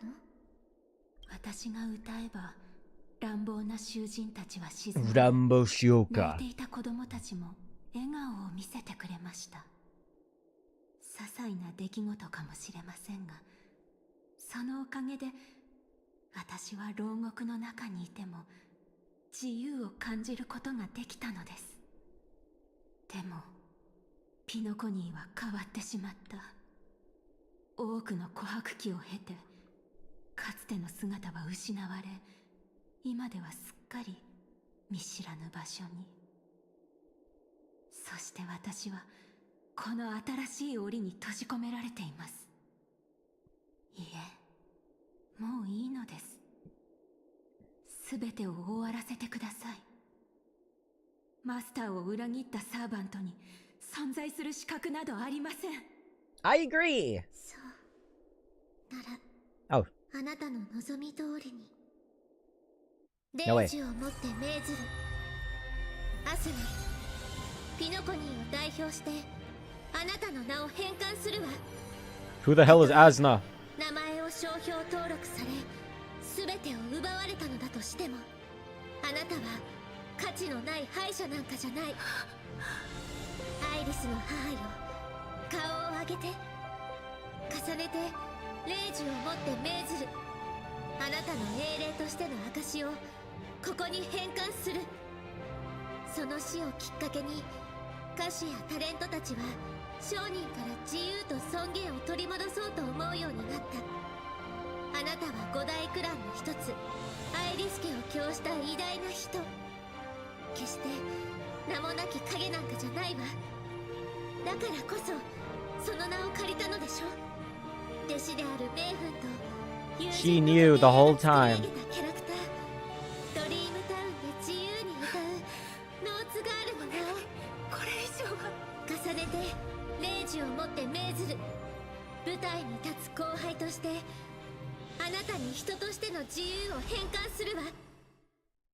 アイリスの母、今日からあなたは誰からの支配も受けることなく自分のためだけに踊ることができる。 Master, what a waste of command seals.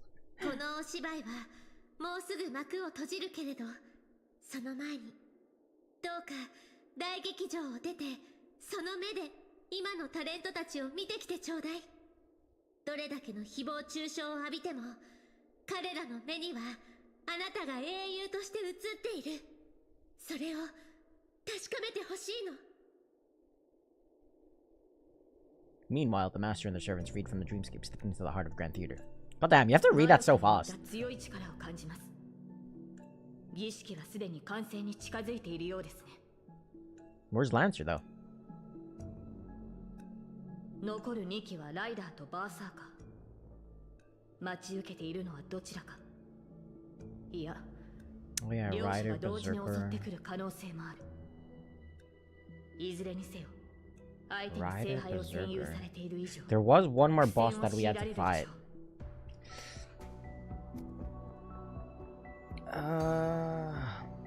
Three against two, the advantage is mine.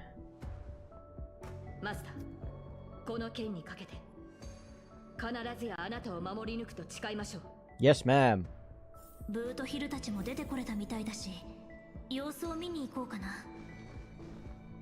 もう一つの人生か。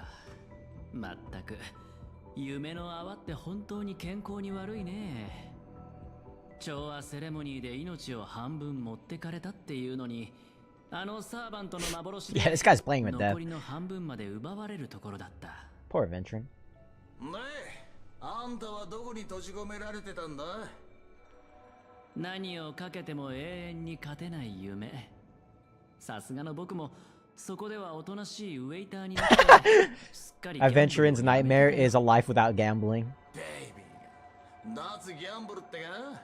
そいつはまた健全な夢だ。そういう君はどうなんだい？俺か？俺はただ久しぶりの再会を果たしただけさ。 As they talked, Boothill had already loaded his gun.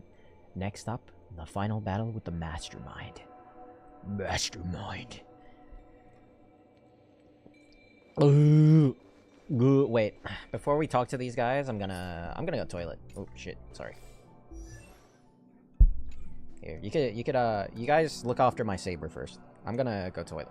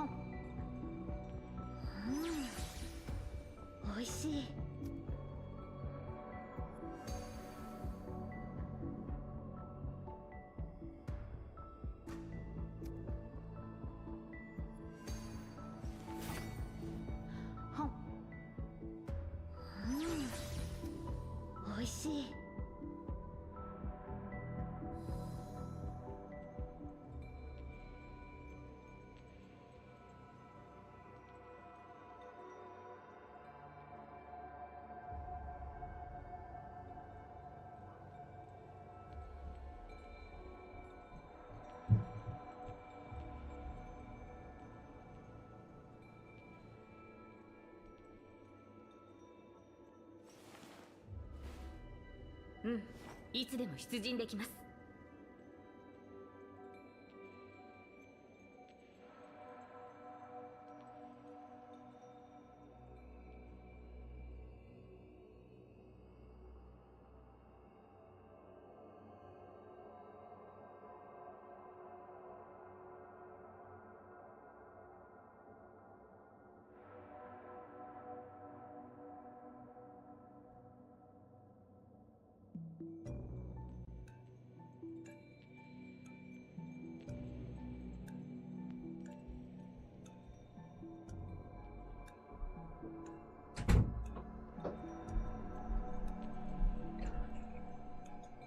Yo, yo, yo, I'm back, yo. Thanos, yo. Oh my god, idle animation. Kawaii! What's up, guys? What up, dudettes? これはそれはそれ。自慢の足は生かされなかったのかな。 Oh, he got trapped. 戻った途端にてめえの小言かよ。くそ。I thought he just died. まるで長くて気の抜けない冒険をした後だぜ。よく思い出せねえが、魚の頭をした敵が出てきたような。 With enemies on the way, the two servants were more than ready to fight.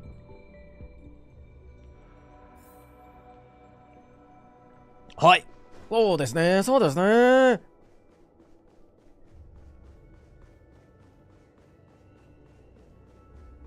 Wow. It's been a while since I've been in this place. Well, if it isn't the garden gnome himself. どうやらアスナさんもしくじったようですな。実に惜しい。あと一歩でサーバントの皆さんの仮面と夢の炎を引き剥がして燃料として聖杯に捧げることができたという。 Why is Mr. Odie so evil? まあ仕方ありませんな。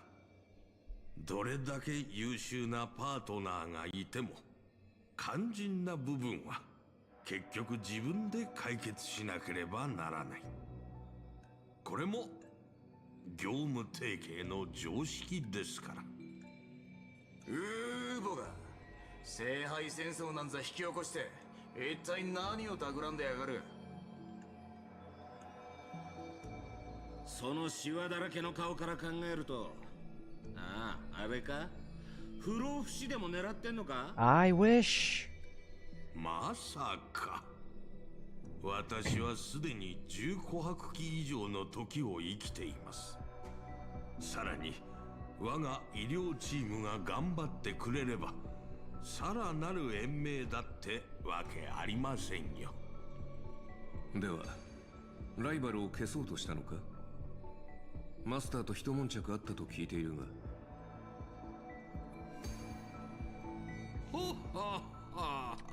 とんでもない。商売の世界に永遠の敵など存在しませんからな。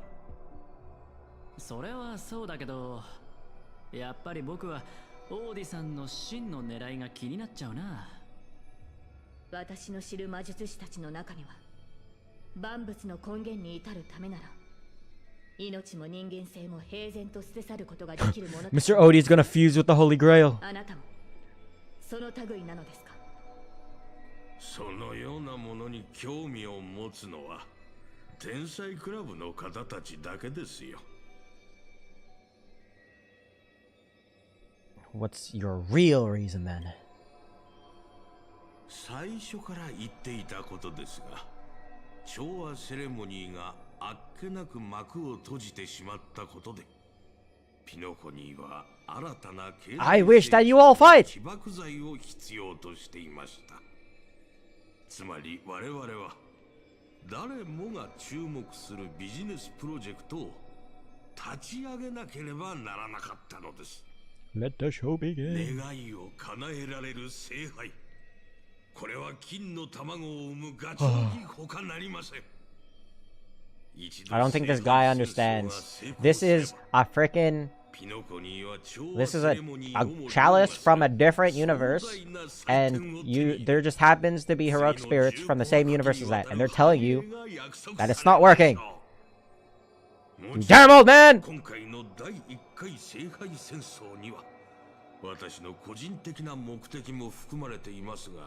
This God!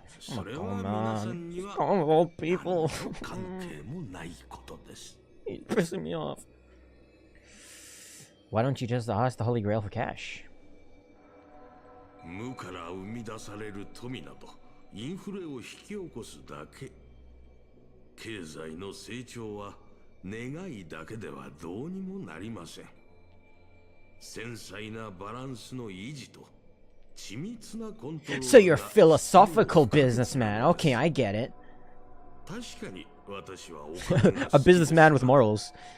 ひたすら数字が増えるだけのゲームになど興味はありませんぞ。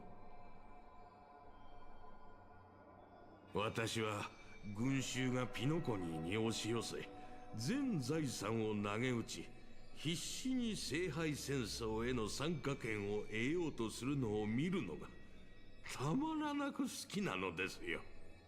量産兵が緊迫の時から銀河市場へと流れ込み、目まぐるしく売買される様子には思わず心が躍ってしまいます。敵が手のひらの上で踊らされ、最後には全てを奪われる光景を見るのは至高の喜び。 Okay, if you're acting, you're doing a really good job at it, old Ozy. 無名の企業を次々と買収して、Okay, I don't like this angle of hands. Please. Please get this camera out of my face. 黄金の時では私の顔色一つで商品の価格が決まり、ブルーの時では私のためにピノコニーのファッショントレンドが作られていく。夢、願い、ピノコニーがそのような虚しいものの上に成り立っていると本気で思っているのですか？ピノコニーを真に支えているのは、あなたたちが低俗だと蔑んだ尽きることのない貨幣の本流、金。それこそが疑の星の最も堅固な基盤なのですよ。何が目的であろうと、聖杯戦争の勝者は一人だ。残念ながら君のこれまでの行いは全てのサーバントを敵に回す結果となった。そして今、私たちは君の目の前に立っている。これが何を意味するかわかるだろう。俺は数時間前の続きがしてえな。魚の頭はもう飽きた。願いが潰れて悔しがる老いぼれの顔なんざ見せ物として上等だろ。 I am in agreement. 悪巧みしか頭にない老快を見せ物に楽しもうとは。いささか品が欠けているな。Sorry, Saber. 皆さん、まるで私がすでに敗退したような物言いですな。しかし、このゲームの勝者が一人だけというのなら。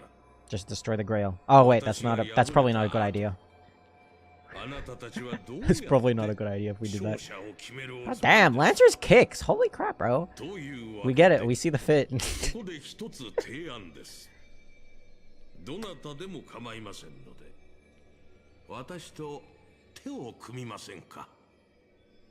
他の参加者を全員排除していただければ、その方に聖杯への願いをかける資格をお譲りしましょう。希望されるのであれば、契約を結んでも構いませんよ。正確で理路整然とした言葉をもってすれば、全員の願いを同時に叶えることも不可能ではありません。Nah. マスターやサーバントの皆さんは、まさにそのために戦ってきたのではありませんか。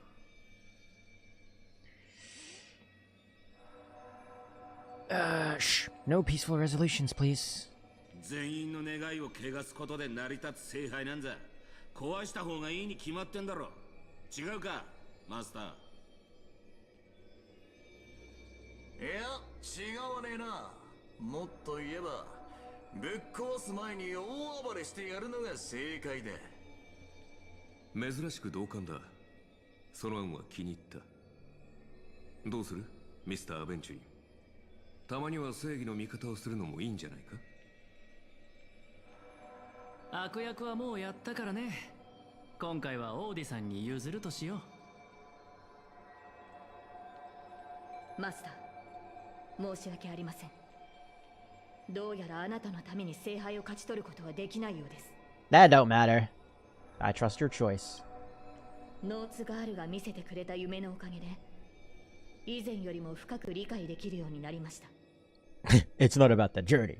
I mean, it's not about the destination. It's about the journey. 何かを救うために、何かを追い求めて歩んできた道のりなのだと。私に聖杯は必要ありません。果たせなかった願いも今ここで断ち切ります。皆さん、どうしても私と敵対したいようですね。仕方ありません。And then he turns into Sunday. この私が番組最後の試練となりましょう。聖杯戦争に参加するマスターは歴史上の偉人をサーバントとして召喚しなければならない。I'm gonna summon Berserker! それがルールです。しかし、私は誰を召喚すべきかずっと悩んでいました。資金援助をしていた落ちぶれた映画監督、それとも名前を買い取った伝説のスター。いいえ、彼らでは格が足りません。そう思い悩んでいた時に、 Why not summon ふと myself? ひらめいたのです。Bro's summoning himself. What is he gonna do? Throw money? No way, Adventure already does that. 十琥珀期もの時を生き抜き、今なお活躍している伝説的な人物が鏡の中にいるではありませんか。そうして私は自分自身を触媒に召喚の儀式を行いました。ピノコニーの歴史に名を刻んだビジネス界の大物オーディが果たしてどのような姿で現れるのか。人々は私をどのように評価しているのか、非常に気になりましてね。And have you got your answer? You've been talking a lot. はい、なかなか傷つく答えでした。人々の目に映る私はピノコニーの多くの木の頂に横たわる、金のために狂ったように木をかじり続ける害虫に過ぎなかったのです。第一番。No, he's gonna turn into the swarm bug!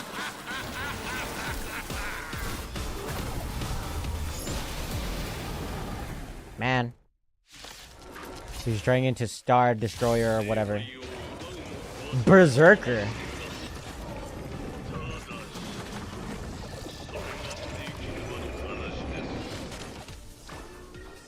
I don't think this is Berserker. This is a Star Devourer or some shit.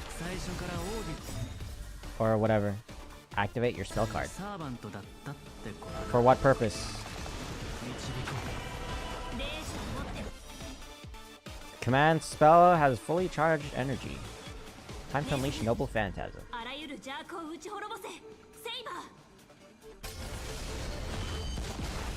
Bam! Holy, holy moly.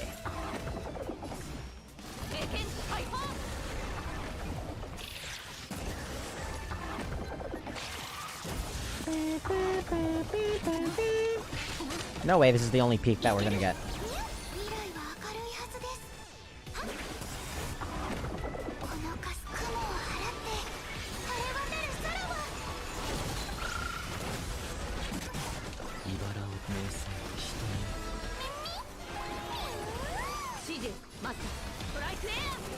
Strike air!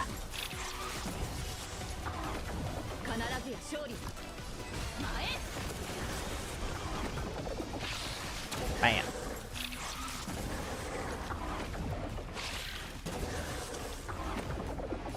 りは星の希望。エクスカリバー。サーバントを表に立たせて自分はどっかに隠れてやがんのか。目もね急いで聖杯を解体しましょう。このままでは再現なく湧いてくる星に飲み込まれてしまいます。ではその仕事。あいつをぶっ倒せセイバー。Bam! Holy shit! What the heck was that damage?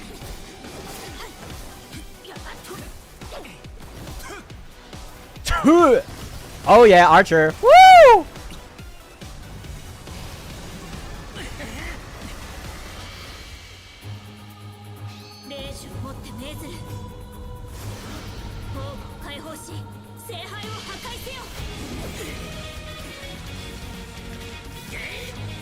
Oh my god, it's the theme.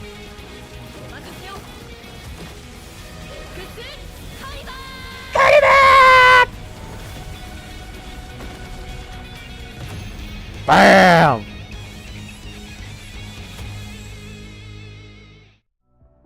Except Trinidad! Holy! Shit, that's it? Damn. Bro, how long have we been streaming for? Hell no, man! 4 hours and a half? 心配しなくてもこの古い建物は何百って保険に入ってるから大丈夫だよ。オーディさんはお金に関する問題で自分が損をするようなヘマは絶対にしないから。あの野郎、勝手に聖杯戦争に巻き込んでおいて自分は高みの見物かよ。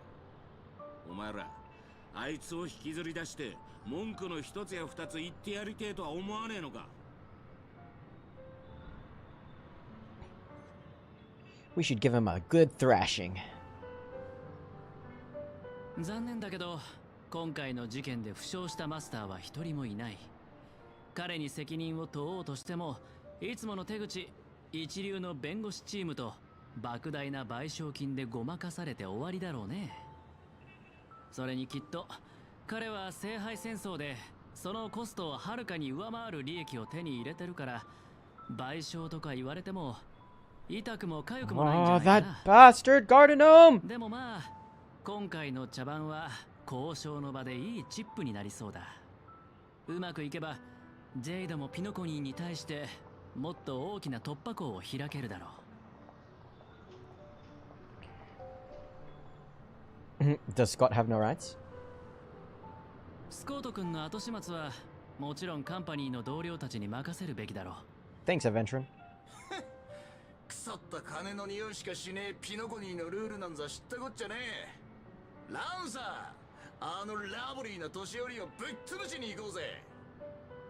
そうしたいのは山々だがどうやら時間が足りないみてえだ。聖杯が解体された以上俺たちも元の場所に戻らなきゃ。 I'm gonna miss you guys. Are you leaving already? そうか。残念だぜブラザー。また会えたらその時は銀河 God, these guys go so well together. What the heck? 銀河一と来たか。そいつはいい。なら別れの言葉はよしとこう。せっかくの機会をなくしちまう。またなブラザー。Brother. Oh my god, he called him brother! お前らとは、今回も本気で戦わずに終わっちまったな。どうやらことごとく縁がないらしい。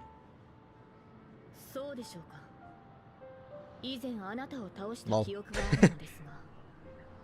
知っての通り、私はただの旧兵だ。君が望むなら、またこちらが負けたことにしてやっても構わんが。ここでお前らと言い争う気はねえよ。俺は消える前にもう一度ピノコニーの風景を拝んでくるとするぜ。You're not gonna say bye before you disappear? マスター。Okay.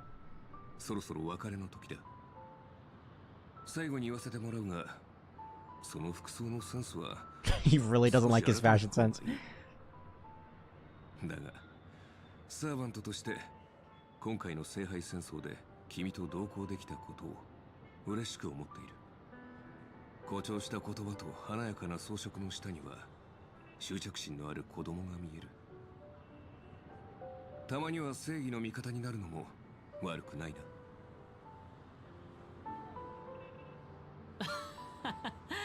別れる時くらい人の心の分析は勘弁してくれ。それに服装のセンスの話ならお互い様じゃないか。人類の守護者さん。そう言われてみれば、そもそも人類の守護者である私はなぜこのような抑止力のない世界に呼ばれたのだろうか。アーチャー、あなたがここに呼ばれた理由は明白でしょ。You were summoned as a heroic spirit. 英雄か。いい夢を見たと思っておこう。No, Archer! No, Saber, don't leave me.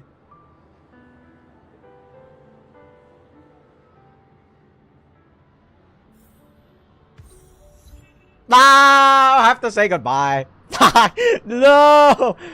Hold on.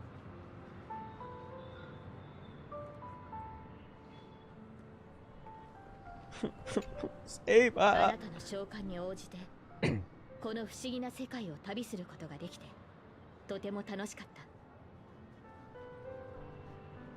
I'm not great at farewells.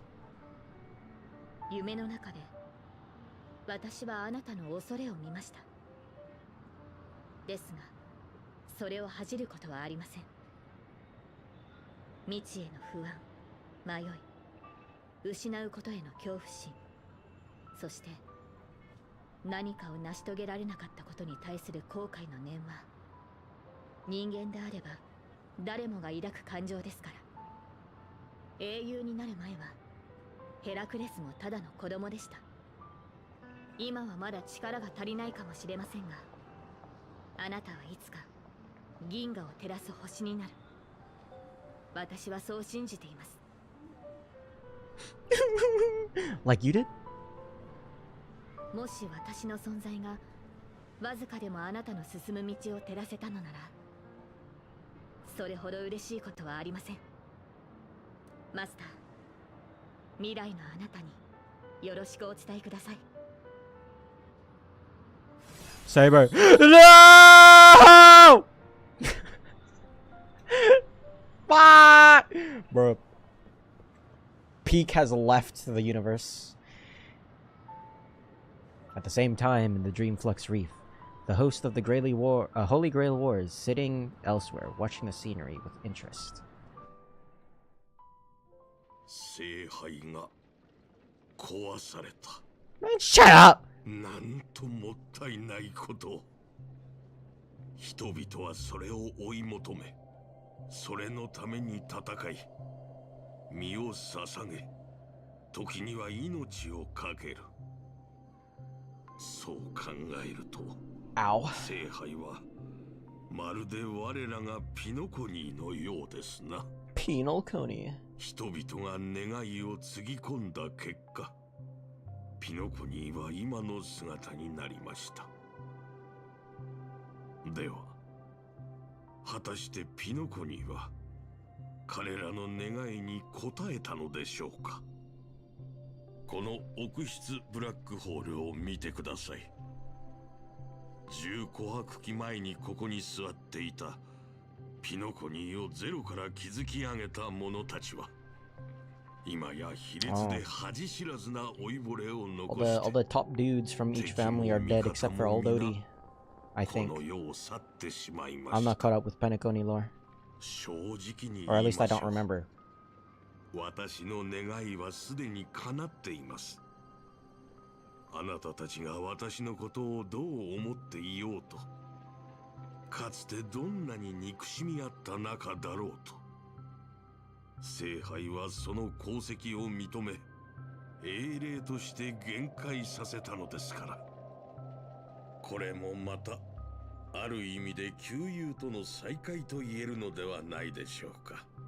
Oh, imagine if somebody pulled Mikhail. 心残りがあるとすれば、ミハイルのやつがここにいないことくらいです。 Sorry, Mikhail. いや、実に感動的だった。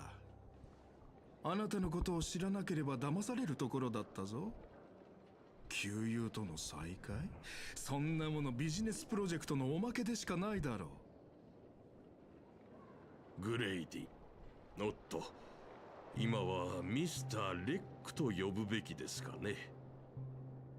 作品の編集は終わったのですか？重要な仕事ですからね。Oh, I just noticed he's a Pepeshi. Oh, that probably explains why he's friggin' he's a midget. I thought he was just an elf for like no reason, just because of his ears, but you know, guess he's a Pepeshi. 芸術性はともかく商業性においては失望させないはずだ。それなら結構。あなた方のような芸術家は自身の信じる芸術の日に名を刻むために後先を顧みないのが懸念点でしたので。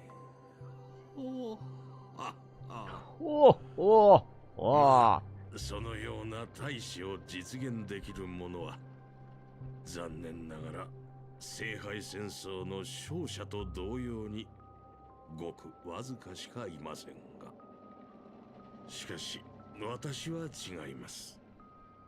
この世において努力を評価するのにお金ほどふさわしいものはありません。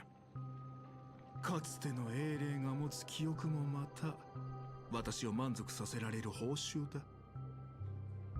ほう、グレイディのような三流監督の記憶がですか？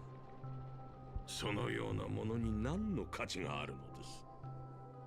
一人の映画監督の記憶という点から見れば、その価値は確かに灰のように微々たるものだ。だが、一人の人間の記憶という点から見れば、あれはまさしく比類ない傑作 So と言える。 Mr. Rekka and Grady are two different guys. Gotcha. 絶望し争う。そうして歴史に名を残せないまま彼は落語者となった。まさにあの時代のピノコニーの縮図であり、人々を報復させるピエロ。しかし真の英雄でもある。宝石のように様々な面を持ったこの記憶を見逃すわけにはいかないだろう。それよりも気がかりなのは君の方だ。これほどの大芝居を打っておいて、最後に体裁の悪い結末を迎えるかもしれないという心配はないのか？私は商人ですから、この年になってまで恥だの体裁だの気にしているようでは話になりません。なるほど。では今回の取引はこれにて終了だ。先に失礼する。さてアスナさん、あなたの名前の商標権、そして全ての創作物の所有権を放棄するという声明文にサインしましょう。それで満足ですかな？満足も何もありません。むしろ今さら拒否するというのなら、消える前にその短すぎて見えない首を締め上げて息絶える瞬間まで見届けてあげましょう。まあそんなことをしてもあなたを殺せないことは分かっていますが、さようならピノコニーで最も成功した商人。最後にずっと伝えたかったことを言わせてください。 You's a bitch. さっさと地獄に落ちろ。 Damn! Damn! 告白だ。アスナさん、その願いが叶う日が来るといいですね。 Freaking Asna be like, I hope you end yourself. Odie's like, damn, me too. Far from the heat of battle, a servant summoned under the rider class stays on the sidelines from the very beginning. Wait, yeah, rider. He once built an unsinkable ship. As a rider, he was once a nameless who rode this. No way. Did we summon? Wait. I forgot. Pom Pom was a freaking master. What did he summon? He summoned Misha! What the fuck?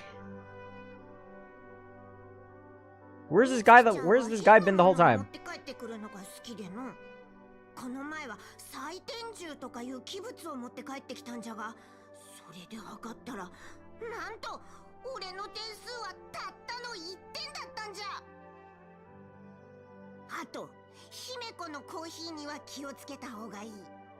ここだけの話。 Oh, he's gonna be so sad once friggin' Misha just like disintegrates. 飲み物じゃからな。ああ、今のは絶対姫子に言うでないぞ。グラハムの故郷のお茶よりひどいんですか？100倍はひどいな。逆に少し飲んでみたくなりました。 Unfortunately. あと、あやつがいつもみつきちゃんとふざけておっての。今では俺が一番見込んでおった炭鉱まで悪影響を受けておる。このまま道を踏み外してしまわないか心配でならん。そうなんですね。まったく、お前たち乗客はみんな一緒じゃな。ミハイル Pom pom. I don't feel so good. Fades to dust.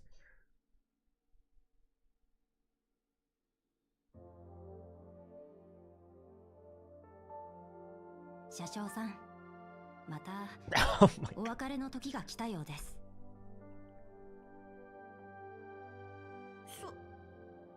そっか。その、また戻ってきてくれるか？ Pom pom, we got bad news. はい、機会があれば。でも今日聞いた話だと、あれからまた僕みたいな人たちがたくさん列車に乗ったんですよね。本当によかった。七死人は列車に乗ってまた降りていく。ある七死人は帰るべき場所を見つけ、ある七死人はレールのように前へと進み続ける。それこそが請求列車です。この先きっと車掌さんが寂しい思いをすることはないでしょう。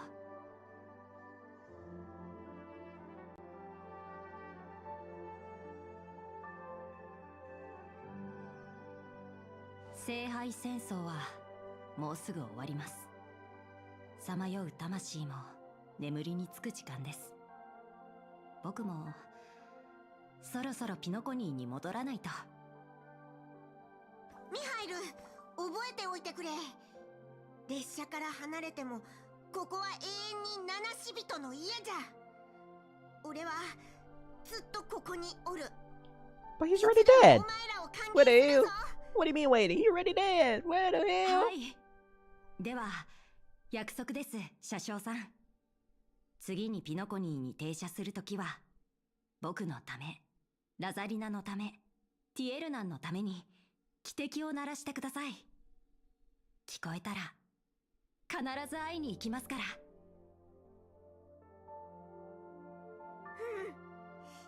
約束じゃぞ。 Bro, Misha did nothing in this Holy Grail war. He's just chilling on the express. Gather your thoughts to the present. If there really is a chance to fulfill a wish, what would yours be? I wish for big booty Latinas. 願い事は口に出したら叶わないって言うしね。あなたらしいわね。とにかくオーディさんが盛大に開いた第1回聖杯戦争はそれが最後になったの。 Of course it did. It was an ultimate flop. ミスター・レックとドクター・エドワードの協力で制作された夢の泡の映画はイプシロンで大ヒット Damn, so this is actually canon. 宇宙で My question is, where did he get the Holy Grail from? 起こしたの。オーディさんとカンパニーのピノコニー支部はこれを機に大儲けしたそうよ。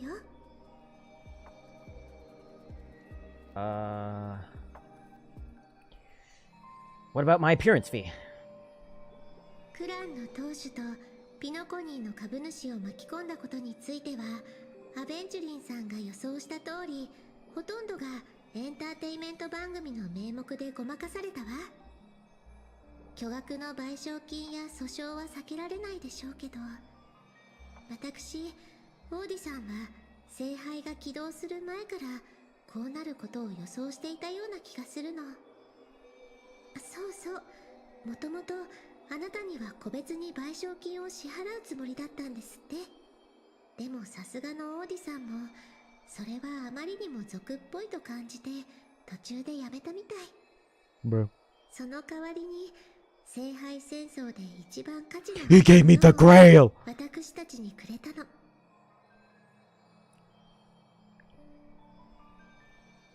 So this is his apology? あら、聖杯の中に何か入っているわ。あなた宛てのメモみたいね。 It's old Odie's apology notice. 皆さん忙しそうなので復興お嬢さんを連れて先に帰りますね。掘り出し物を買い取ってくれたオーディさんに感謝を。おかげで自由気ままな旅に出る資金が手に入りました。ところでこの散歩なら Wait, oh, that's how he got it. Sampo got it. How did Sampo get it then? What the? No. お姉さん気にならないと答えたでしょ、あなたが気にならなくても観客の皆さんは知りたがってるんですからね。 Damn, how did he read me? 皆さん今回の番組はこれで終わりですが、もし本当に願いを叶えてくれるアイテムがあったとしたら、僕は世界中の人々が自由に生き幸せで楽しい毎日を送り自分の望みを叶えられることを願いましょう。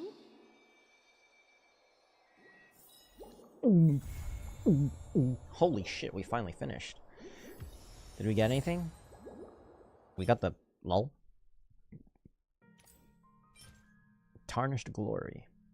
Lol. Oh man, that's all we get. No like icon or anything. What's this?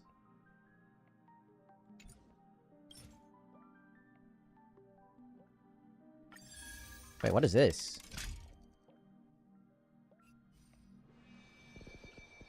Oh, hell no. Hey, it's been a while. The girl said that you're now the owner of the Holy Grail? That old shorty. Odie sure knows how to do business. He only decided to pass the problem off as a favor when the Holy Grail stopped granting wishes or summoning heroic spirits. Isn't that just like stealing the jewels from a treasure chest and tossing out the empty broken box? Why haven't you disappeared? Who knows? It's probably the result of some excess magical energy and the battle continuation ability. After everyone else vanished, I was the one left behind. Seems like I won't be heading back to the Throne of Heroes anytime soon. I'll consider these extra life hours as a gift of mercy from the Holy Grail. Is the Holy Grail completely useless now? Theoretically, yes. The Holy Grail's form remains, but its core has merged with the nature of this dream world. What you call Memoria? But that's screw him. I'm not sure what tricks he pulled, but he somehow extracted part of the ritual and turned it into a special simulation device. I have to admit, this world has some truly incredible mages. There are only about 80 or so of them, I think. Anyway, the modified Holy Grail still carries the original competition's logic, along with the lingering data of the Penaconian 12 hours. As long as you connect, it's still hard to get used to the modern terminology. Anyway, as long as you connect to the Holy Grail, you can relive the Penaconian Holy Grail War in this dream bubble. According to him, it will fill in the simulation data of the past riders using the user's memory as a medium. You may meet many old friends in the Holy Grail, but honestly, not interested. The Heroes' arena in Valhalla? Not ready to visit there just yet, though I suppose it might fit me more than the peaceful Elysian fields. Anyway, I've delivered Mr. Scrollum's message. It's time to waste the rest of my days outside. As for the rest, go and take a look for yourself.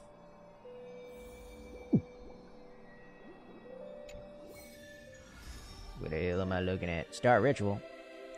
Miss, I'm glad to see you again. Oh, sorry, that's Skrillum. I thought that was Ron May. This will be a thought experiment worth commemorating. Tap here to enter Holy Grail War. Stay alive in future opponents. I'll provide the basic guidance. Select your opponent characters. What if I don't want to? Zayda! Let's play Archer, because, you know, it's whatever.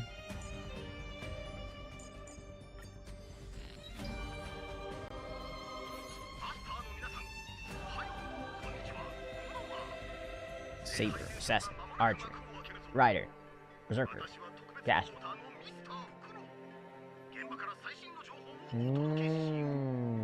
This is your opponent for this round. Please try to defeat him.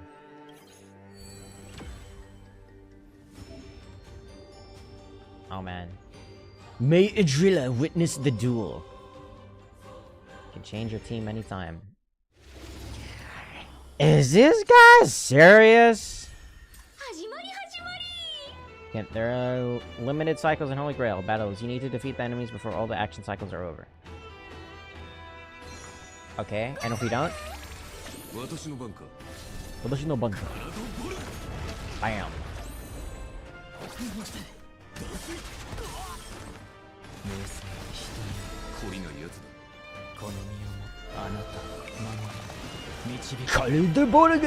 Now I don't know how to play Archer, so go easy on me. Holy. Blade works.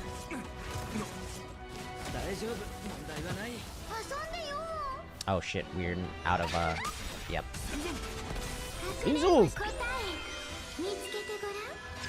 I am the bone of my soul.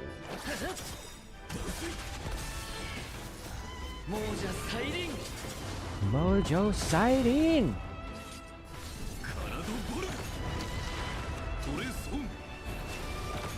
Bam. Okay. He's not dead, bro. Day 1 base damage. Okay, so he's debuffed. Word. And leave the war. Please do your best to survive. Okay. Leave for now. Well, I'm gonna call it there because holy man, I'm exhausted.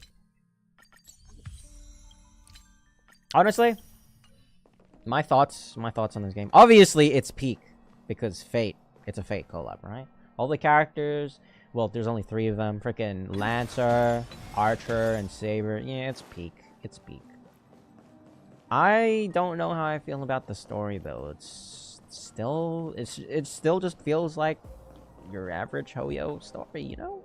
I did enjoy like some of the like similarities it had with the actual anime, like Unlimited Blade Works anime story. But like even then, like it was lacking in cutscene, lacking in emotion. I mean, it was hype sometimes, but in those hype moments, it would only go for like 1 to 2 seconds. But yeah, it's whatever. It's whatever. Anyway, thank you guys for joining. We've been streaming for about fucking almost 5 hours. So I'm gonna take a rest. I hope you guys also take a rest because holy crap, we've been here for 5 hours. So yeah, I'm gonna book it. And hope you guys have a good night, morning, day, whatever. See you later.